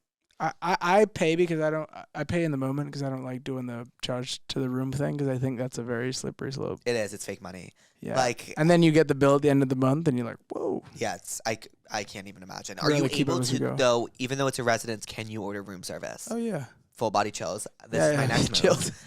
I am going to live in a hotel after this. You should. Yeah. There's a few of them, but my one I think is, I'm not trying to brag, but yeah, it's you should come. But you know they're opening up in Amman in Beverly Hills. Oh damn! Are they gonna have residents? Yeah, the Amman usually has residents. I think. Wow. The Amman's my favorite hotel in the entire world. I really want to go to the Amman in Kyoto. Oh, it is apparently fucking insane. I've heard it's the craziest thing of all time. Oh my god, I think I want to go right now. I think I actually need to go right now. I think that's gonna be my birthday gift to myself. And the one in Utah. Oh, I'm on Gary. Oh, is it different? No, that's no. Utah. Yeah, that's one. Okay, yeah. That's how I first heard of it, but I'd never been. That one looks pretty cool too. Yeah, but the Kyoto one I've heard is like, I had a friend went there and like he literally had no words when he came back. He was just like, "Bro, it's the best thing of all time." Like, what? He's just like, "You just have to go." I think I'm gonna call my best friend Atlas after this and say, "You know what? For my birthday, we are gonna go to Kyoto." That'd be fucking fire. What are you watching right now? What am I watching? It's a great question. I mean, obviously the rehearsal has been what I've been really excited about. Like the other night I saw like a new episode came out and I watched. I was so excited. Is it funny this season? Or is it? Yeah, okay, so I mean, it's always it's fucking hilarious. That's what I'm confused about because I'm like, is it funny? Because I just watched one episode and everyone's like, it's like, and I'm like, it's what? Like, I don't understand. Because Nathan For You was like laugh out loud hysterical. Yeah, it's different because like there is like this very serious elements of it, but he's just fucking hilarious. Like I don't know how to explain. He'll like and yeah, he's just hilarious. Like and. I mean, I don't know. I don't want to spoil it for you, but like part of the bit, a little bit of the whole thing is like he's like, I'm trying to tackle a serious issue, but HBO gave me money to make me for me to make a comedy show, so I have to make this kind of funny, and that's like a. Well, I can't tell if he's fucking with everyone or like serious ever. Exactly. I don't know if like it's.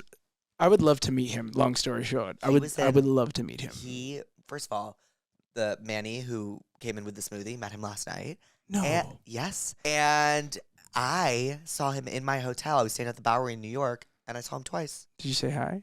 No, because like I felt fraudulent because like well I did see some Nathan For You, like I wasn't like a rehearsal stand yet, so I couldn't be like big fan. That's respectable. You know, I think that's actually really respectable. I think like with comedians, like sometimes since they're always feeling like comedians are sometimes very different than who they like present themselves as, just because like they're performing, you know, and like Yeah. sometimes it's nice to not be on, and like I feel like in a hotel elevator, like it's the last place he'd want to be like cornered. That's really cool. You thought about that 100%. I probably would have pissed my pants. Really, you big Nathan Fielder fan? Huge. I Yeah. think he's just fucking hilarious, and I wouldn't have been able to help myself. Yeah, I mean, would've there's been always like- those people. I just Yeah. I didn't feel that way about him enough. Oh, you want? Speaking of these type of stories, the most starstruck I've ever been in my life. Like even I've been super starstruck all the time about people I really fuck with, and like, but I'll always like say, hey, big fan, whatever. Right. I saw Larry David. I saw him at Toscana once. No fucking. Yes. That feels like a fucking Larry David spot. I feel like he Yes. totally would go there. Yes, I saw him at That's sick. Toscana once. Wow, I saw Larry David. We were at like I think it was the Vanity Fair party, like the Oscar after Right. party, and I saw him from afar, and I was like, holy shit! And I went to walk towards him, and then I literally was like, I can't do this. I turned around and I walked away, and I totally blew my shot at meeting him because I was that like geeked. I was like, I don't even know what I'm gonna like. I don't know what I'm gonna say. I don't know what I'm gonna do. This is better off just left. And he's the type to be like, thanks. He's had to be like, fuck off. Yeah, In the best way possible. Yeah. And I'd be okay with that, but I was just like, I don't know if I'm ready to do all that right Were you now. a big Curb fan? Yeah. Yeah. Big Cub fan. So you watch a lot of comedies. It's my favorite. Do you watch Hacks? No. You would like But Hacks. I will check it out. It's great. And then What's like the premise? So the premise is it's this older comedian played by Jean Smart. Okay. And she basically needs to like revamp her career. So her agent, who also reps this up and coming writer named Ava Daniels, played by Hannah Einbinder, he pairs the writer with Jean, Whoa. and it's just like this like back and forth between them two. It's really fucking. And fun. you're in it, right? I'm in a few episodes, yeah, but that's not why I asked. It was also my favorite TV show like before that all that as well. What's your role in it? I play like the social media coordinator to like Deborah Vance, who's the Jean Smart's character, late night show. That's fucking cool. Have you ever seen the other two? The other two? No. You would Put me love on. the other two. Wow. The other two's fucking hysterical. I'll tell you the comedies I've watched. Have you seen Veep? Veep? Veep? No, I've never. You've never seen? Oh, it's the best show of all time. Fuck, I'm missing out. Veep is like about. I don't even know how to describe it. Do you know Julia Louis-Dreyfus? Have you seen Seinfeld? Oh yeah. Yeah, her. Yeah. She plays the vice president in the show called Veep, and it's really fucking funny. Damn, I gotta pick It's that. like actually hysterical. Damn. Yeah, Those are all my recs for you. I'm always looking for new shows to watch. Anywho, do you want to get into the tell me what's wrongs? Sure, let's go. My roommate walks around naked all the time in our apartment. I hate it. The worst part, she'll come out of her room while my boyfriend is over like it's nothing, and I just know he's catching a glance. Help. Sorry. What? No, I know. It's this chair. You missed it, right? One You more want me- time. Hold on. So yes. the roommate is walking out, Like butt ass fucking naked. And butt this, naked. And this girl's like, my boyfriend's like looking because she'll walk out naked in front of my boyfriend. Fuck. Yeah. Your roommate wants your boyfriend, Yeah. is what I would say. You're. And I would say to her, Yeah. I agree because. Why would you do that? no, that's, When the yeah. boyfriend's over, I understand if they're like at the crib but like if you know, I guess there's details that need to be figured out here. Does she know that the boyfriend's over? I mean, I assume that she can hear. Probably. And Fuck, I don't know. I'm trying to give her the walking, benefit of the I would doubt. just say, bitch, put on clothes. Like, my boyfriend's over. Yeah, it's annoying. exactly. I would probably be like, hey, do you mind putting on some clothes when my boyfriend's here? And if she says no, then it can be beef. Well, then it's like, oh, so you Want to fuck my boyfriend. want to fuck my boyfriend? Yeah. But I would be like, put on clothes. Like, we're not at a nudist resort, bitch. Yeah, we're at home. Yeah. And like, if you want to walk around naked, like, live by yourself. Because it's weirding me out. Period. If I was in like a better mood, I'd probably like prescribe like a nice conversation. But I'm just like, no. You said what you said. I did say what I said. You said what you said. I said what I said. I'll second it. So my ex, did I just say what I say? Cool. So my ex-boyfriend sent my parents a letter about how unfair our breakup was. Oh, loser. He also shows up at my gym. He also tried calling my best friend at 2 a.m. Also, his parents leave notes on my car. What do I do? She needs a restraining order against him and Absolutely. his family. I was going to say, you need to walk into the fucking station and get that done immediately. Yeah. That's not or good. Or like whichever parent you feel most comfortable physically fighting, be like, let's go. Let's fucking put them up. Yeah, I would. Why are the parents leaving notes on your car? Fucking freak. I hate when parents get involved like that. It's the weirdest thing. Strange behavior. Yeah. Strange behavior. I understand parents, like, it was like giving like an elementary school or like middle school, like when my friends' parents would like be like, well, they're fighting. And my mom was like, I don't give a fuck. Right. She's like, why do you think I care that they're fighting? Yeah, for sure. I have a job. Yeah, exactly. I think, yeah. Ew. Yeah. I don't love That's that. crazy to me. Yeah. My sister drowned my hamster because she thinks I stole her boyfriend from a rumor from school. I am not well. Lots wrong with that. Right. So that's animal cruelty for sure. Yeah. Can you go to jail for that? Definitely. For drowning a hamster. Do you not like... I mean, why?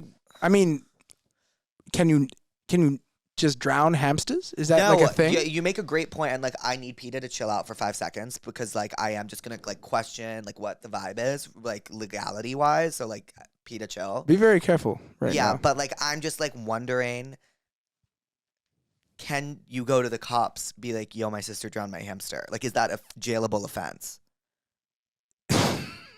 Like, is a hamster like, you know, like if it was a dog, God forbid, like behind bars, but like, can you? I see some favoritism going on in my eyes. I'm just saying. Well, I think it's really fucked up that she drowned the hamster. Yeah.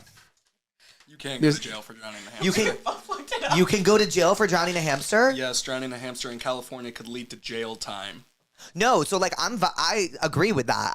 It's not that I'm not agreeing with that. I'm not saying you should like drown a hamster, but like I'm just saying like I did not know like before I gave this pussy advice, like I want to know like if she's just going to waste this cop's time.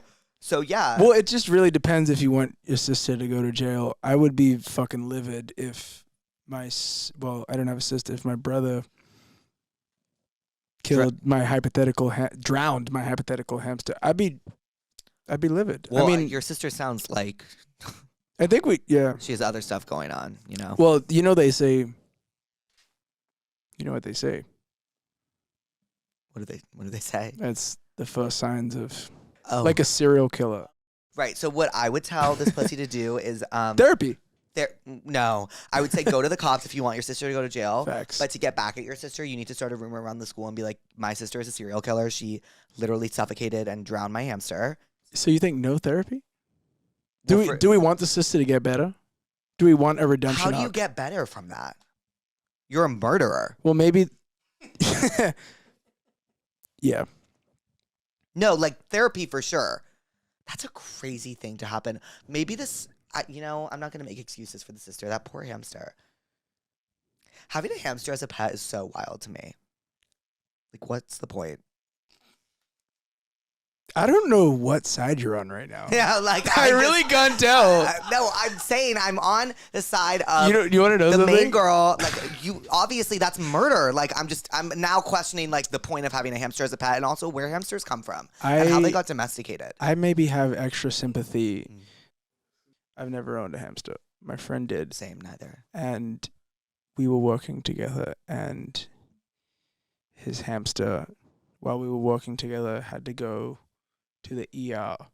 How would he know that? He got a call from his girlfriend who was like, the hamster went into cardiac arrest. So the hamster was going to the ER, and he was like, yo, I got to get out of here. My hamster's like going to the ER right now. So he dipped, and unfortunately they tried like doing a surgery on the hamster, hamster got through the surgery, but then went into cardiac arrest and died. And my friend, I guess I say that to say my friend was like devastated, rightfully so. No, it's devastated. It was his pet, and he fucking loved it, and was devastated, and was like, he was like really mourning the death of his hamster. So I think I have a different perspective because I saw a friend go through that, and I definitely think hamsters should be treated with the most care and respect. No, of course. It's a living, breathing thing.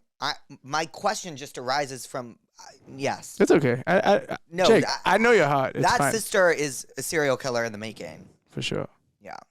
I'm in my mid-20s, and I swear to God, there is a new important event every fucking weekend. I feel like I can't say no because most of these are birthdays and weddings, but mama needs a break.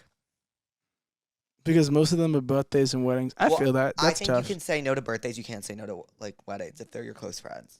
It's just my opinion. Yeah, a wedding. Saying no to weddings tough. Have you been to a bunch of weddings? I've been to a bunch, no. Weddings are fucking expensive. Yeah, weddings are fucking expensive. I just had to buy a tux. Oh, you know, suits randomly fucking really expensive. Yeah. And so I've never been to a non-black tie wedding, which is, and so black tie is like you need a tux. So normally I'll rent a tux, but every time I rent said tux, I lose said tux, and then I have to pay for like said tux's entire price. And so now I'm like, I'm just gonna buy a tux because I'm over losing. That's good. That's a good investment. Wait, I'll send you a photo. I look amazing in my new tux. Really? Are you having fun? Oh, dude, this is so much fun. I love this. I totally forgot that my last text to someone was, I want to die. Because they just said, what do you want me to do? Okay, where is my tux suit pic? Oh, Jake. Oh, yeah. So cute. Thank you. I love it. Let's go. What a good tux. Chic, right? Very. Yeah, so, yeah, I would say my advice is you need to say no. Say no to the weddings that you don't have to go to. Yeah. It sounds like this person has a problem with FOMO, which I understand, but they need, You need to chill, basically. Like, not you, but like, but I don't know, I feel it. Like, you don't want to let people down, too. That's a real thing. Yeah.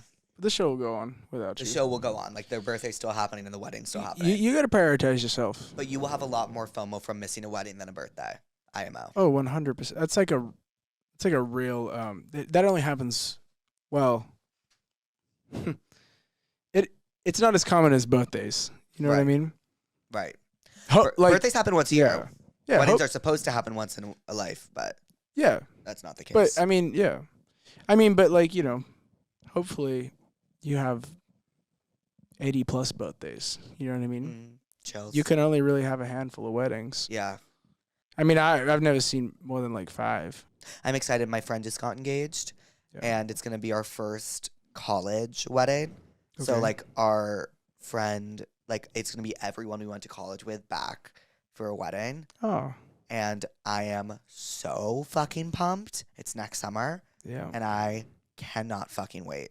And I know because my manager, Louise, like, has like a wedding like every other month, like a college reunion wedding, and she's like, they're the most fun I've ever had ever. Let's fucking go. Because you're just like, you get to like kind of be like, it's like a little it's a reunion. Reunion, exactly. But it's like enclosed, and the best weddings are weddings that aren't like are kind of like in another place or like a remote place, so that everybody there is stuck there for the weekend. You can't go anywhere else, so the only option is to black out. It's like a 100%. I saw.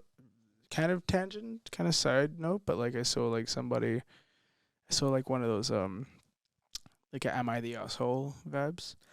I love the Am I the Asshole vibes on Reddit. It's the only Reddit ones. But I see it on like TikTok. And shit. Yeah. And one of them was like, "Am I the asshole for like wanting a no phone wedding?" What do you think about that? I think it's totally valid. I think it is too. I think it's totally valid. I gotta be honest. Yeah. As long as you're not a stickler about the photos taken at the wedding and you're like, here's for everyone. Yeah, for sure. I think more so off of the thought of like, and like if it's like an emergency, it's a different thing, obviously. But I think off the thought of like wanting everybody to be like present and like, yo, if you need your phone, we'll fucking unlock it for you, whatever, give it to you. And I didn't mind the idea. I saw a lot of people that were kind of really against it. What do you feel about when people are on shows at a concert? Like, does that when people are on shows, like on phones at a concert? Sorry. Sorry. When people are on phones at a concert, like, do you ever feel like does that ever fuck with you while you're performing? No, I haven't I've only experienced like the phone crowd generation. So, right. You never got it before. It's just like normal, but like it is way cooler when you have like a crowd that's more focused on being in the moment, obviously. But I understand why people want to record and save memories. I think it's annoying when someone's doing it like every single fucking song. Right. It's like you can like record memories. Like when I'm at a concert, sometimes I'll record a video, but like I think if you're like 70-80% just present, enjoying. I try to be very present at concerts. Yeah, especially because like maybe I don't know, maybe some people don't realize this, but like for the most part, usually like artists are like out there fucking like going crazy, like I don't know, not to make it a deep thing, but like they're really trying to put on a show, like being vulnerable, like and so sometimes when it's just like phone, right, yeah, just kind of like a little bit, yeah, maybe, but I mean I don't know, I'm not gonna lie and say it really bothers me because it really doesn't, right.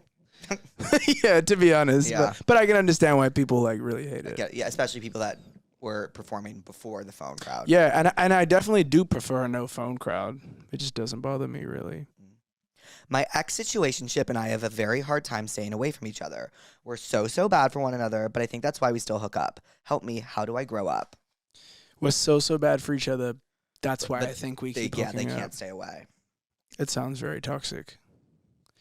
I've never had like I've had like I have attachment issues, so it's just I've never been in that situation. I would say just going. It's really hard, but if you can just go like cold turkey, don't talk. Obviously no contact. Yeah, like if you need like have the conversation, whatever the conversation needs to be. Hey, I think we should stop. Whatever, and then from there, once that's like closed and done, you just got to be disciplined and be like, I'm not gonna. No contact. Yeah.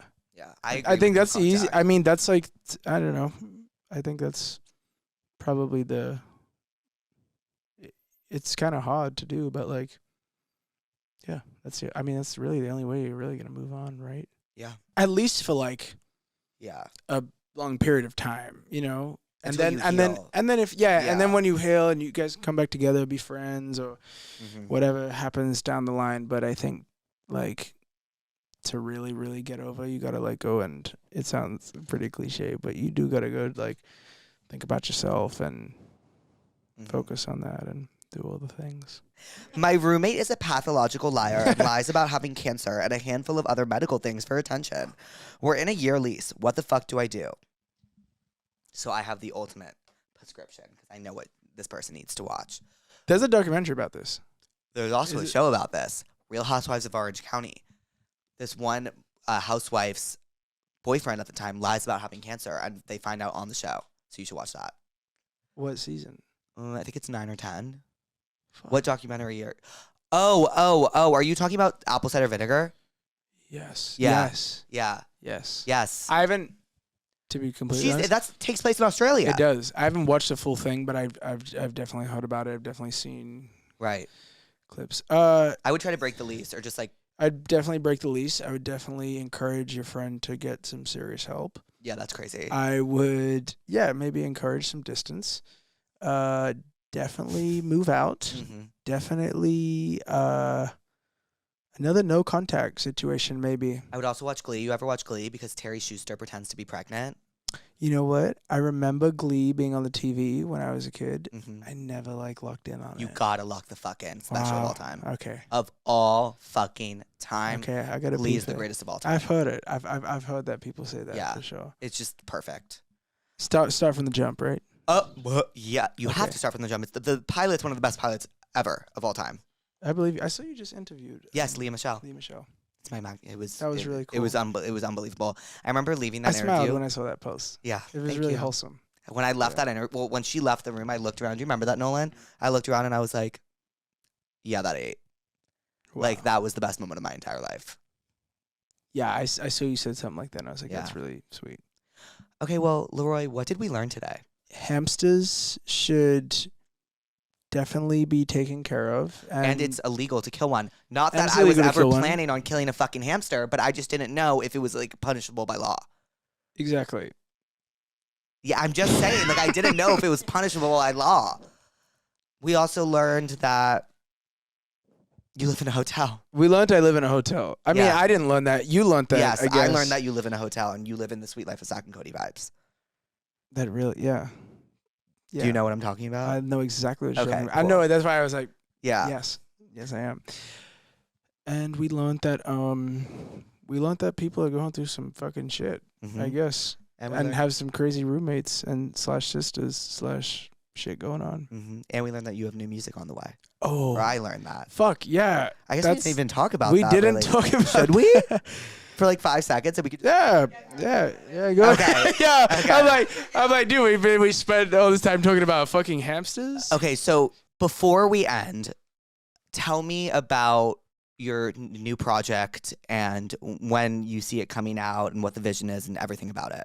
I don't know. This project is it's a lot more fun, you know. I mean, it's still obviously personal. There's still like super personal songs on there and whatever. And, you know, I always describe this project as being like a happy project, like having fun, dancing type of thing. But there are like still sad songs on there. There's still like, you know, there is still those type of pockets on there. But I mean, I don't know. I kind of went into it just being like, I wanted to make music that I could like play like on a night out or something, you know? Yeah. Like I think like this is like a really weird thing, but like I noticed that when I would like go outside like to like a club or something and like the DJ might be like, yo, like I want to play one of your songs. Like what song should I play?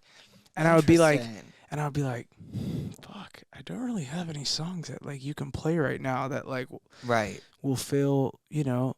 I mean, the closest one was really like Stay or something like that. But I don't know. I kind of realized like, damn, I don't have a lot of like music for like this type of environment. And so I guess like the mission in the beginning was like, I just want to make music that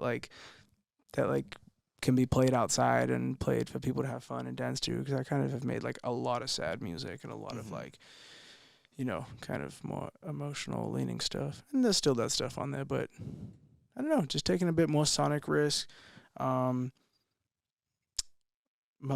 trying new things, you know, been working with, you know, different people and just trying to like experiment. I did, so just a lot of that and kind of figure, you know, in the beginning, that was like the intention. Then it kind of became, the project kind of became like a whole story now, which is cool, which is how it usually goes anyway. You set out with like one intention and then it kind of like shapes into like this like body of work vibe. What do you think the story of the album is? I mean, it's really like a love album, you know, which is cool, you know. It's a lot of love songs. And so I'm not going to give away too much, but yeah, it's you know, it's not like a, you know, top to bottom, like exact, you know, story, but like it's funny enough, like now that it's sequenced, when I listen to it top to bottom, I'm like, wow, it's cool. It feels like a little, makes sense. Like, yeah, like it feels like it strings together. It feels like a full like thing. And yeah, it's cool. Right now we're just, it's done. The album's done. It's done. Yeah, it's done. Right now we're just working on little transitions and little like skits. Oh, to fun, just add. fun, But all fun. the songs itself are actually done, and they're like ready to go. We're about to like shoot the album cover next week, and it's coming around really quickly, which is really crazy. But yeah, I don't know. I think it was just about. I also this album I didn't want to overthink too much. You know, last album took me like 2.5 years to make, and this I was just kind of like not overthinking a lot of songs. Although naturally now that it's done, I'm definitely like overthinking. You just kind of have to get it out. But I'm just kind of like listening to that now. I'm like, all right, I gotta try and take a break from like even listening to this. I still you know, I still do. I listen to my songs when I make them a lot, which I think, you know, because I'm trying to like hear things, or I'm trying to like figure out, okay, what is this slot, or what is this, you know, whatever. But but then sometimes I get to a point where I play it so much that then I stop picking at little different things, and I'm like, oh, I can't change this, or it's gonna just change the song, right? You know, and it's gonna change how I felt about it in the moment. But yeah, I think when I'm making a track list in general, I'm always very conscious of like what's the story that's being told, how things are going, and yeah, I'm just really excited for people to hear it. I think it's like I'm really happy with it, and like my friends like it, you know, and that's all we can really know, you know. This album number 3, 4? It's technically number 2, but like some would say number 3 because the first album was like technically classified as a mixtape, but it was an album. Got it. Like it was. That's where. But I like to claim it as a mixtape because I just don't like to claim it as an album. Right. You know. Yeah. But it is technically like it was an album. So it's number 2, but I guess number 3 to some people. I'm excited to hear it. Thanks, bro. Yeah, I want to when it's fully done, I want to send you like a real. Yeah, I'm excited. Top to bottom I loved. listen. Here, I'll tell you my favorite. Yeah, yeah. What was your favorite? I'm curious to know what your favorite one one that was. you sent me was because I sent you a bunch of random things at one time that are just kind of like. My favorite one that you sent me was "Move Your Body." I loved "Move Your Body." Let's go. Yeah, I was into it, and I was like, I want to hear this on night out. Yeah. Wow. Well, our next night out. We did the job. Yeah, you did do the job. Let's go. Well, Leroy, thank you for coming on Therapuss. Thanks for having me. I was really excited. Did you have fun? I had so much fun, and I was really excited about this prior. Me too. I was so excited. I was so hyped. Yeah. Will you give a little bye, pussies? Bye, pussies. Bye, pussies.